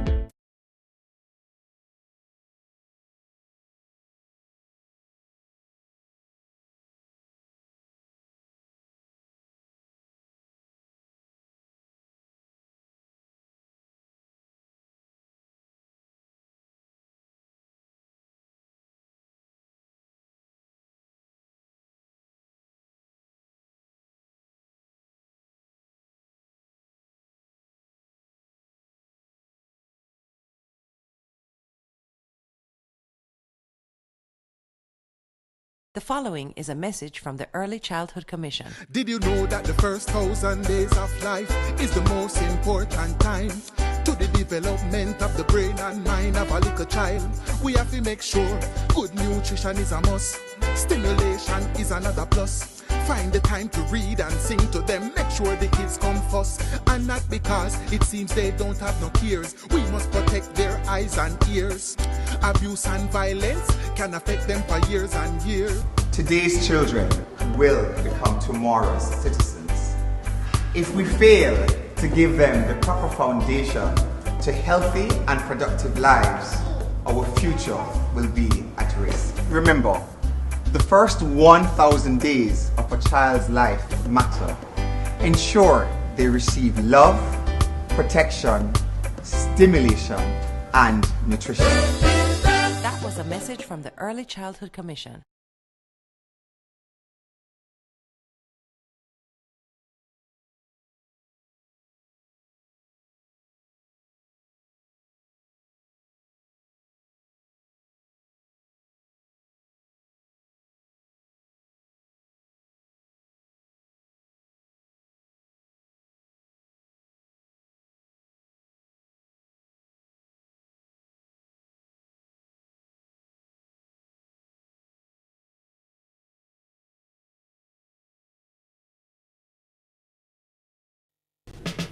This is a message from the Early Childhood Commission. Do you have a child between 0 to 2 years of age? If yes, you need to download the ECC's First 1000 Days app. It allows you to receive parenting tips, track developmental milestones, learn about the Brain Builder concept,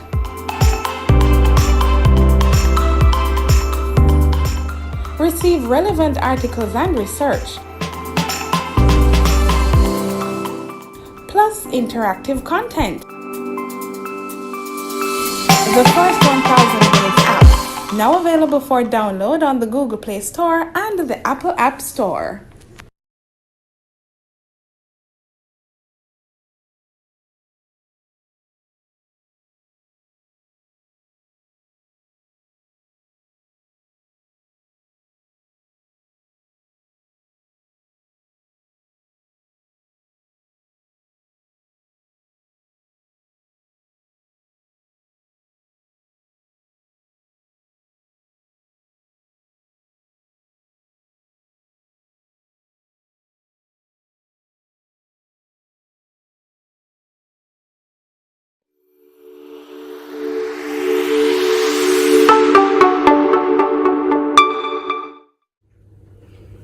Hi, I'm Kadian. The Early Childhood Commission is delighted to present to you the First 1000 Days app. This app will give you access to information on the first 1000 days of your child's life.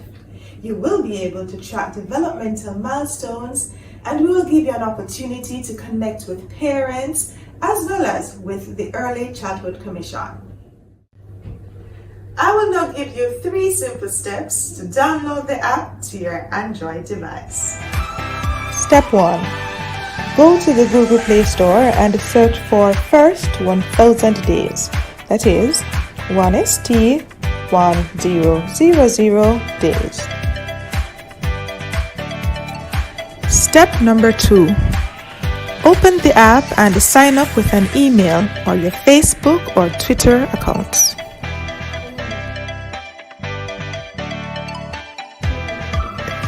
Step number 3 is the easiest of them all. Enjoy the features of this wonderful app.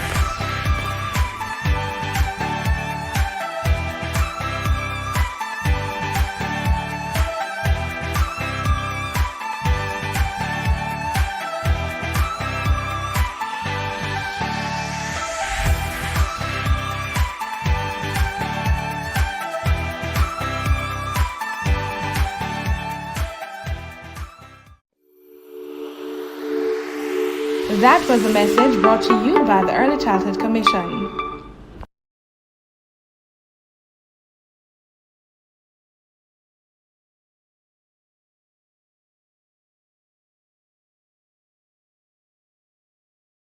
Good morning. The declaration of 2022, being the year of early childhood development in Jamaica, speaks volumes to the intended commitment of our country to realizing our development goal of quality education for everyone, especially our youngest learners. The Barita Foundation fully supports this objective, and I greet you well on behalf of the entire Barita Cornerstone family. We are pleased to support this year's Professional Development Institute week of activities, and in fact, the ECC's wider work throughout the year. Our firm resolve is that our children's education is everybody's business. The Barita Foundation has a history of actively supporting the development of our children since 2004. Our numeracy and literacy program in early childhood institutions across Kingston and St. Andrew, established by our founder, Mrs. Rita Humphreys-Lewin, have seen thousands of children being adequately prepared to advance to the primary levels of their education. Therefore, it was not only an absolute pleasure, but also a further signal of our commitment in supporting our children that we became involved in the ECC's 2022 Professional Development Institute, in addition to our contribution of $2 million towards raising the standard within ECIs across the island in order that they may receive certification and enhance their capacity to serve our children. Barita Foundation supports the ECC's efforts at accomplishing a positive process of change within the nation's early childhood development. We look forward to the gains that will be made as teachers expand their knowledge, enhance teaching practices, and we see better results and more positive outcomes for our children. The pandemic has taught us that we must adapt continuously and build capacity as we seek to close gaps and also prepare our future leaders for success. I urge everyone to come on board and be a part of this rebuilding and reinventing of our early childhood sector. We look forward to increased resourcing of our schools and greater accountability among those charged with responsibility for our children. In the meantime, active participation in this week's PDI is one way to reach teachers, parents, and other critical stakeholders in early childhood development. I wish for everyone a productive and meaningful week, and may we all together be empowered to do right by our children in their earliest, most fundamental stage of development. Thank you.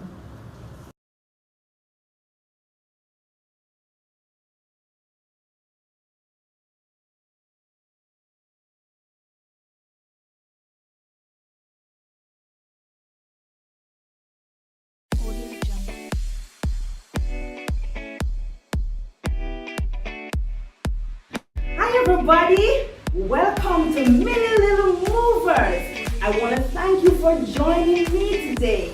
I hope you have cleared the living room spaces, the verandas, and the bedroom, because guess what? We are going to get ready to move. Join me now. Hello everyone, my name is Adrian. This is Consistency Fitness. Let's get fit in 10 minutes. First, we're going to start with warming up the shoulders. 3, 2, 1. We're going to stretch the legs out. Next one. Shake it out. Begin here. Alright, what we're going to start with, we're going to start with jog on the spot. We're doing it for 30 seconds in 3, 2, 1. Let's go. 30 seconds. Keep going. For this, I want you to keep breathing. We're going to stop the breath. Ready? Go.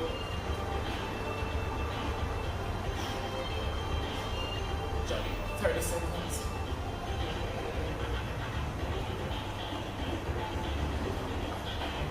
Keep going. Keep pushing. You got this. Come on.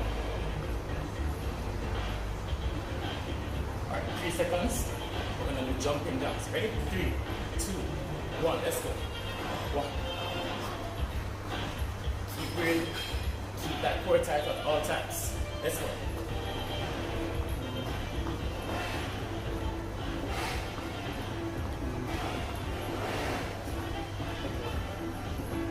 Keep pushing, keep going. You got this. Just warming up. Let's go. 3 seconds. We're going to whirlwind twist. Ready?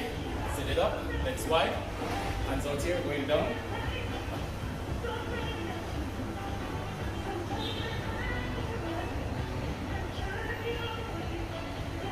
core tight at all times. Keep breathing.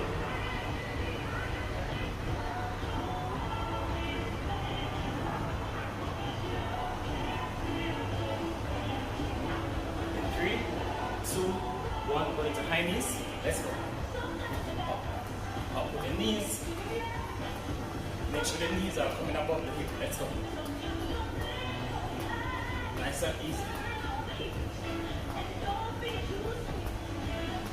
Still warming up. Keep that core tight.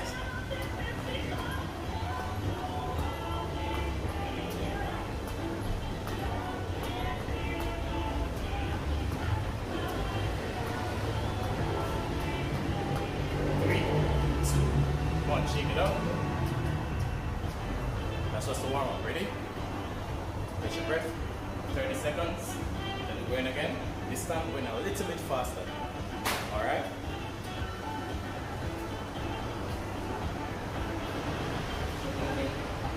Keep breathing, keep moving.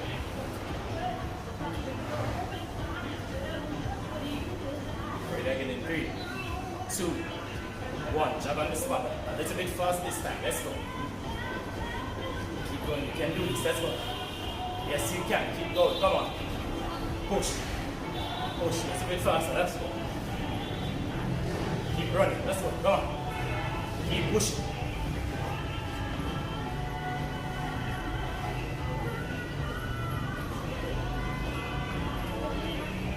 Seconds, we're going to jump in jabs. 3, 2, 1, let's go.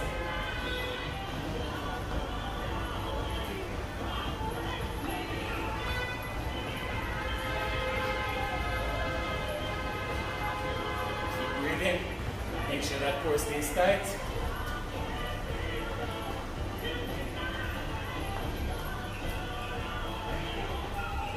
In 3, 2, 1, whirlwind twist. Let's go.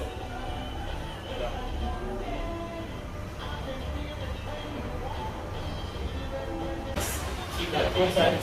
Keep going.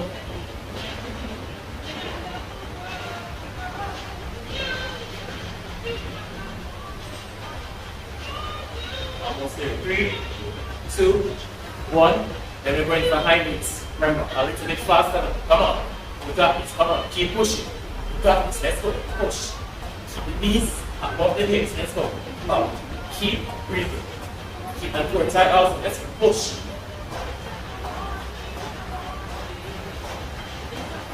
Come on, keep going.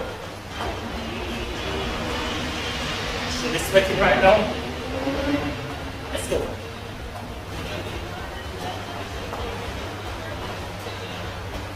Three, 2, 1. 30 seconds rest. We're going into the workout.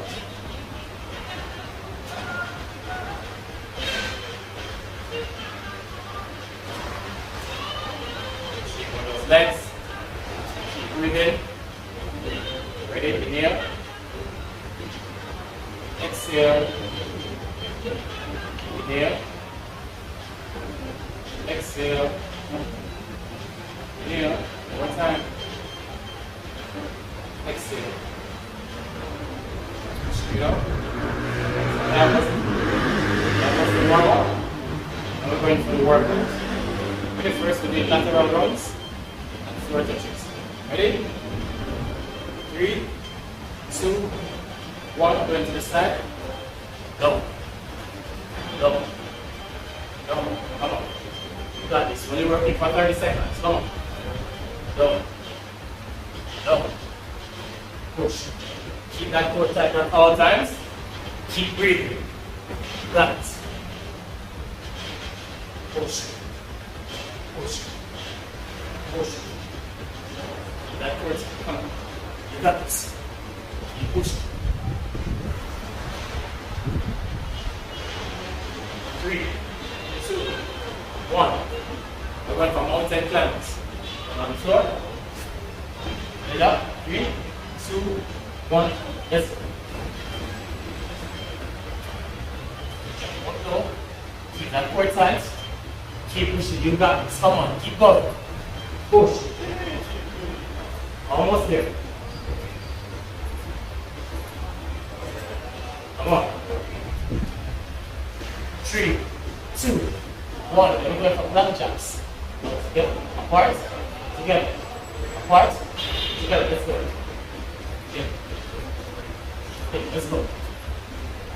Keep pushing. Let's go. Okay. Oh. Yeah. Oh. Okay, let's go. 3, 2, 1. Stand up, stand up. Come on. Stand up. We're going for jump squats. Ready? 3, 2, 1. Oh, let's go. Jump squats. Keep pushing. Exhale when you jump. Inhale going down. Keep that core tight. Come on.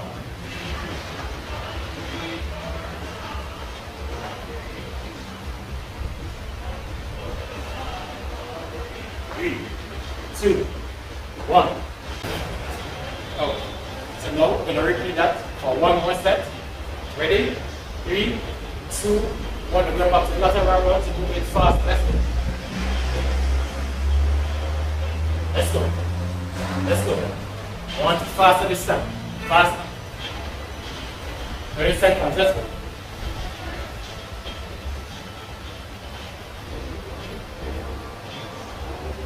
Push. Push. Keep going. Keep going. You got this. Got this. If you want to stop, don't quit. Keep going. 3, 2, 1. We're going for the mountain climbers. We're going fast. Ready? You got this. You got this. In it. Let's go. Come on. Push. You got this. Come on. Push. Put those knees to the chest as much as you can. Keep going. Come on. Keep pushing. Come on. Push. Push. Knees to the chest. Let's go. Knees to the chest. Keep pushing. 3, 2, 1. Hands up. Let's go. Out. Come on, keep going faster. Keep pushing, you got it. Keep that core tight. Don't stop, don't quit. Come on, you got this.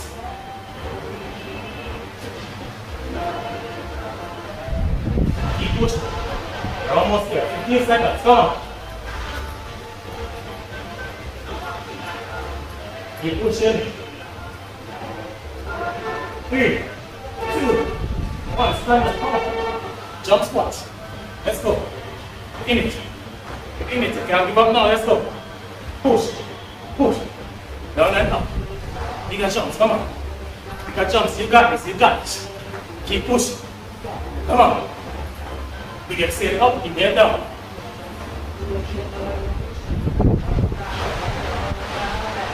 Keep pushing.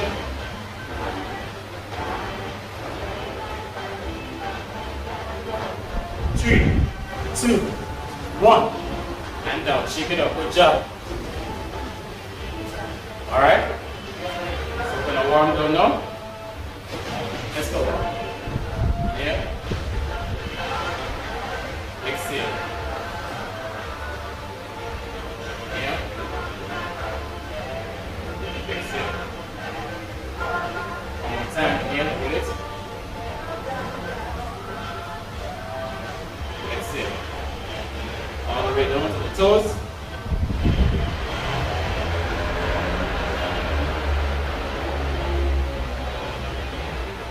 So going into our hip flexor stretch. Up to one side. Then to the next.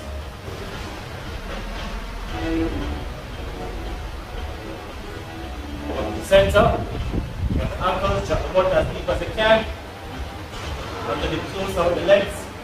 Use the elbows to push the knees outwards.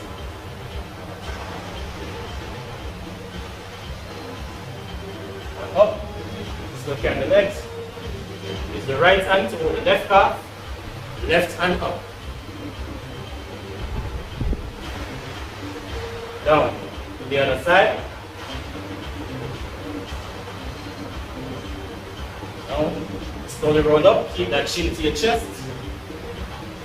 Again, inhale. Exhale. One more time. Inhale. Inhale through the nose. Hold it. 3, 2, 1. Exhale. And that's it, guys. That's your workout in 10 minutes. Check me out on Instagram, check me out on Facebook, all the social media sites. All right? Until next time, stay consistent. Thank you all for joining me today for Little Movers. Just remember, parents, get our children involved in physical activities every day. Hula hoops, hopscotches, whatever it is. Let them burn and use up all of that energy. Allow them to drink plenty of water. And you as parents can join in as well. So join me again next time for Little Movers. Thank you.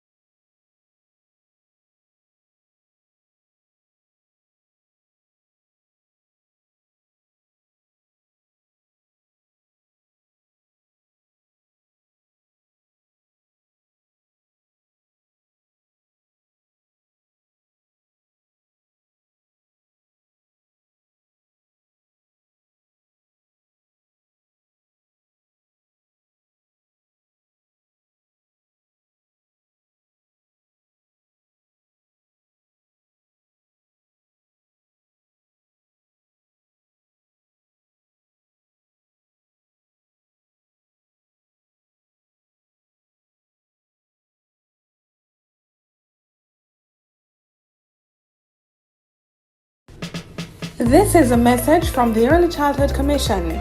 Do you have a child between 0 to 2 years of age? If yes, you need to download the ECC's First 1000 Days app. It allows you to receive parenting tips, track developmental milestones, learn about the Brain Builder concept,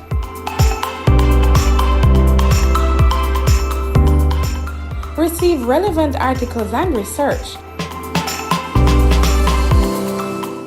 plus interactive content.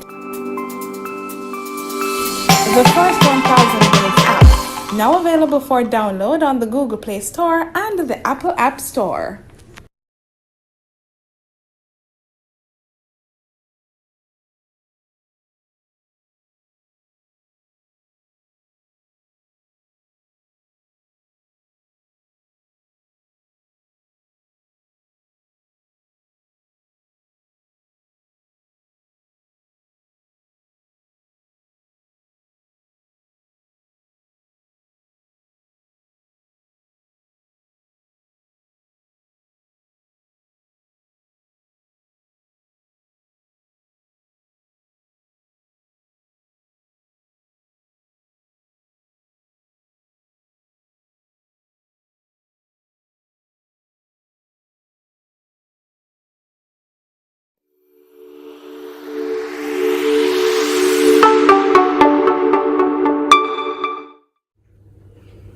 Hi, I'm Gideon. The Early Childhood Commission is delighted to present to you the First 1000 Days app. This app will give you access to information on the first 1000 days of your child's life. You will be able to track developmental milestones, and we will give you an opportunity to connect with parents as well as with the Early Childhood Commission. I will now give you 3 simple steps to download the app to your Android device. Step 1. Go to the Google Play Store and search for First 1000 Days. That is 1ST 1000 days. Step number 2. Open the app and sign up with an email or your Facebook or Twitter accounts.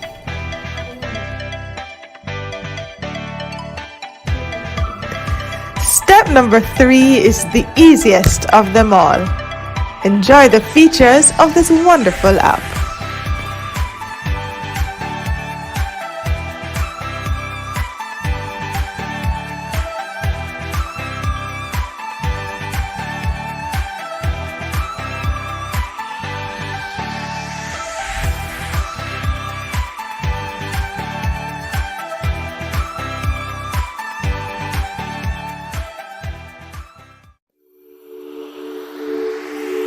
That was a message brought to you by the Early Childhood Commission.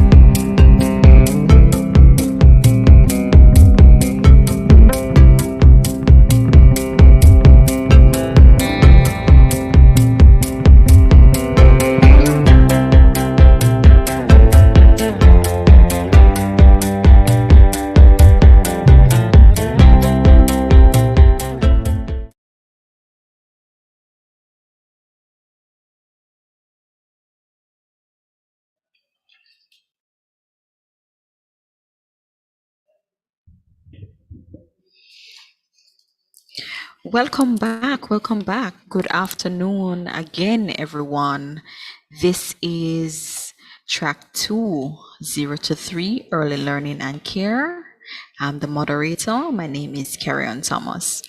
Now, we will be moving into the session titled Let's Get Messy, Process versus Product, Open-Ended Children's Work.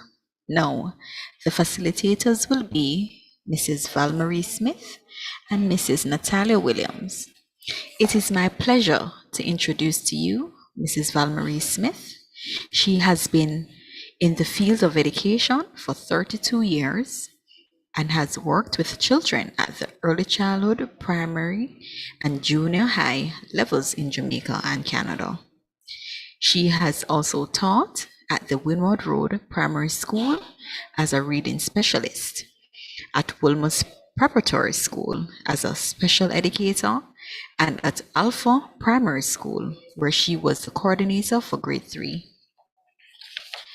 Mrs. Smith also worked with the children ages 3 years in private homes while living in Canada.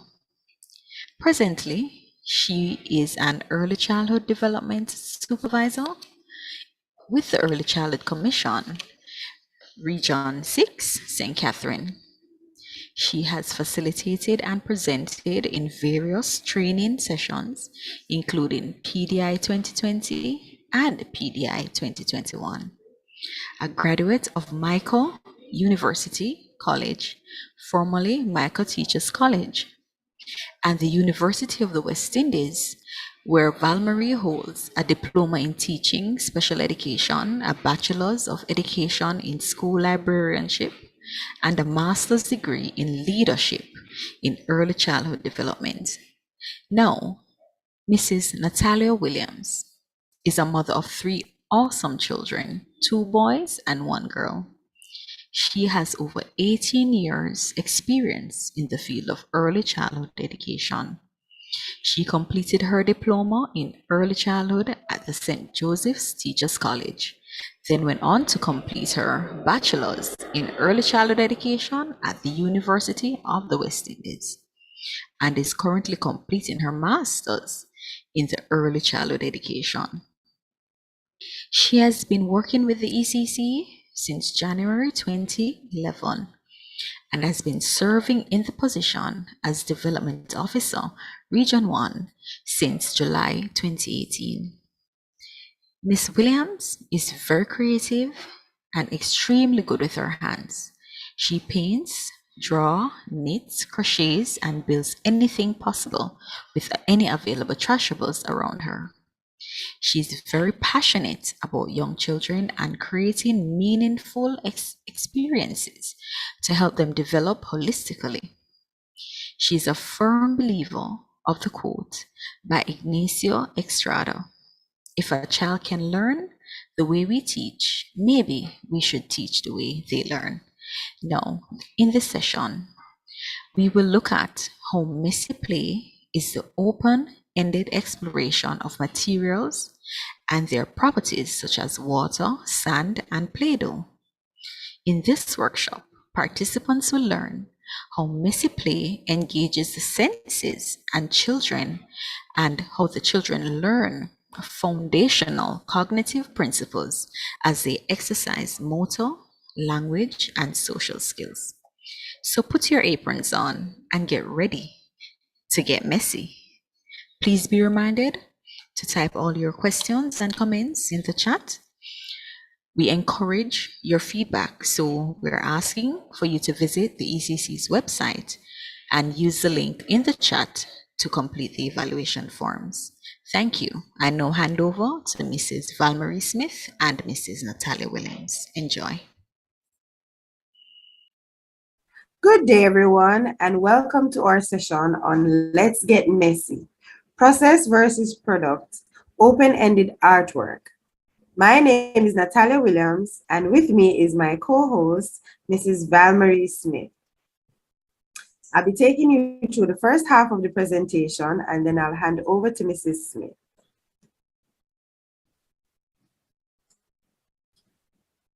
Our session expectations: participants will be introduced to the benefits of messy play and the fundamentals of process versus product, open-ended children's artwork. Sit back, relax, and I hope you'll enjoy our session and think messy thoughts. Messy thoughts. And when you hear messy, don't think unhappy thoughts. Think happy, messy, markings all over the place thoughts, and you'll see why.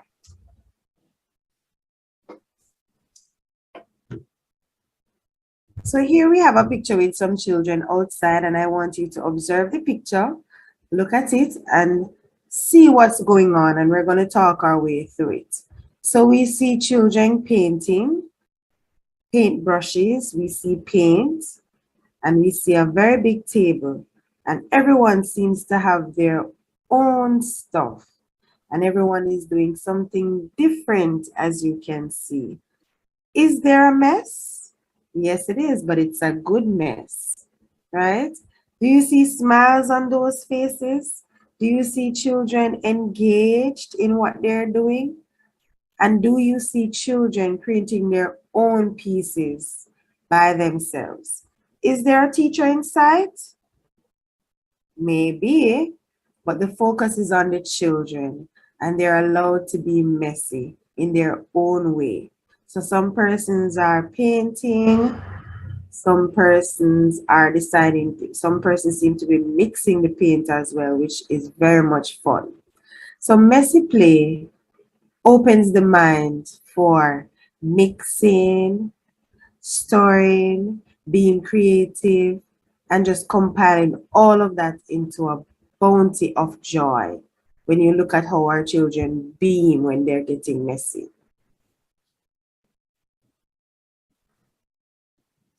What is messy play?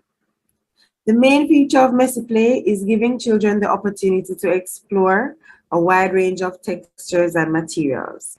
It is an activity that allows children to use their hands to create and control their mess.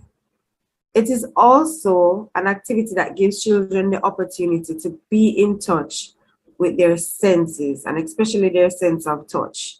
So they use their senses and they're using up their tactile skills. So as I said, think messy thoughts for the rest of this session. So as you can see in our picture, we have a little girl and she's kneading the dough. So she's engaging in a baking activity. So you're expecting a lot of mess. Let us see how it will go. What does research say about messy play? Research documents that children who are exploring messy play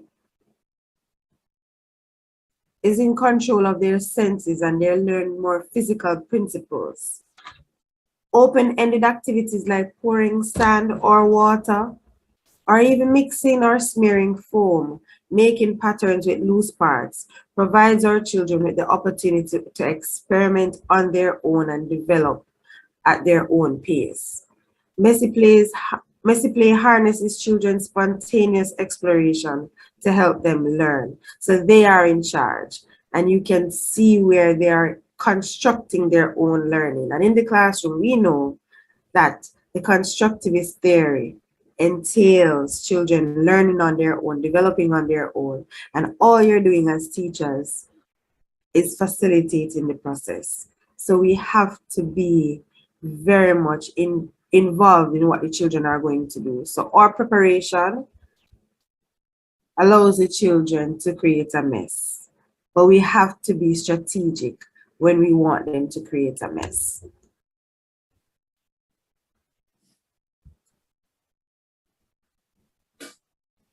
Messy play is best done in an organized space. So I know when you hear messy, you're thinking, oh, garbage, clutter, everything all over the place, shoes, bags, paintbrush, paint. No, it must be done in an organized space. All right, so the activity can be messy, but the environment should not be messy. And so preparation is key. The materials should be clean and ready to be explored. So you set up your area for the children, whatever it is that they're going to engage in. If you can see in the picture, the children in the picture are dressed in their coats so that they don't get the paint on themselves. And then all the materials that they're going to be using are placed on the table. If you look closely, the container that they're playing in was placed on the table. So it was pre-prepared and then brought to them at the table that they're exploring. So organization is key. And the environment must be safe at all times. And it also helps the children to feel welcome and to understand what it is that they want to do. So you're creating a mess in your own space, organized, without anything to distract the children from what it is that they're supposed to be doing.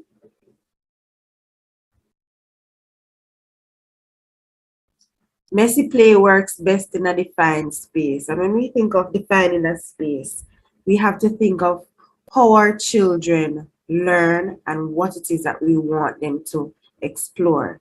And so defining the space helps the children to understand the behavior that they are supposed to portray.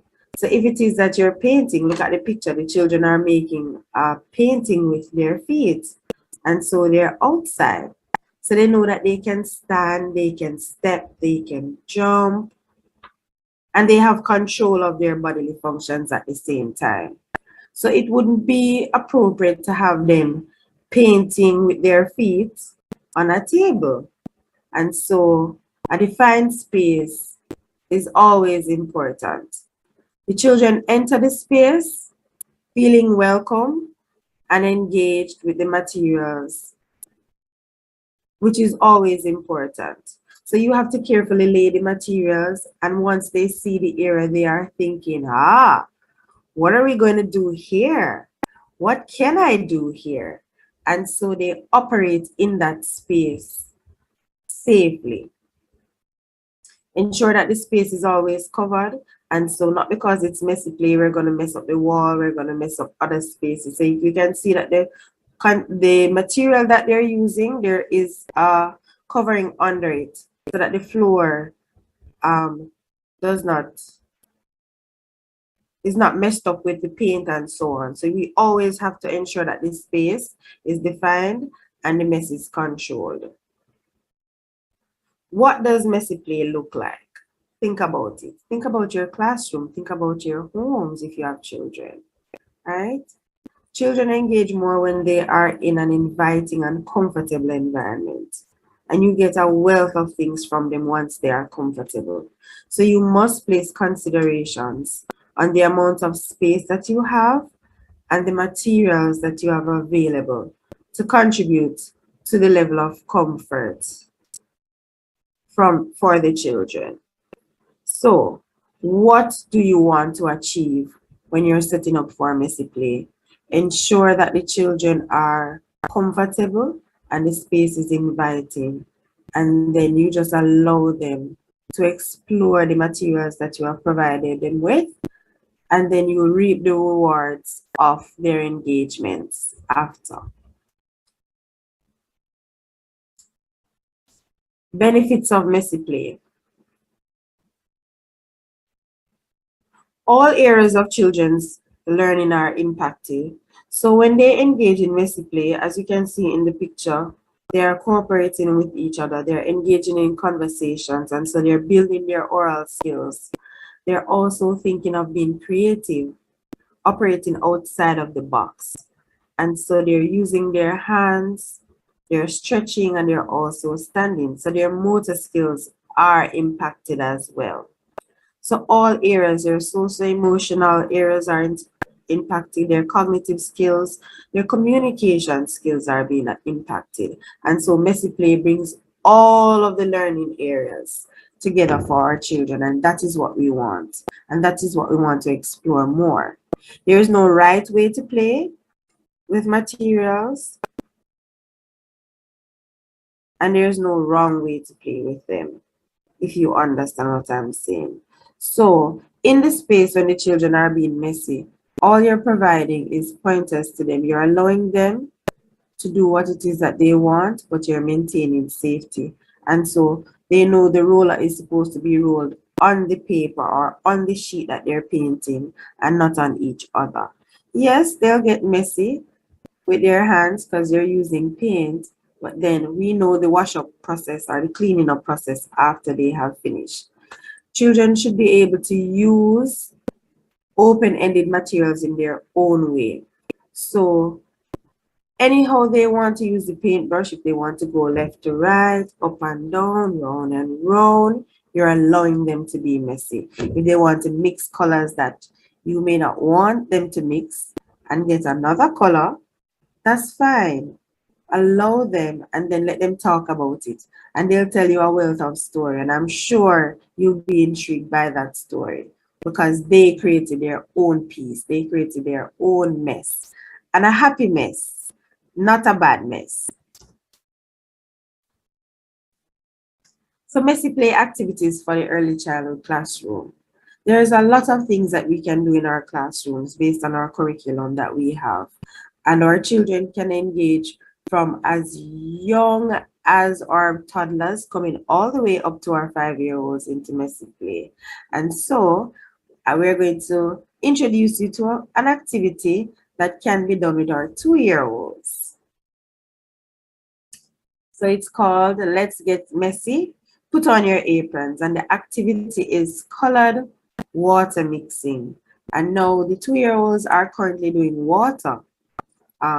Which is a wonderful topic, a whole heap of explorations, a whole heap of senses going on, a whole heap of mixing, stirring, understanding water, where does water come from? And so we chose this activity to see how best you can go back and reproduce it in your classroom with your children. So the theme is water, and the materials are simple things that you can find in the home. If you don't have what is listed there, you can always change it and add something else. So we have clear containers, and the containers are clear for a specific reason. I hope you'll see that as we continue. We need food coloring, and we're going to use 2 food colorings, blue and yellow. You need a spoon or an ice cream scoop, something that can, take up the water, a funnel or a sponge, or anything that you have that is safe that can be used in water play. All right. Not because it's messy play, you're supposed to just spread out your containers on the table. The first thing you must always do is prepare the area. Remember, preparation is key. And in preparation, you're going to cover the table to ensure that if there are spills, then the spill is controlled based on the area. So you cover your area and then you place your containers and you fill them with water and you add your food coloring to each.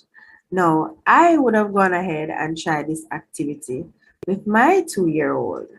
Let's see how it went.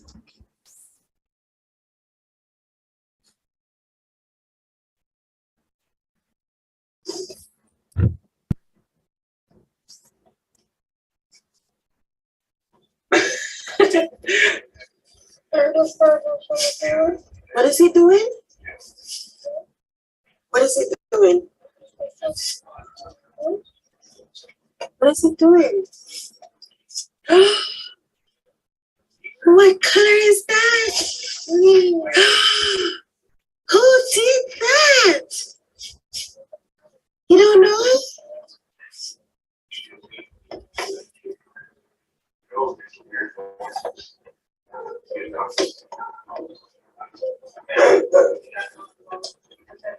You're filling it up?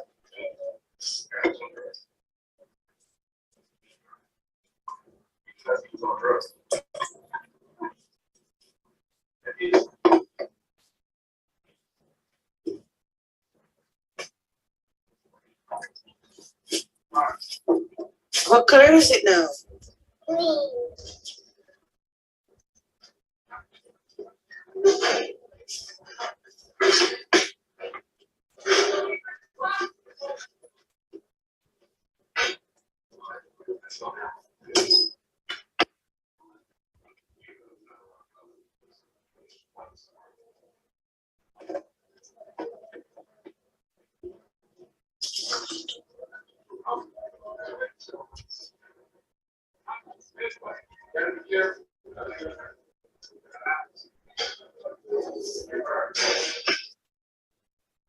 Right. So I tried it. It was not as easy as it looks. As you can see, she was trying to explore the materials. There were things there that she used that she knew exactly how they worked, like the container that she was used to fill and pour into the other one. Can you see her face when she saw the water changing color? I mean, it was amazing. That beam that she had. I mean, I recorded the video, but I'm still seeing that face, that look on her face, how excited she was. And if you noticed, I allowed her to do whatever she wanted to do. I was trying to have conversation, but I wasn't trying to be hovering over her. I allowed her to do what she wanted to do. You saw what she was doing when she picked up the sponge and she poured the water on it and she was seeing the water running off, like she was like, that's not supposed to be happening. And then she started to use the sponge to clean the container. So she has an idea of how the sponge works. And I'm sure if I allowed her a longer time, she would have been doing much more with the sponge. And so that is what messy play got her into. She was using her hands, she was talking. And so if it's a continuous practice, you know the language will come more. You heard what she said, why the color changed? Who changed it when I asked? She don't know, but it changed. And so it got her thinking, what is happening here? What is happening here? And so we can always engage in these activities and allow our children to explore materials, explore mixing, pouring, and so they learn their skills and they're developing their skills as they play.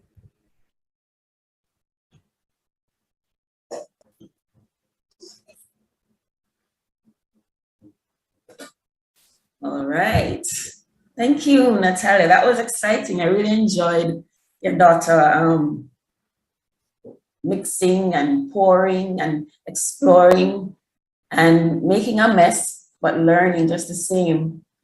And not every messy play, not every open-ended art results in a product, a physical product that is.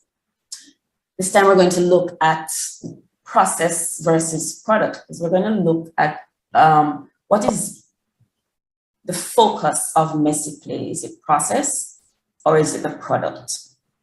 I want you to look at this picture in front of you, this picture of wiggly lines, colored wiggly lines. And what do you see? Your answers may vary depending on what you're looking at and what you're looking for. The product in front of you, the wiggly lines, is not as important as the process. Okay, what's important is what occurred in the artist's mind to create this masterpiece. What was the artist thinking of? What decisions were made? What designs were building up in the thought process? What is the artist trying to communicate? All of these questions can be answered if we look closely at the product. But more importantly, can be answered if you observe the process. Next slide, Natalia, please. Okay, now look at this young man, this little 5-year-old with his painting. Now, it doesn't quite look like something you can readily identify. Clearly, it was freestyle. He used his imagination and he experimented with colors. He produced a piece of art that is uniquely his. It represents his views and his experiences, his journey towards displaying this painting. It doesn't belong to anybody else, doesn't belong to the teacher. Only he alone can tell you, how he got to this point. Only he alone can tell you what is the meaning of his picture. What is it saying? We can only guess. But he's the one who went through the journey. He is the one who had his experiences while making this picture. And that's what messy play is. When you look at these children in these two photographs, you see a toddler, really getting down in the gooey, mushy stuff. Its texture, how it feels, what it can do. And you can't see what he's saying in his mind or her mind, but you know he's thinking. You know he's exploring. You know that he's making determinations. Okay, if I put this here, what will happen? Oh, look at what happened when I put this here. This is what happens. Oh, wow, this feels good. This feels sticky. Wonder what this is. It's a whole process, a whole experience of wonder and discovery. In the second picture with the 3 little girls, they are trying to figure out what to do, perhaps, with the paints. What happens when we put these two colors together? They're sharing ideas, perhaps. No, don't do this one. Let's try this one. Let's try this here. Let's put this finger here and see what happens. Messy play allows the children to experience. Messy play allows the children to facilitate, to enjoy their own learning. And we as adults only facilitate. So what is process? What is process art? And we're going to be looking at that. We're going to be looking at process art versus product art. Now, process art does 3 things. It invites, it encourages, and it defines. What does it invite? It invites the children to think creatively. It encourages them to make a masterpiece based on their thinking, their creative skills. It encourages open-ended art making. They don't look at anything and copy it. It's their own imagination, their own design, their own creativity coming to fore. It defines experimentation and play.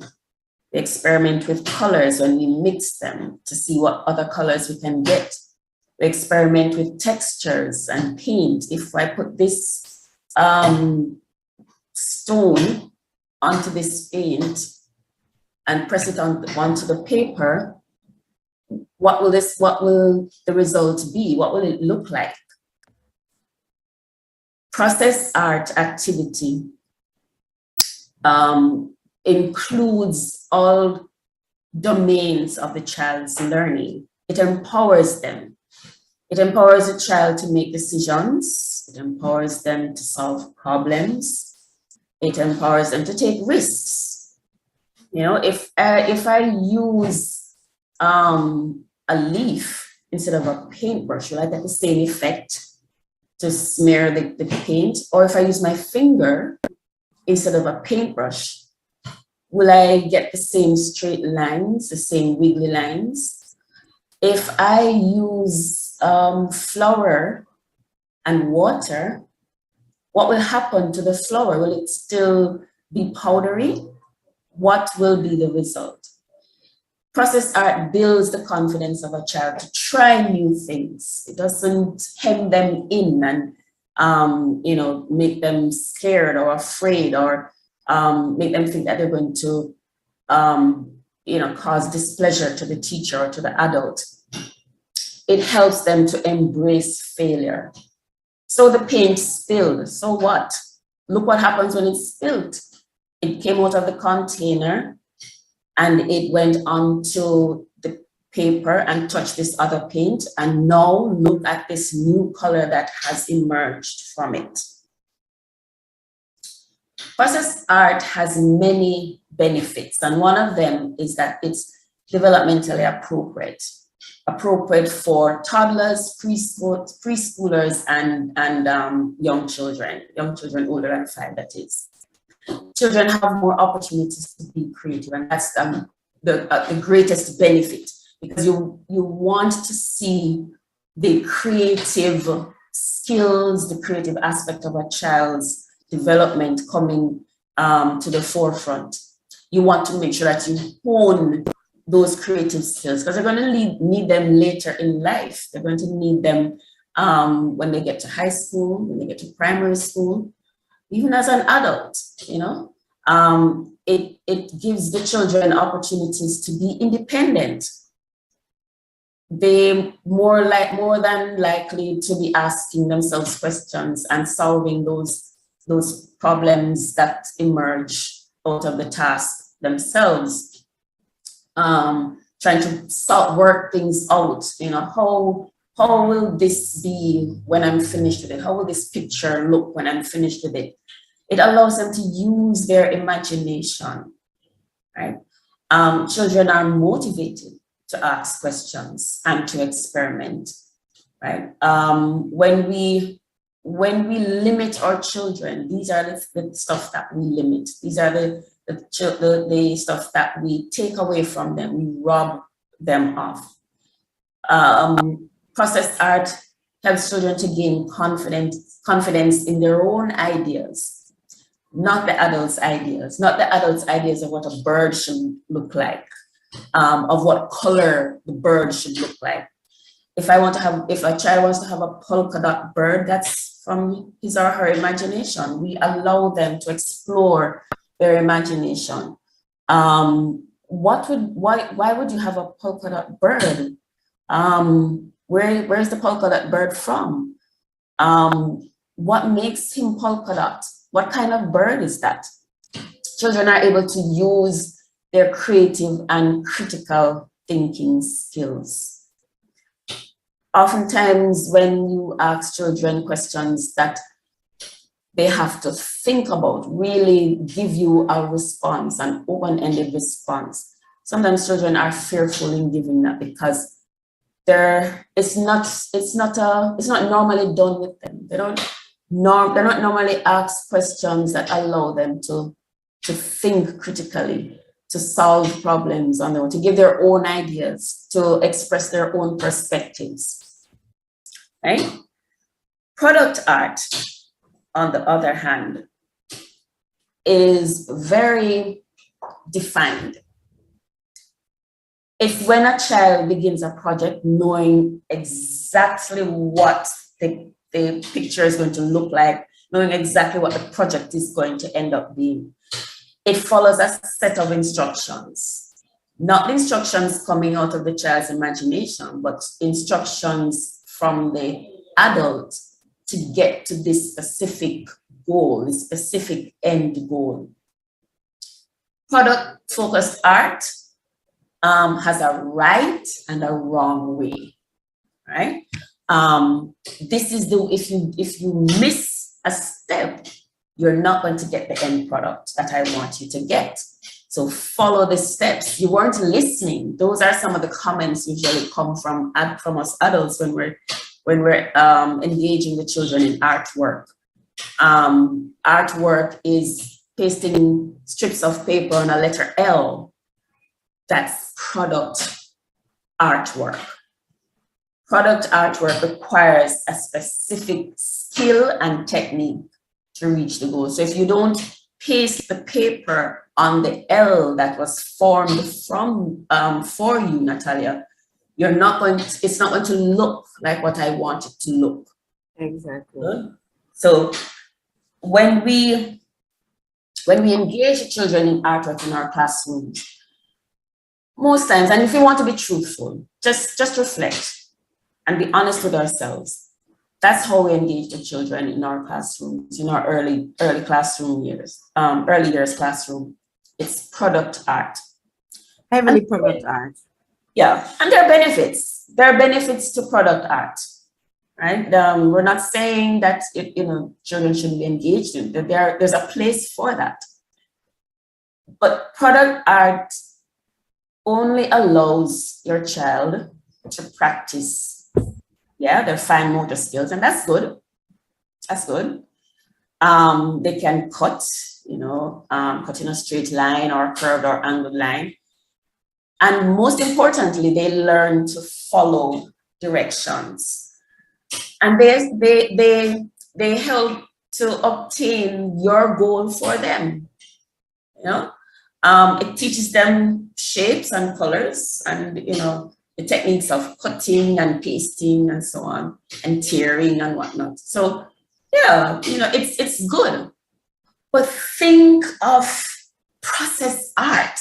It's so much more exciting, so much more open-ended. If you look at just go back a bit. If you look at the picture, go back a bit. Yeah, if you look at this picture, everybody's artwork looks the same. It's a bird. It's kind of look the same, But if you leave it open, if you just lay the materials in the space and say to them that we're going to be making birds today, or we're going to be painting birds, think of the array of birds that you get, with different colors and sizes and shapes. Just marvelous masterpieces in front of you, resulting from the fact that you allow the child to explore the different materials laid out in front of him or her. So let's do a comparison between process artwork and product artwork. In process artwork, the child is the director. In product art, we are the directors. We are the ones giving the instructions. In process art, the child is the one making up their own steps as they go along. Sometimes it works, sometimes it doesn't work. But they try, trial and error. And then they decide which ones to pick out. which ones work for them. In process artwork, each project or artwork is unique to the child.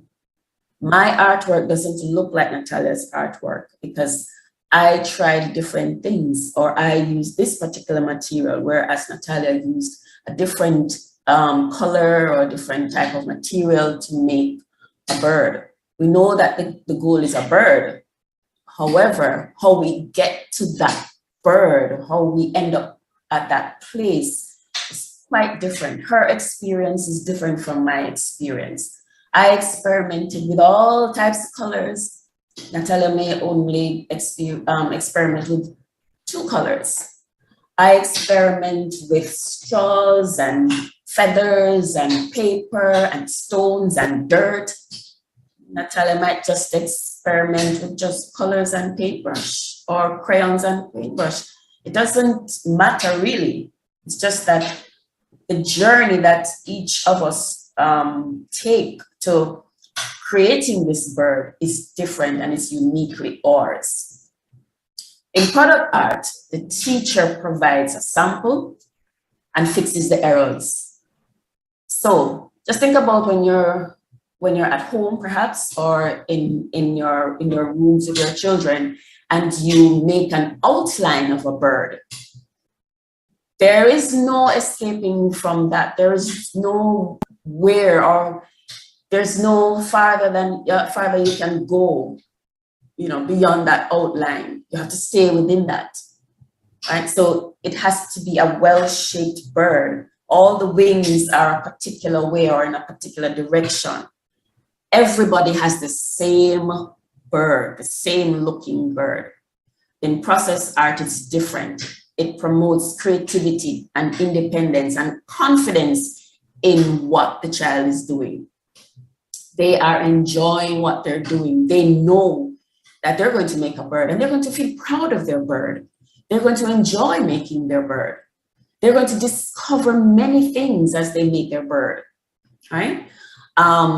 In product art, the finished product looks right. It looks exactly how the adult wants the bird to look. With 2 wings pointing down or 2 wings stretched out. It's going to have a particular beak, a particular color. I want a black bird. I don't want no polka dot birds. You ever hear anything named polka dot bird? I've never seen a polka dot bird yet. Yeah, I have never seen it because I'm not in my child's imagination. But he or she has seen a polka dot bird because that bird is in their world. And that polka dot bird looks beautiful. To us as adults, that's dumb. That's not realistic. No, come back on the reservation, as someone would say. Come back to the real world. But in a child's world, where everything is fantastic and beautiful and wonderful, that's play, that's playful, that's colorful, that's creative, right? The final product for process art is unique to that child. I have a polka dot bird. Natalia has a striped bird. And the adults, you can have your real green or yellow bird or black bird. But I have my fantastic bird with a big head with only 1 wing, with a human feet, wearing a dress, wearing a pants. That's my bird. In product art, the child's creativity is limited. The child follows a set of instructions given by the teacher, and the focus is the outcome. The focus is the bird. But in process art, the focus is in the creation of the bird. The process seems more exciting than the product. Let's look at these 2 pictures. Look at those 2 fancy birds. Now, with different eyes, it will take on a different look. It looks like something else. I'm looking at these 2 birds and one of them looks like a dragonfly. If I ask the child what it is, he may tell me it's a bird. Or a butterfly. Or it's a butterfly.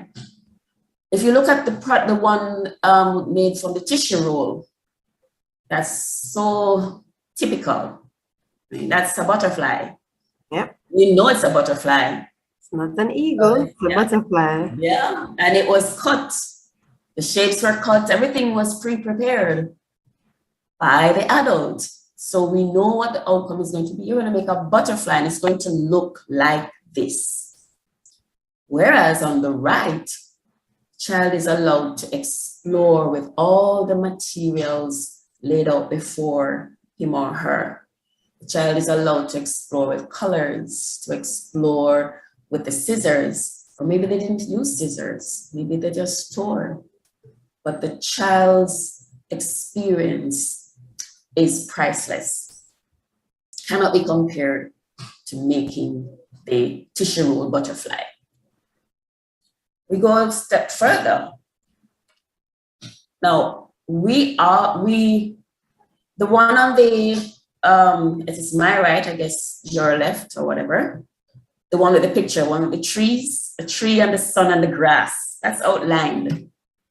It's beautiful, it's wonderful. But look at the artwork. That looks like a dog, a donkey, a hippopotamus. That can be so many things.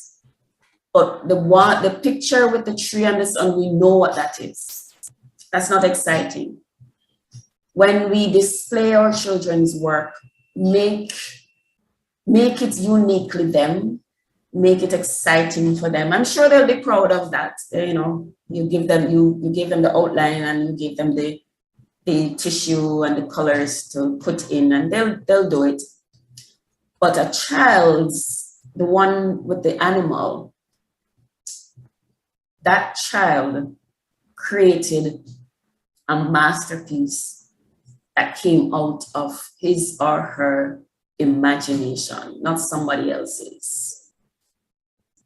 Messy play is process art, I believe. How can we transition from product artwork to process artwork? We have to first get rid of some of the notions that we have. Product artwork is right and wrong. There's a right way and a wrong way to make art, right? We have to make it more open. There's no right way, as Natalia said, and there's no wrong way.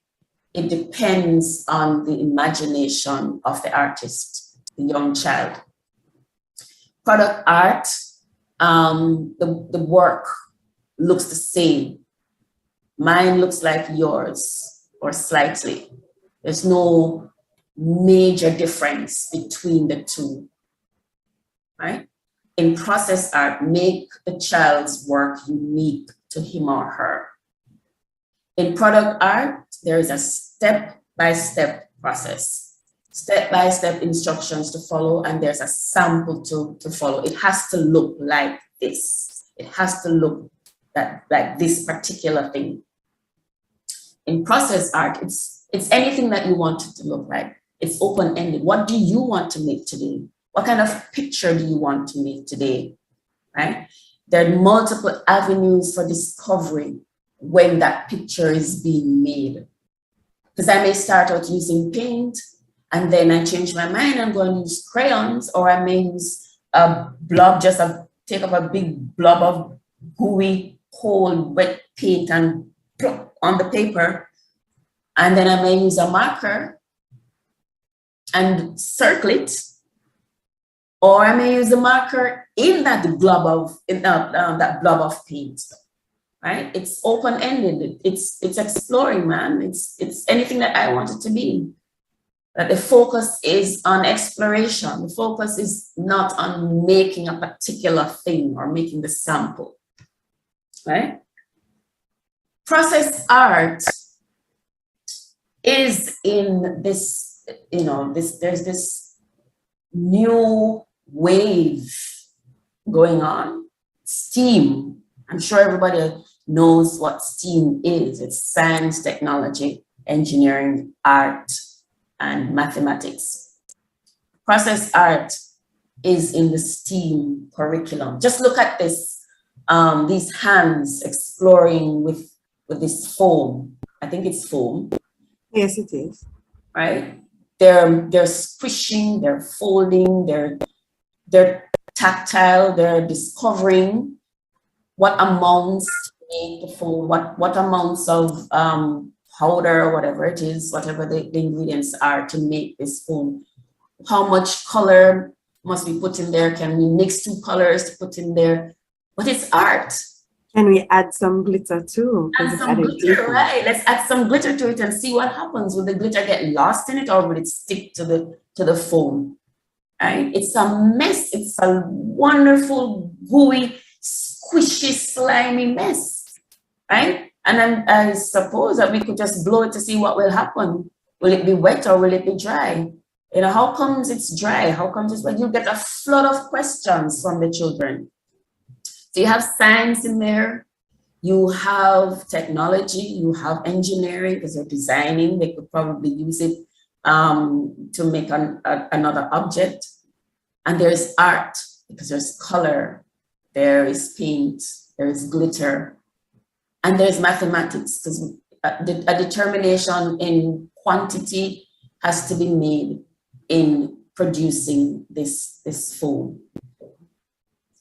Process art is in STEAM because the art in STEAM encourages creativity, encourages imagination and communication. And these words keep coming up in our conversation, in our discussion, in this presentation, because we can't help but to reiterate this.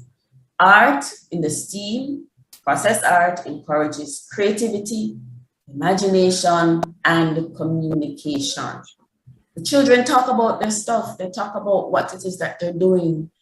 A child who creates can be asked about it. And that child can either write something on it or just tell you, or can dictate to the teacher about their piece, their art piece. But it brings to the fore the different viewpoints that will be expressed through the lenses of the children, not through the lenses of the adult. Process art in STEAM also encourages a hands-on approach. The children's experiences are hands-on, right?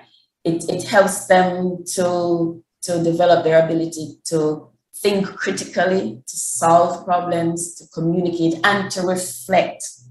Reflect, you may ask. Yeah, did I make the right decision to put this color in this foam? Did I make the right decision to use brown in yellow? Because now I get a very dark color, and that's not the color I wanted. I wanted a different color, right? Process art in STEAM, in the STEAM curriculum, focuses on the how to learn. Once again, it's child-centered. And that's what process art and messy play is about, making it child-centered. For us, messy play is overwhelming. I mean, we're going to have to clean up this mess. Yes. It's dirty, and I don't really want to do that. Well, guess what? Play and messy play is not really about us. It's about the child. It's about them exploring their environment and the things in their environment. It's about them asking questions. It's about them discovering. It's about them exploring. It's about them talking about it with their peers. It's about them sharing their ideas. It's about them expressing their ideas. It's not about us.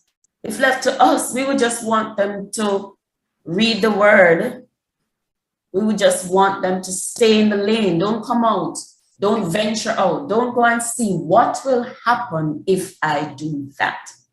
And you know what? When we hem them in at this stage, when we deprive them of opportunities to enjoy making a mess and learning from this mess, what you do is that you damage, strong word, a budding scientist.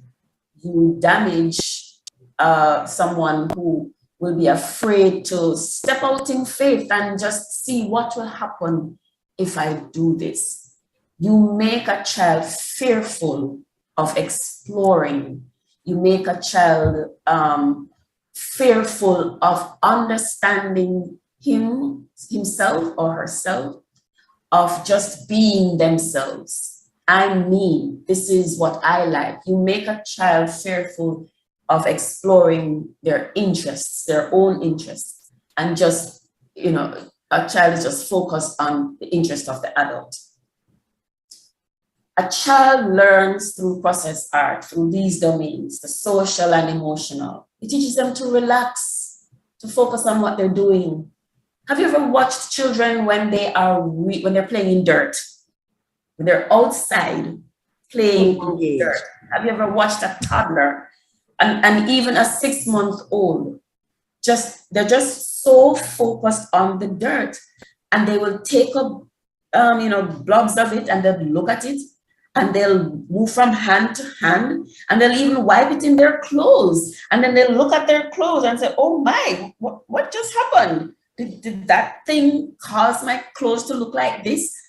Their minds, you can see it, their minds just exploding with tons of ideas and discoveries. And when we deprive them of these experiences, they don't become in touch with their own feelings. They don't self-regulate. They don't know how to express their feelings. They don't know how to step back and say, I'm just going to be cool. I'm just going to be cool, right? They have pent up energies because their energies are not channeled in a manner that will allow them to express their emotions. And we express our emotions through art, through creativity, dance and music and visual arts. Process art enables our children to choose to discuss their art, enables them to talk about their art. Right? Natalia, when you said earlier that you didn't bombard Jessan with a bunch of questions about what she's doing. You maintained your distance and respected her space. So if she doesn't want to talk about it, that's fine. You ask her 1 or 2 questions, or you make an observation and say that to the child, that's fine. I see you made purple circles, or I see you painted the string red, right? Just observe and say what you see. If you ask them, what is that? Tell me about that picture, or tell me about that sculpture that you made out of mud. And if they don't wish to, respect that and leave them. But if they say, you can offer them a choice, would you want to write about it? If they say yes, fine. If they don't wish to, respect their space. Process art helps children to compare, to predict, to plan, and to problem solve. Those 3 little girls that we saw in the picture, they were doing some of this. They were comparing, they were predicting, they were planning, and they were probably problem solving. Process art engages the children's motor skills, their fine motor skills. So don't be dismayed to think that, if I allow them to participate in this messy activity and to just be themselves and to just unwind and relax and go for it, they're not going to be able to develop their fine motor skills. Just because it's not your way or our way, of course they will. They're going to be painting. They're going to be writing. They're going to be using the glue. They're going to be molding the clay. And by the way, it doesn't have to be Play-Doh. It can be mud. It can be mud. And all you are there to do is to facilitate the experience, the process, and enjoy it too. All you're there to do is to guide them and make sure that their experiences are done in a safe environment, right? They can make collages. They'll be able to do that, and their fine motor skills will still be harnessed, will still be developed, right? But you don't want to rob them of the journey to that product. And the product doesn't even have to be a physical one, meaning as soon as you're finished, you can display it. maybe you won't be able to display it, because maybe by the time they're finished, a child can just take his painty hands and just wipe everything that looks beautiful to you, but still looks really wonderful to that child. Children also learn through product art, you know? And I just went through an array of things, myriad of things that the children learn through process art to facilitate that kind of experience. But they also learn through product art, and they learn these two things: fine motor skills and cognitive. Fine motor skills, because they're cutting a straight line, because we tell them to cut in a straight line or tear in a straight line, tear this line, tear on the dotted line, cut on the dotted line, right? Or cut on the curved line, which we traced out for them, right?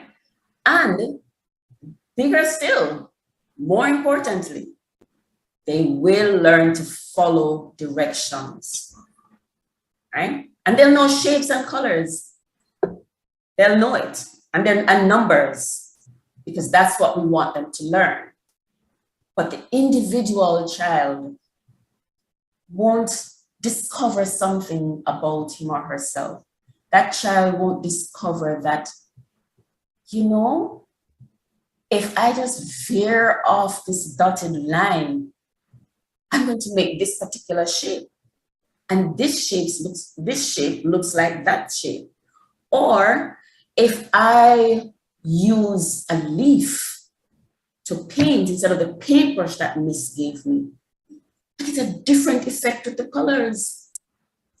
Or if I make swirly lines with my fingers rather than with the paintbrush, it looks totally different.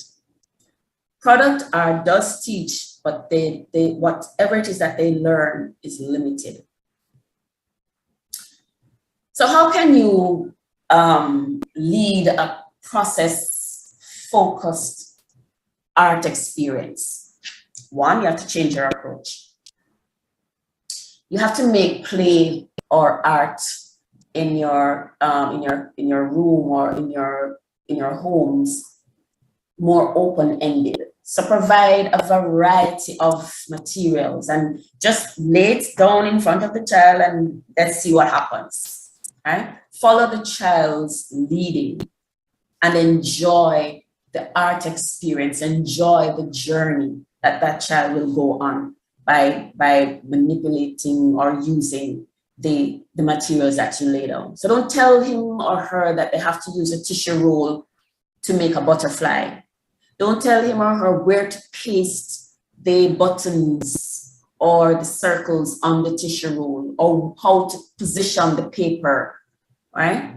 Just put it in front of them and allow them to play, allow them to create based on their imagination. Offer new and interesting materials like grass instead of commercial paintbrushes. So they can paint with flowers, the little weeds that grow outside. You can, pick two off and help them to make a paintbrush and then let them use it to paint. So sometimes when, Mister, we don't have any paintbrush, or I don't have any paintbrush at home, or paintbrushes are too expensive. Yeah, we know that. But then God has given us so many materials, so many alternatives to be creative. God made us to be creative, so we must use our creativity and demonstrate, model this for the child. So let them know that just by creating a paintbrush out of the things that are outside in nature, they will know that this can happen. I can use this as a paintbrush, and this is my picture that I've created with my paintbrush. I can paint with it. Say yes to the children's ideas. I don't want to make the letter L today. I don't want to make an L collage. I want to make instead, I just want to paste some paint all over the wall. Sure. Sure. So just paste paper, large paper or newspaper on the wall, and allow them to just be creative, to be lost in their picture and creating their picture. And play music in the background. No, quiet music, some children's jazz or something, very soothing music. Create the atmosphere of art, of discovery, of, just creating. You'll be surprised of the end result. Take the art materials outside in the natural light. You don't always have to paint and make stuff inside. You can take it outside too. Let the children choose whether their artwork goes home or stays in the classroom. You don't always have to hang every single artwork of the child in our rooms. If they want to take it home to show mommy and daddy, to share this with their parents or their families, allow them. We'll have other days to display other things, right? So allow them to do that. Notice and comment on what you see, not what you think, not what you think is happening. Respect the artist. Comment on what you see. Well, I see your black wiggly lines on top of your blue lines. And over there, I see some crayon marks. Your orange blob. But comment on what you see. And note it, document it. That's key. Because if perhaps in commenting on what you see, they may say to you, no, that's not it. It's not a line. It's a train, right? Or it's a wind. But when you comment instead of ask, that may spark a conversation and allow the child to tell about his or her painting. Provide plenty of time for children to carry out their plans and explorations. Because when you do that, you may hear instead, can we have more time to finish this? Instead of if you define what they're going to do, or you determine the kind of art that they're going to do, you may hear, I'm done, I'm finished. And it doesn't look anything at all like what you want. Okay, so allow them time to be creative. Next slide. So, in summary, process art and product art are both messy play. But product art is closed-ended, it is instruction heavy, it's structured, and it is modeled. While process art is open-ended, it's exploratory, it's unique and individual, and it encourages the process. Next slide. So I want to leave you, well, not me, but we want to leave you with this. When you think about, when you reflect on our topic, let's get messy, process versus product, open-ended artwork. Art is not a thing. That's profound. Art is not a thing. It is a way. So remember that as you go back to your classrooms, as you engage your children in the homes for art. Art is not a thing. It is a way. Thank you.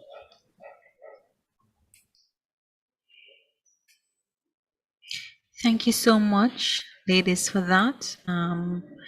Mrs. Williams, Mrs. Smith, I really enjoyed your take on how process and versus product, open-ended children's play relates in the classroom, and how these tips that were shared can allow for,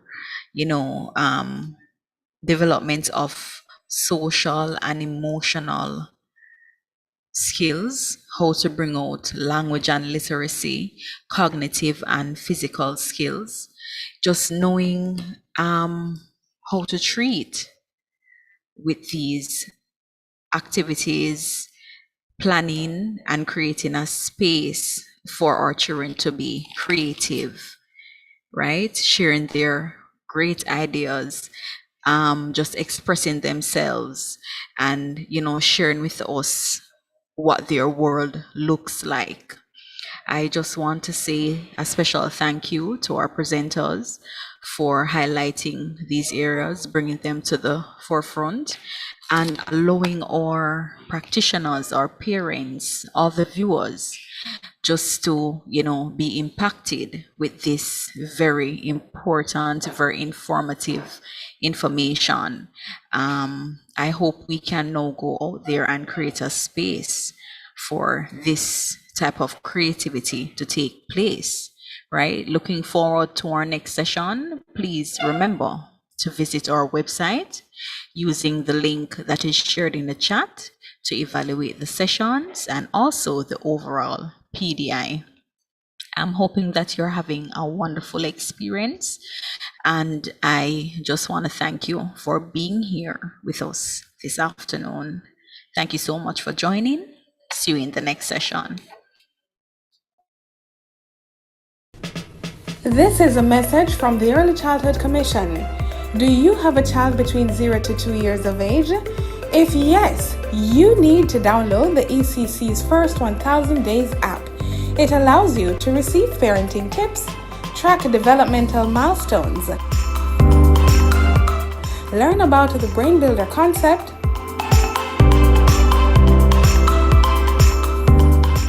receive relevant articles and research, plus interactive content. The First 1000 Days app, now available for download on the Google Play Store and the Apple App Store.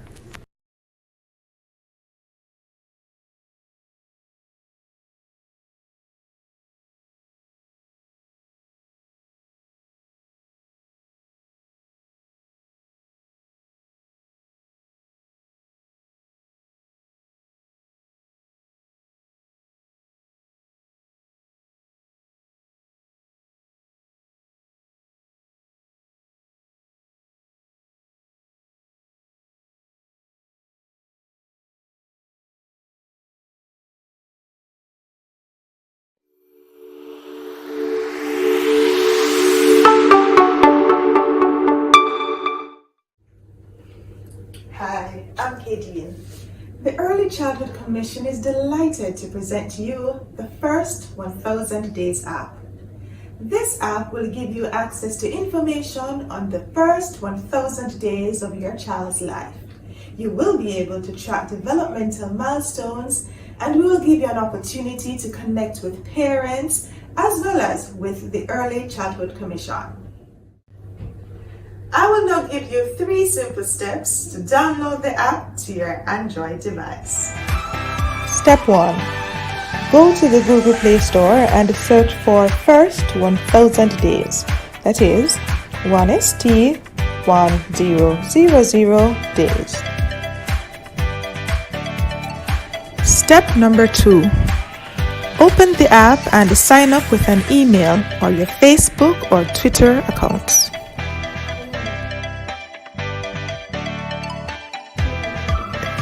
Step number 3 is the easiest of them all. Enjoy the features of this wonderful app.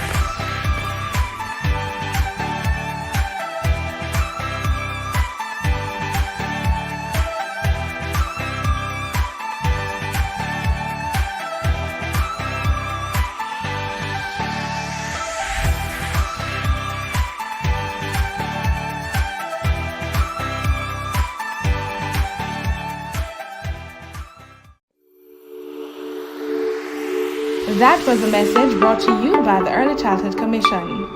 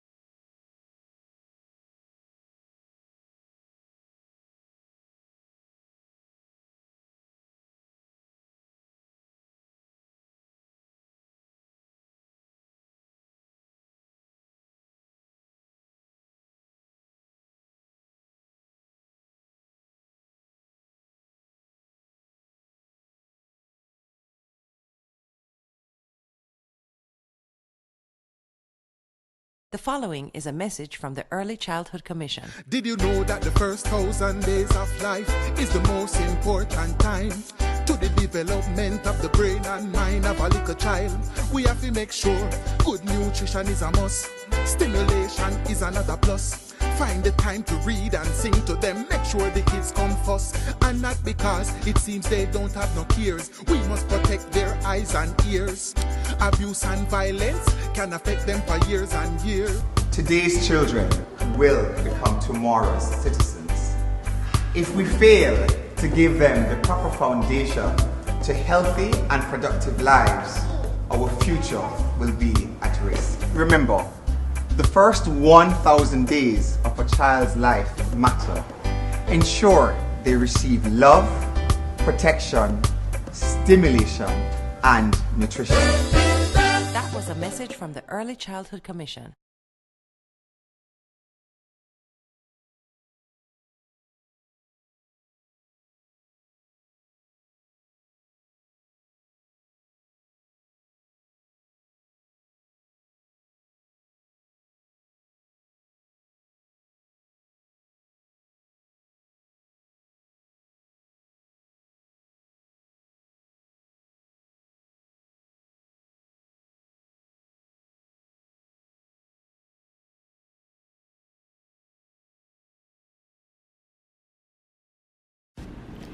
The following is a message from the Early Childhood Commission.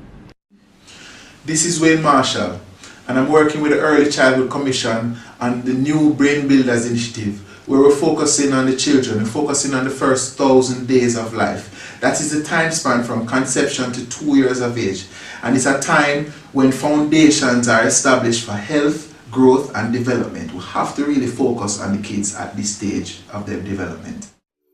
That was a message brought to you by the Early Childhood Commission.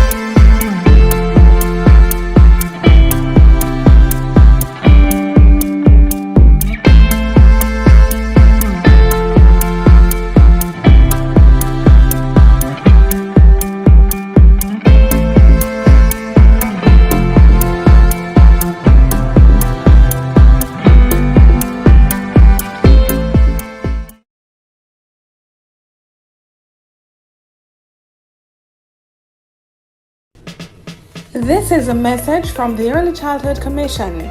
Do you have a child between 0 to 2 years of age? If yes, you need to download the ECC's First 1000 Days app.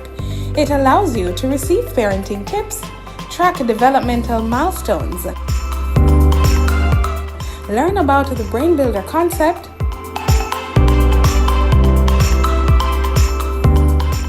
receive relevant articles and research, plus plus interactive content. The first 1000 Days app, now available for download on the Google Play Store and the Apple App Store.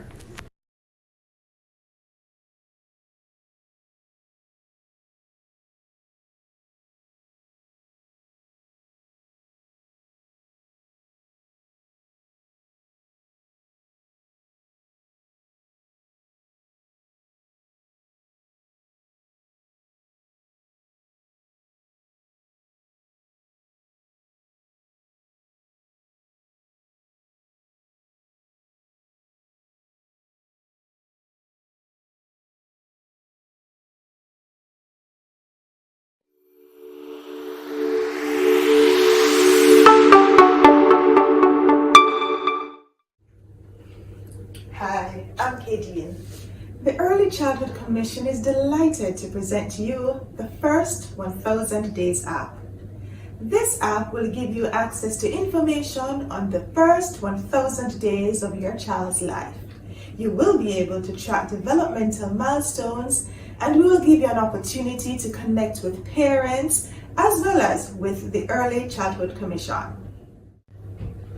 I will now give you 3 simple steps to download the app to your Android device. Step 1. Go to the Google Play Store and search for First 1000 Days.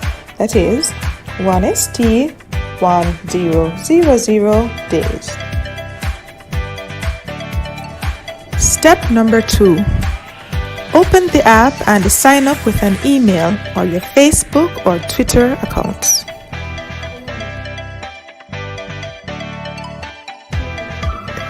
Step number 3 is the easiest of them all. Enjoy the features of this wonderful app.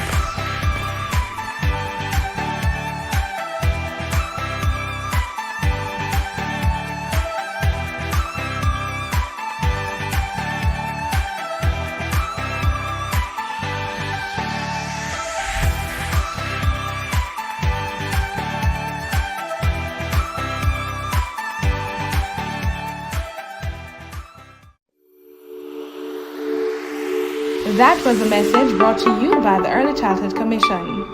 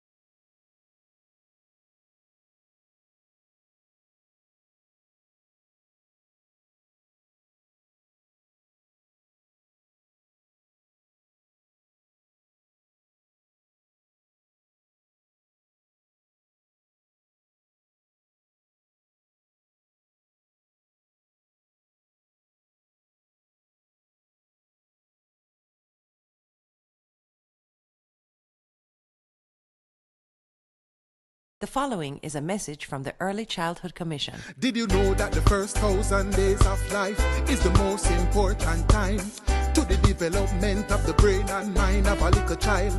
We have to make sure good nutrition is a must. Stimulation is another plus.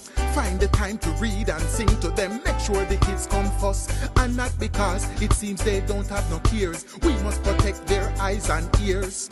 Abuse and violence can affect them for years and years. Today's children will become tomorrow's citizens. If we fail to give them the proper foundation to healthy and productive lives, our future will be at risk. Remember, the first 1,000 days of a child's life matter. Ensure they receive love, protection, stimulation, and nutrition. That was a message from the Early Childhood Commission.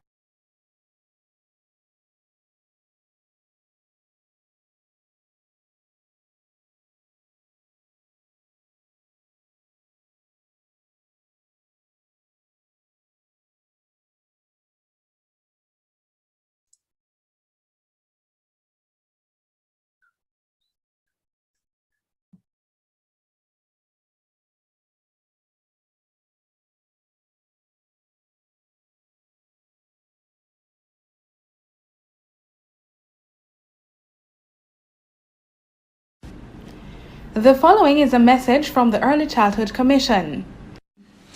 This is Wayne Marshall, and I'm working with the Early Childhood Commission on the new Brain Builders Initiative, where we're focusing on the children, we're focusing on the first 1,000 days of life. That is the time span from conception to 2 years of age, and it's a time when foundations are established for health, growth, and development. We have to really focus on the kids at this stage of their development. That was a message brought to you by the Early Childhood Commission.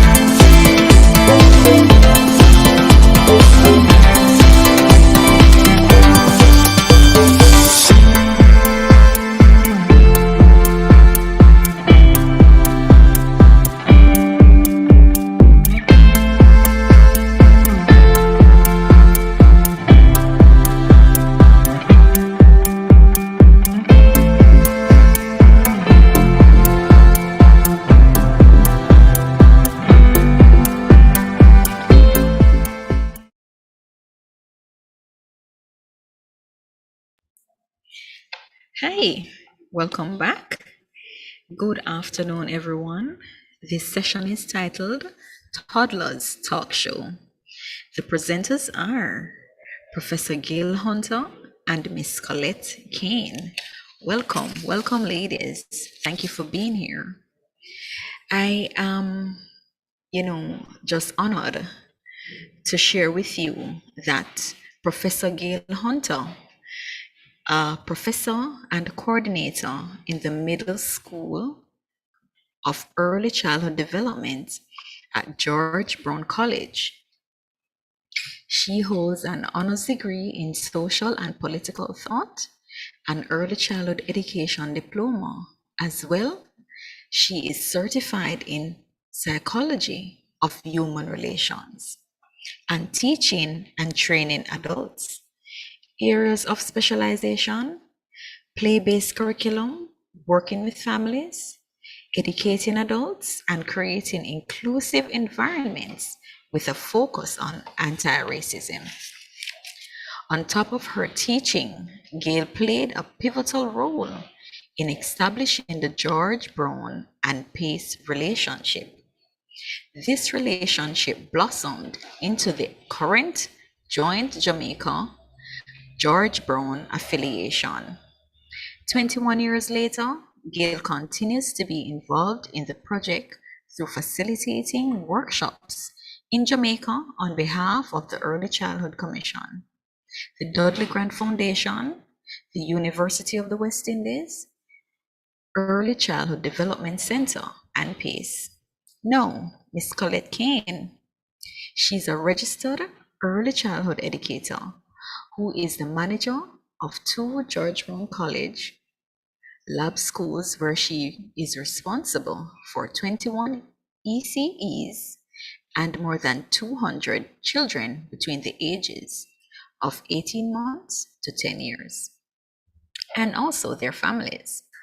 She specializes in play-based curriculum, working with families, behavior guidance, and creating positive learning environments.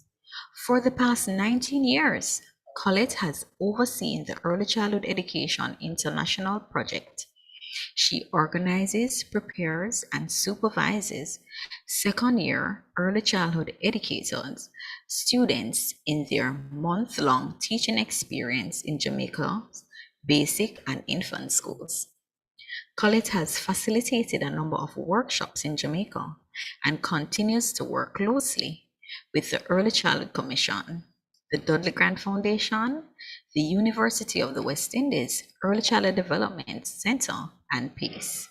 Now, in this session, participants will gain a better understanding of the use and richness of child-directed language in supporting young children's cognitive, social, and emotional development.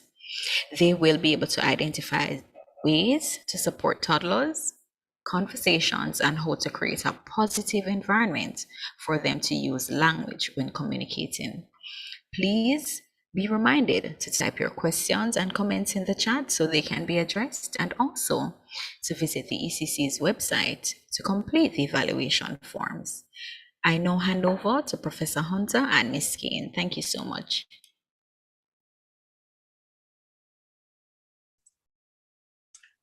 Thank you so much for that lovely introduction. And I'm Gail. And I'm Colette, and thank you everybody for joining us. I said to Gail earlier and in our other workshop that we did, I feel like we're in a podcast because we're sitting here together.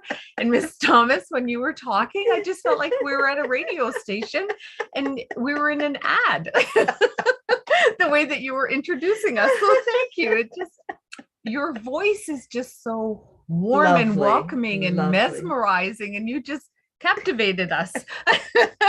So thank you for that. That's right. Thank you. So this is Toddler Talk Show, and we will be looking at language development in toddlerhood. So we're asking our participants in this workshop to just take a minute or two, please, to reflect on your younger years and what comes to mind about your interactions with adults. Were you able to speak when you were around adults? Were you asked to be seen and not heard? What is it that you recall back, as far back as you can, about what it was like to be around adults? Waiting for the responses. Okay, great, thank you. So part of this conversation that we're going to have this afternoon, I'm sure Ms. Thomas has already heard it from our previous workshop, but Gail and I will definitely change it up. based on the comments that we receive from the participants. What you say helps us to respond and to engage you in the conversation as to what you're looking for, and we're able to adapt our materials as well. But when I think about when I was growing up, I did say that I was in a household, my parents were British, they immigrated to Toronto from England, and we were to be seen and not heard. We didn't have any other family members. It was just my parents and my sisters and I that were here. All my other relatives were back in England.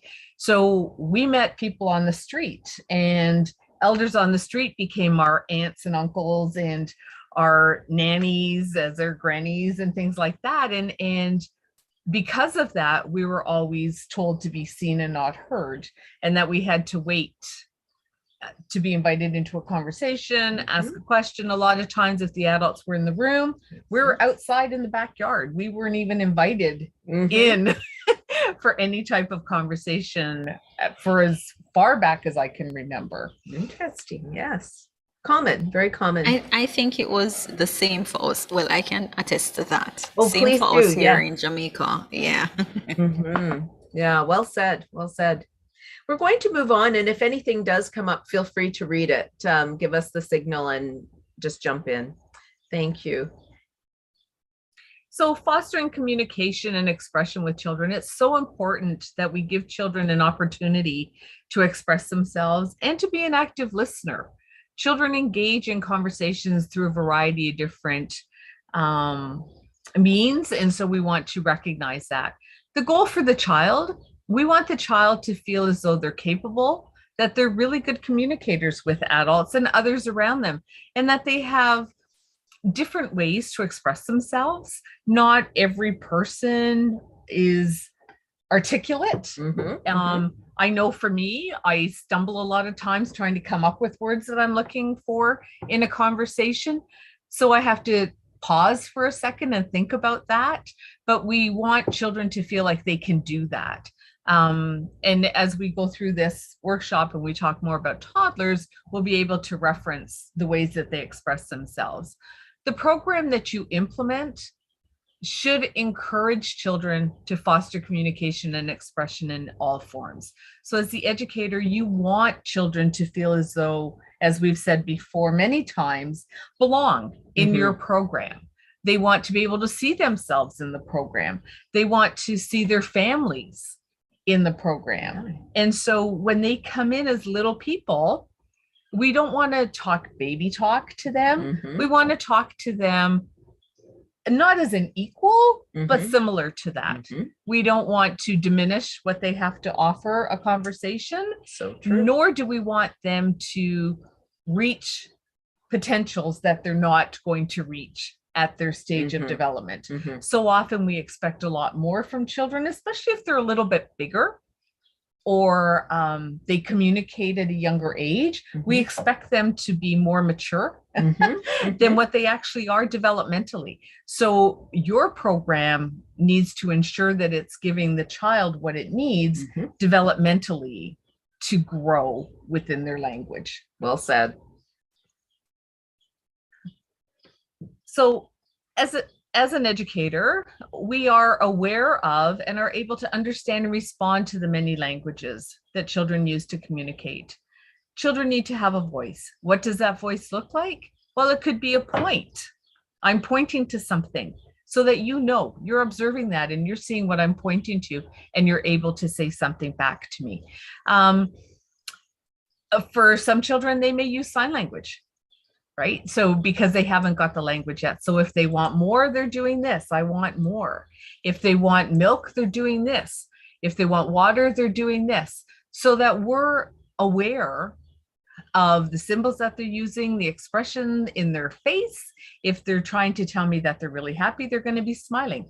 That's a mean of communication to me. If I'm trying to pick them up and they're fighting me to be picked up, they don't want me in that moment to embrace them. So I have to respect the type of communication that they're giving me. Regardless of the child's age or ability, reciprocal communication is key. It's doing the dance or playing the game of tennis. Yes. And so it's, I'm serving, I'm responding. You're taking the lead in the dance, I'm following that lead. So there's a lot of give and take. And the child then can see that, yes, we're communicating in different ways, whether it's verbal, whether it's expressive, whether it's through gestures. I'm being able to be heard and understood, and my voice is being heard as well. Children's language skills, social conversation skills, and cognitive activities and development continue to take place in the environment that we provide and set up for the child. Oh, and we got something in the chat. We get, someone has noted, in my early years, my family was very accommodating. We were asked questions during family worship, and we could share at church on Children's Day, sang on the children's choir, and recited scriptures. Wow, that's a lot. That's a lot. That's great. It's nice to see that you were engaged in a variety of different interactions for language, whether it's singing or whether it's having communication, telling stories. All is so important. And that's such a good memory for you to have from an early years. Absolutely. So we're building responsive relationships with children. We need to be authentic. The communication that we have with the child needs to be very meaningful. As I said earlier, it's that reciprocal of serve and return exchanges. Be direct in your conversation. If it's something that you want the child to do, you're going to give the direction. But the direction is going to be short, sweet, and to the point.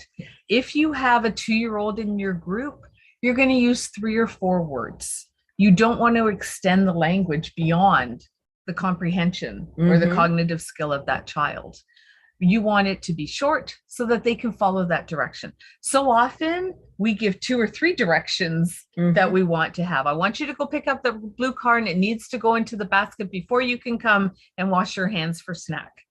Well, now I've told that child 3 things in 10 seconds, and that poor child is thinking, I don't know what I need to do first, but I do know I need to wash my hands. That's the last thing I heard, so I'm going to go wash my hands. I forgot about picking up that blue car and putting it in the basket because I've heard the very last thing. And so you want to explain to children what it is that you're asking them to do, or you're commenting on what you've seen them do or what you've heard them say.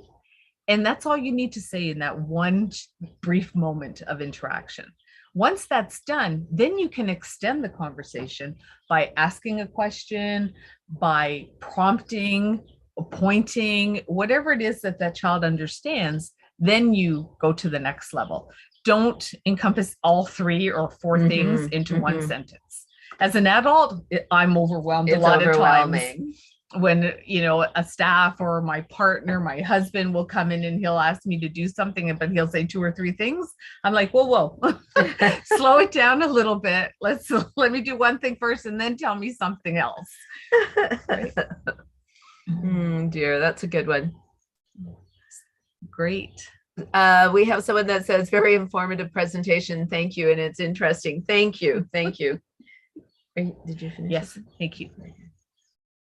She also shared that she can remember sharing with parents as a child, and she would talk about everything and believe that helped her to be very vocal as an adult now. Very good. Thank you for sharing. That is great. That's a nice example how it illustrates how important it is.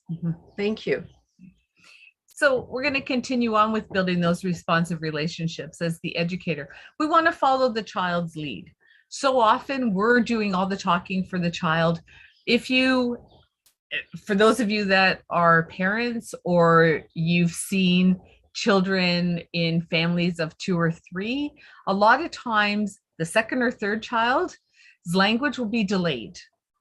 And that's because the first child knows exactly what the second child or the third child wants by pointing. So that first child will go and get the juice or the milk or the toy or whatever it is that that child wants. So the child doesn't have to use their language. They don't have to use their voice as often.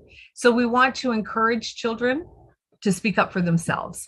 So face-to-face interactions, Body language, how you position yourself.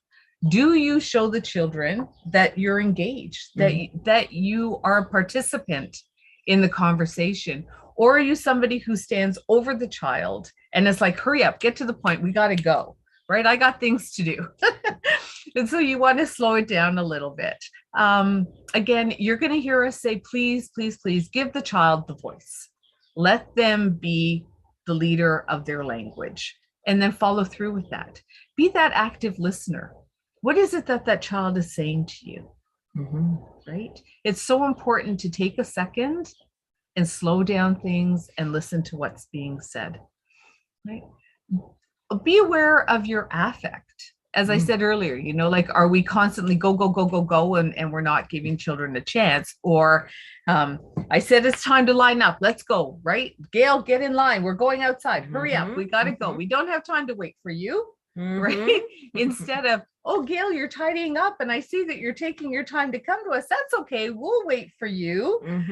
Tells Gail, I need to speed it up a little bit because you're waiting for me. But I haven't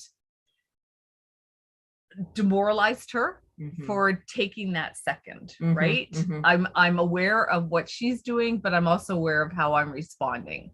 Which is so important. Words are powerful, right? You control what's being said. And think back to your childhood for a second. Were you encouraged or were you discouraged while you were growing up from the practitioners that you had? Or they may not have discouraged you, but they could have discouraged your friends. Or you heard somebody else get shouted at for something that, you know, you didn't think they needed to be shouted at. So you want to start thinking about the impact that it may have on that child or will have on that child. So definitely words are powerful. Be conscious. As I said earlier, you want to slow it down. For us in Toronto, we did take a hand and language workshop. Pretty much all the educators in Toronto were participating in this workshop. And it gave us an opportunity to really think about infants right up to 4-year-olds and how they learn through language and the importance of slowing it down.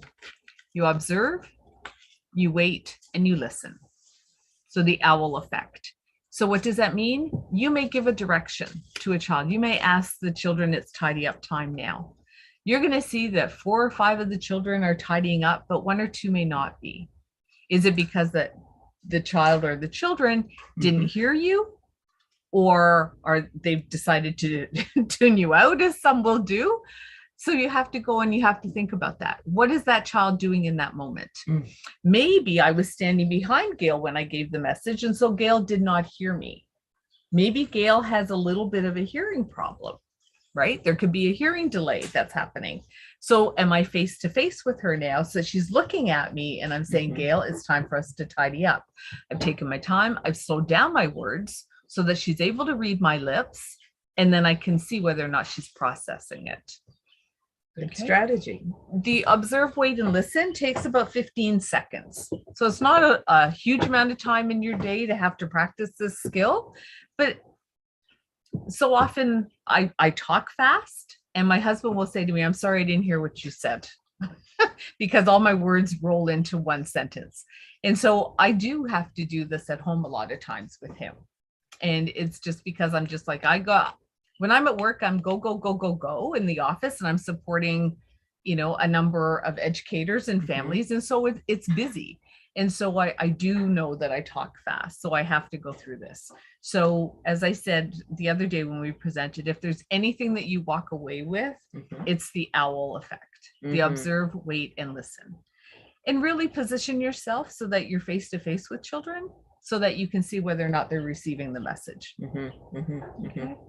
And we just got another chat in, and forgive me if I'm mispronouncing your name, Kiona. And just wants to, Kyun is also the individual that mentioned that in church she did a lot of spiritual stuff and was part of the choir. And just sort of thinking, I guess she was thinking about what she said and wanted to just also include, we did not recite or sang the word for word in church or during family worship, but we were included with the audience, and the audience cheered us on. And that was the great feeling. You nailed it. That is so excellent. I'm so glad you shared that, because you're absolutely right. Even if a child makes a mistake, they still get that applause because the effort and the passion is there, and we want to recognize that. But not only that, your community obviously really appreciated you and enjoyed you and the other children up there singing. And so I think that that's a really nice example of how we need to be as educators. So thank you for sharing that.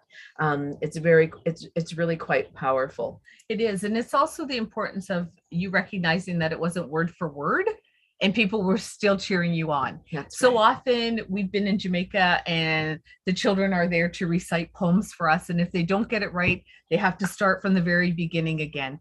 And that poor child, I feel so sorry for the child who then I'm stressed. I'm stressing for them. And I'm like, no, it's okay. You did a great job.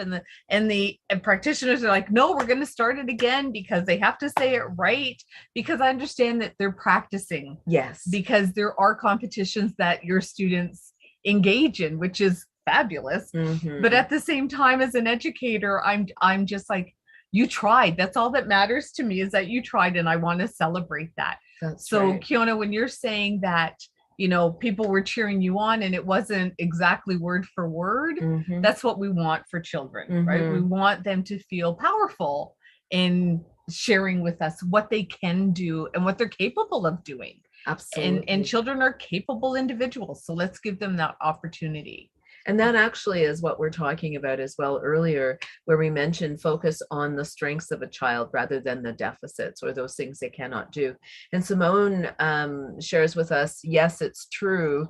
We ought to be mindful of the words and the tone we use when we are giving instructions to our children. I have seen a student break down, oh yes, when they broke down in tears after receiving instructions from a teacher. Well said. And that is, we see that many times when we're out there on the island, but also here in Toronto, we see that there's many teachers that are insensitive to what it's like to be a child. Also, when you're an adult, you're towering over these tiny little toddlers and you're telling them what for. That can be a very, very fear-inducing episode. And then they often lose control of their body and they have accidents, and then they're being diminished or embarrassed because now they've wet themselves or there's been a problem. And so, Simone, thank you for sharing this. This is, you nailed it. Absolutely. Well said. Well said. Exactly. And I think that it's so important that when we're talking about building relationships, it doesn't matter what the age of the child is or the adult. How many of us have gone into an environment and we don't know anybody and we're looking for that person that just gives us that smile, right? To acknowledge that we walked in. Yes. Then we kind of go up beside that person. We don't maybe even talk, but at least I feel comfortable in this environment and I feel safe. And that's what we want for the children. Right? And it can impact the self-esteem greatly. It can diminish their confidence, and they will carry that throughout their education. And the previous workshop, we just finished another workshop, and we asked individuals to think about what it was like entering grade 1. And so they were sharing it, and it was wonderful. But we did talk about, those long-lasting experiences that you have that are negative, and those are the ones that often impact us the greatest. We will remember them. We will never forget them because of the fact someone had made you feel embarrassed in front of the class, or you had an accident because you were so stressed and not able to manage your body. I believe that was Simone that just tagged that as well. I just want to double check. Yes, Simone. So thank you, Simone. You're absolutely, and you're right. It has a lifelong impact. Exactly. So as we continue to build those responsive relationships with the toddlers or children within the age range of infants to 4-year-olds, right? We're continuing to build those relationships. What does that look like? It's that face-to-face interaction. It's being down at the child's level, right? I may not be able to get on the floor. I can get on the floor, but I can't always get up because of my knees or my back.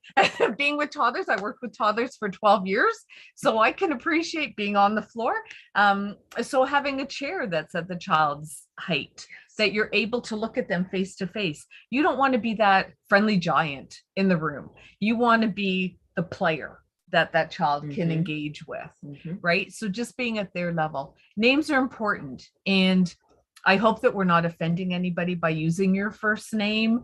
For us in Toronto, that's how we interact with each other. It's through Gail, Colette, Simone. Hopefully you're okay with that. So we do use first names, and it's important for us that children hear their name, because again, they feel like they belong, right? They're not that cute name, that nickname that's being said, as we talked about, in the workshop the other day.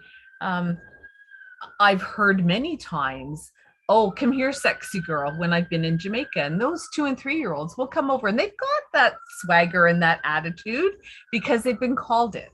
And we're setting them up for a variety of different scenarios when we use that terminology with them, right? So, and just because I'm called sexy girl and Gail isn't, how does Gail feel? All of a sudden, she doesn't feel pretty and sexy because she's not being labeled that or called that. And so it's important that we use the child's name and we recognize what it is that they're saying by saying, oh, Colette, you said this, or Gail, you said that. Saying good girl, good job, that's not telling the child what you want to celebrate, because good has a variety of meanings in different situations. So again, you want to definitely acknowledge what's being said or what that child has tried to say and reiterate that to them. So you want to talk with the child and not to the child. You want to support all their areas of development. Language happens in every area, and we're going to talk about that a little bit later. But when we're talking about the emotional side of things, is the conversation that we're having putting me down or lifting me up? As a toddler who's trying to speak, if I'm trying to say truck, and we know that toddlers cannot do the TR, so it comes out sounding something else, are we going to turn around and stop them from saying it? Yes. We're going to say, oh, you tried to say truck. That's great. And they'll continue to say it. Or they're trying to say ball. And they got the ba, but they don't have the L's to it, right? The ball. So you're just going to articulate the word that you're hearing from the child, and you're going to reinforce that they're trying to say it. You don't want to stop them from doing it. Physically, when we're talking about children and we're looking at language, again, they can be signing, they can be pointing. Physical comes in all areas of their body. So you want to observe the actions that are taking place. When we're thinking about physical as well, and we're trying to teach language, you're using your muscles in your jaw and your tongue, right? So again, you as the educator are articulating the word that's happening. So if it's ball, you're going to do ball. And we over exaggerate, right? We do. And yeah, and I had a parent, actually, when I worked with toddlers, went up to my boss and said, when Colette talks to my child, she talks over enunciating the letters. And my boss said, but don't you want your toddler to speak clearly and enunciate the word? And the word was water. And so I would say water. And because there's a T, there's not a D in it. And so the parent was like, oh, yes, I guess so. But it was just my way of making sure that the children were hearing the letters that were in the word so that they could start, repeating them with me. Socially, for language, what are we doing? We're engaging each other in conversation. You want children to be social. You want them to be able to share and speak in whatever form they have available to them at that time. And you don't want to compare children either. We have a huge spectrum of development for every age group. And so if a toddler isn't speaking clearly or isn't saying 2 or 3 words in a sentence, that's okay, right? You're going to build up to that. You're going to have some 16-month-olds that can say words. You're going to have 18-month-olds that can talk as though they're almost 3-year-olds.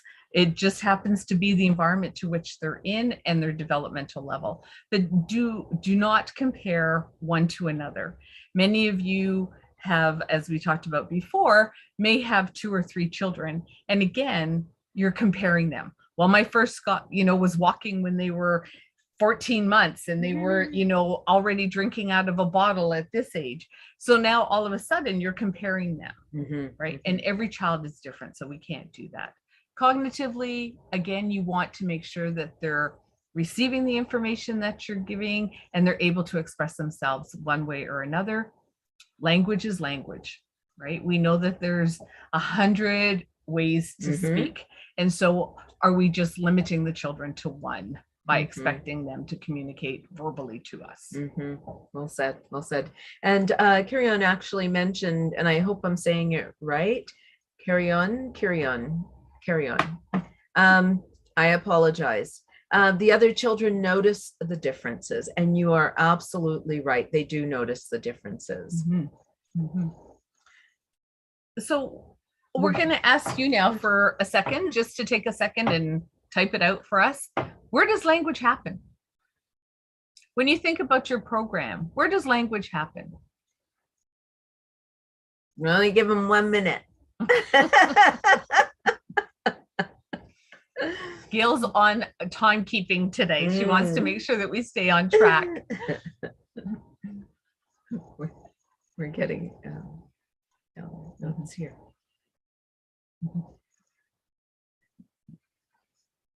Is there anything that's coming through?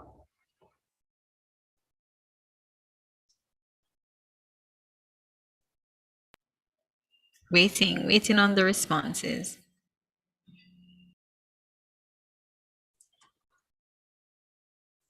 Okay, that's fine. We can continue on. And then again, if anybody wants to pop in their ideas or suggestions, that would be great. Where and when doesn't it happen? Language happens everywhere and anywhere at any time. For toddlers, we know that when they're excited, they're all expressing themselves in different ways. And sometimes the room can be extremely loud because they're excited. And as an educator of toddlers, there'd be days when I had 10 of them and they'd be at me and I'd be like, whoa, slow it down, right? Because there was just so much happening in the room and you become overstimulated. So we want children to think about that. We know that it happens in transitions.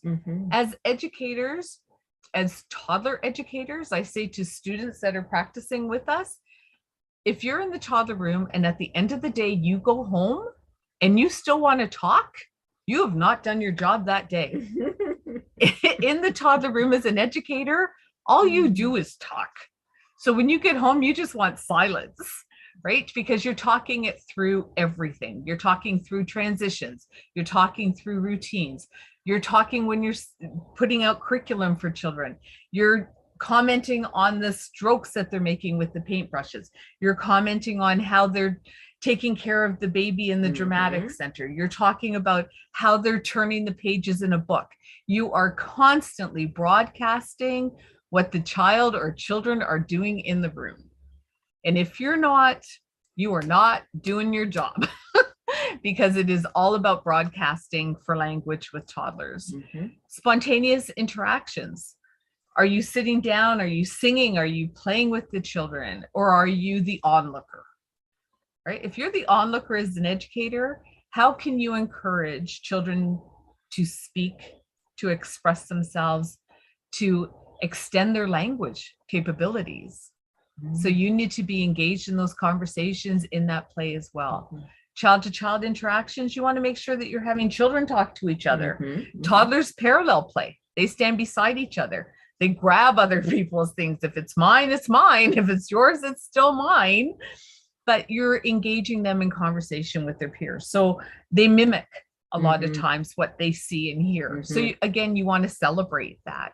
And to the adult to child interactions is asking those conversations, right? It starts from birth. It starts before birth. Starts when the baby's in the womb. Exactly, Kimoa. You want to share. You want to be, when that, unfortunately, I'm not a parent, but I live vicariously through my friends who are. And so when they were pregnant, we'd be talking to the baby, reading stories while the baby's in the womb, right? Because you want to start giving that language. You want to start communicating with your child. If you're not doing that from the get-go, how are you going to do it when that baby's out, right? You're trying to make a connection with the child right from the very beginning. And Simone says home and school. It can be anywhere. What else do we have here? Language happens everywhere, all around us, directly, indirectly. I like that, Simone. Directly, indirectly. And my son talks with me with his eyes. I love that. Thank you. That's amazing. Exactly. Especially if they're an infant, right? They're just gazing up at you, and there's nothing better than having an infant look at you and smile, right? Because they just feel so comfortable in your environment with you. Yes. So I'm looking at the environment. Colette has given a lovely overview of where language does take place and what it develops. And I'm looking at the environment at this point. So as the environment is that third teacher, so the educator, the environment plays a key role. Now you as the educator needs to develop, or the practitioner needs to develop the environment for the children. So that environment plays a key role in the quality of the children's exploration, play, and most importantly, their language. Also indoor and outdoor spaces, materials, and furnishings. So what you can do indoors, you can do outdoors, including how you position equipment or materials or resources, or even how you seat the children, in what capacity. Accommodations are made to ensure equitable learning opportunities and participation for children. So even if you have a child and they're not wearing glasses yet, but you see them squinting, you want to make sure that when you're reading a book, you're sitting close to that child so that they can see, so that that they're seeing, or if someone has a hearing issue, that they're close to you. So it's important that you do your observations, and observations are crucial to knowing what each child is all about and those things that you need to do, and ensure that all children have that sense of belonging but are also included. Also, regardless of child's ability, the educator's attitudes are critical in fostering children's language and engagement. It is really important. It is really important. And Colette talked a little bit about the names, not giving cutesy names or names that are inappropriate. There was one classroom we were in at one point, and I heard the teacher call a little girl that was quite overweight, Fatty. Come, Fatty, Fatty, it's your turn.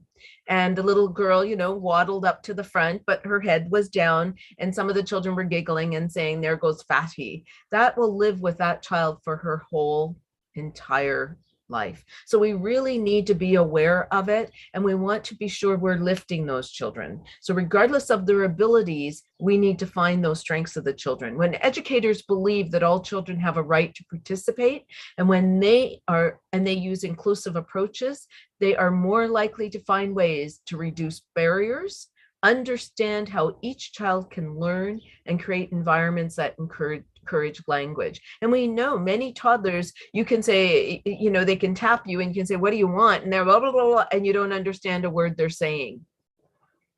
And then the parent's nearby, and the parent says, oh, she just asked for a glass of water. And you're thinking, I didn't hear that from what that child said. That's why we really need to listen deeply and closely and learn those things. In the childcare center, when I go and visit and I see Colette in the toddler room, I hear her say to children, would you like more apple? More apple? And points to the apple. And the child will go, right? And then before you know it, that child's going, apple, apple. And then before you know it, the child's saying, more apple. And then before you know it, they're saying, I want more apple, please. So it's that gradual thing. We need to ensure that we think about the accessibility for all of our children, not just those toddlers that come in with already a mouthful of words. We need to think about those other children. We also don't want all our toddlers to be pointing and grunting. We want to give them the language, and we do it by modeling. So Gail comes up and points to the apple. You don't say what you want, say what you want. Gail goes, say what you, then you can't have it. You can't say it, you can't have it. Do not do that. That is punitive, that is mean. Instead, you're pointing to the apple, Gail. You want apple. So finally, Gail gets to say the word and she calls it apple. And say, well, yes, almost apple. Here's the apple. So looking at environments that support language, I don't need to go on this, all of it. And it's important that we have child-size resources, tables, equipment, and materials. I just want to stop for 1 second. Not too long. No. I'm watching our time. I just want to comment on the music aspect. Yes. Because a lot of times we're in environments and we hear music playing. I know I'm getting told off over here. We hear music that's playing that is not appropriate for children. And so children mimic what they hear, right? And again, as we talk about they're developing their language, you want to make sure that what they're hearing is appropriate for them, right? There's music that I hear on the radio that I still get offended by because I wasn't raised with those words. And so we just want to respect that children should be children and that they should be in environments where they feel comfortable. I totally agree. Rather than grown up. Glad you mentioned that one. That's a good one. Do you want to do the chat? Sure. So Sophia, thank you, says, yes, I see it happen often. When persons who work in early childhood settings go home, they do not want to talk or hear too much noise. Absolutely, Sophia, I'm absolutely with you on this one. Enough is enough, right? And when you leave our workshop at the end of this, you're probably, after hearing people all day, you're probably just going to want a moment of silence as well, right? Because it's hard to listen and it sounds like people are preaching, but we're not. We don't want to sound like that, but we just want everybody to feel like, again, their voice is being heard. And so it is important throughout the day that children feel that way, so that when you get home at the end of the day, you can say, I think I've heard everybody's voice today. and that's enough. Love it. Love it. So language develops cognition, and we have to remember we always need to observe broadcasting. I see Gail playing with the red ball. I see Gail bouncing the ball. Gail, you're bouncing the red ball. Gail doesn't have the language for that yet, but you're giving the language that Gail can understand the meaning of it, but also start to understand it's a ball and it's red. So educators, when adults are partners in their play, particularly with toddler will elaborate their pretend play themes and representation while developing their language. Remember, not all toddlers come with a full range of language. And keep in mind, toddlers' language is much more developed receptively. They understand more than they're able to express. So it is important that you be careful of what you say around a child. The child may not understand your words, but they can pick up the tone of it. And so if you're speaking negatively about the parent or a child in the classroom, that child is picking it up. And you really want to be cognizant of that and careful. So looking at indicators, sometimes acting out simple themes and pretend play, like cooking or going to the doctor, carrying a baby. Those are ways that children start to understand the process. And when you're labeling it, you're helping them to connect the dots. So that's the development of cognition and understanding. Use objects to stand in for other things, solving problems in action by trial and error. Let them explore, and exploration is really important. Maintaining attention for increasing times of periods of time. We want toddlers' attention span to grow from here to here to here to here. And we only get that through patience, but also setting an environment that's rich, that they have a lot of things to get engaged in. The outcomes of an educator doing these things is symbolic thought starts to develop, and that's the root to skill to literacy. pretend play, the root skill, also problem solving and self-regulation. And we do want children to start to self-regulate. Also social, observe again, broadcast, and engage. Always engage as well. Engage in play and conversations, provide conversations that provide context for the toddler. And we do that through that broadcasting.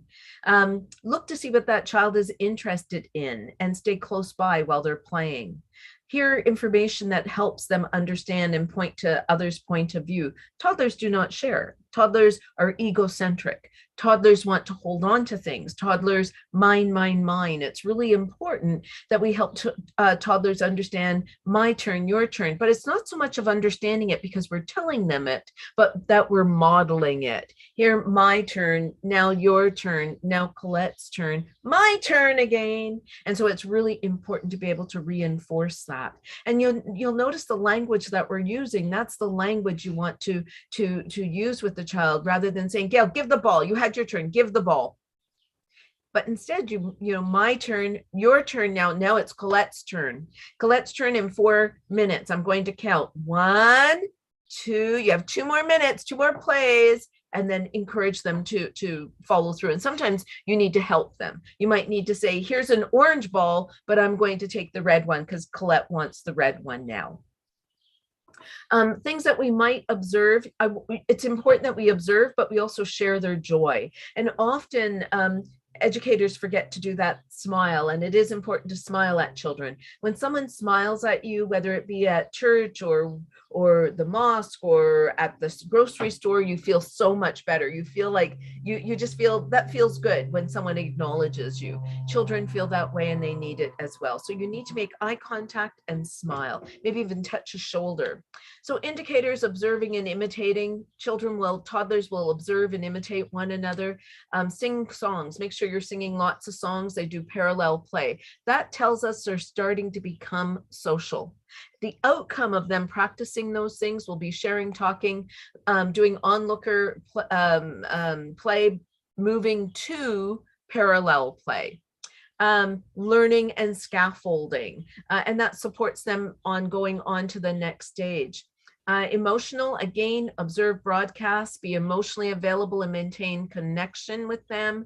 You want to share in the toddler's emotional experiences, reinforces, elaborates the child's emotions and motivations. We talk about motivating children to be, to have that love to learn and love to play, and they learn through play. Well, you need to demonstrate that, but you also need to acknowledge it. And they may express their feelings of aggression, behavior sometimes. It's important then that you broadcast intentions. Gail, you really want that ball, but we can't hit Colette. But maybe Colette can play with an orange ball until you're done. So we give that language, we continue to broadcast, beginning to show self-consciousness. We have to be careful. They'll feel really proud of themselves, expressing their feelings more. Now, the outcome of us ensuring that we are supporting them in emotional dialogue is they start to actually be able to express their feelings. By the time they're in preschool, those are the children that may be saying, I'm so excited, but I'm also nervous, a little bit anxious and scared. They can tell you 4 or 5 emotions. We don't want them to grow up and be individuals that are happy, sad, or angry, or mad. And that's the full range of their ability to identify or explain their emotions. Also physical is a huge one, by creating sense of pride, they talk more, that sense of independence. So we want to take advantage of toddlers' enjoyment of using senses and motor skills, understand what motivates the child. So we want to do a lot of observation and ensure that we are focusing on that when we're developing our curriculum. And so they develop obviously their gross motor and their fine motor. Looking at language, well, hey, language is what gets developed. When educators pair language with children's actions, it provides a rich context for children understanding of spoken language. So the more language you use, the richer the language we use, the more language they're going to develop. When educators acknowledge toddlers' interest in interactions, they create an opportunity for themselves to join in. So playing with Colette and then saying, carry on, why don't you come and join us? We're doing this. I saw you watching us. Come, here's one for you. Inviting the children in a very positive way. And then once the two children are playing, step back and give them room to actually play while you're watching, so that if things go south, you're able to jump in. So we know this by them listening to stories, responding to our sentences and commands, combining words, using simple languages, increasing vocabulary, and attempting conversations. But lastly, those outcomes are the development of the receptive and expressive language. So it's really important that, and if you take a moment to just record in the chat what your favorite storybook is to read to your children, or what song is your favorite to read to the children. And while you're doing that, I just want to share that it's important that by the end of the day, ensure that you have engaged in authentic, meaningful, and reciprocal conversations with children.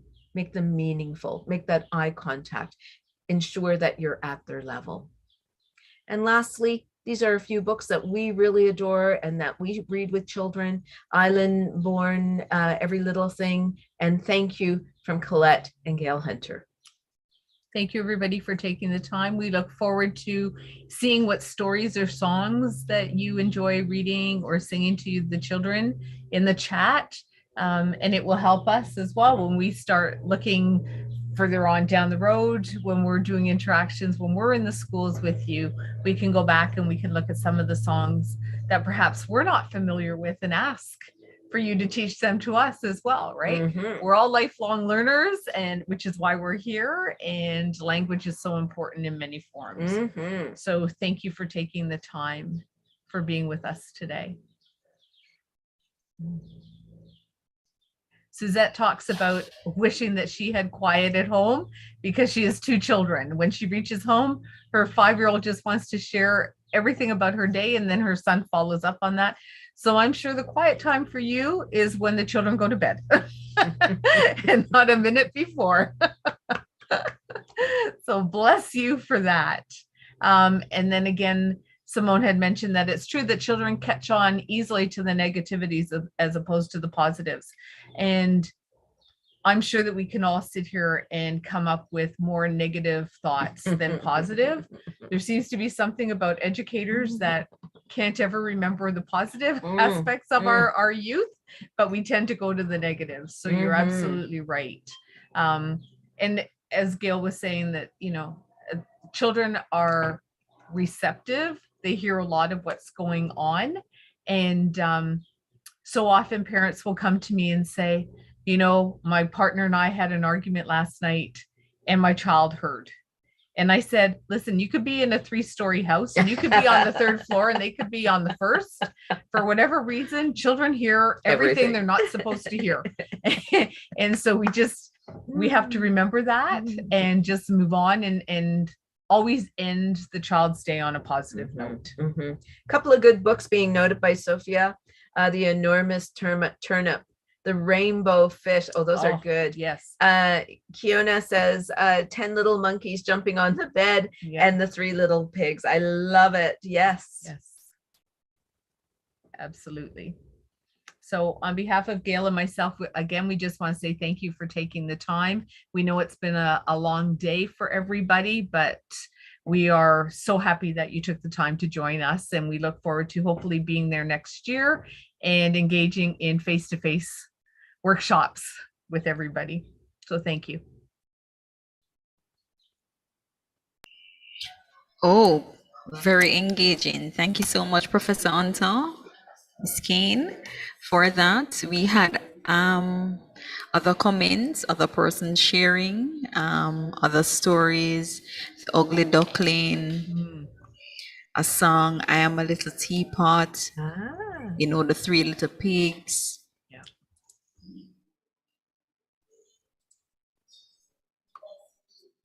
Seeing a lot of them here. Have you gone fishing? Mrs. Wishy Washy. That sounds fun. It does. The Big Bad Wolf, The Little Red Riding Hood, characters in the Bible, example David and Goliath, so Bible stories.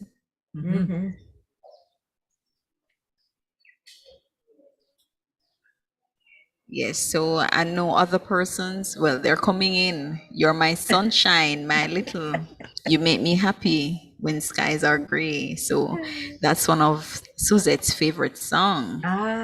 Love it. Mine too. All right, I want to thank you so much, participants, for the interaction, for sharing with us today. A special thank you to Professor Hunter and Miss Kane for sharing very informative on how toddlers talk and how we, enlightening us on how we should communicate to get the best interaction out of these toddlers and, building positive communication and language for these little ones. Thank you so much for being here.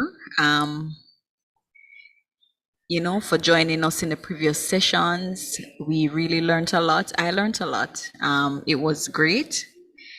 Thank you so much for our participants. Our facilitators would have shared their insights. They would have given us the tools, the resources, tips, ideas, solutions, Just let us not waste them. Let's use them in our learning environment.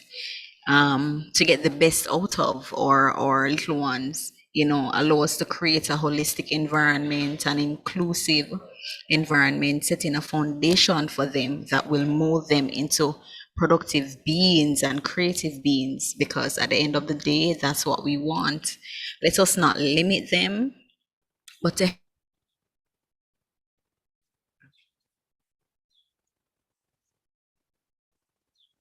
You froze. You don't want to leave.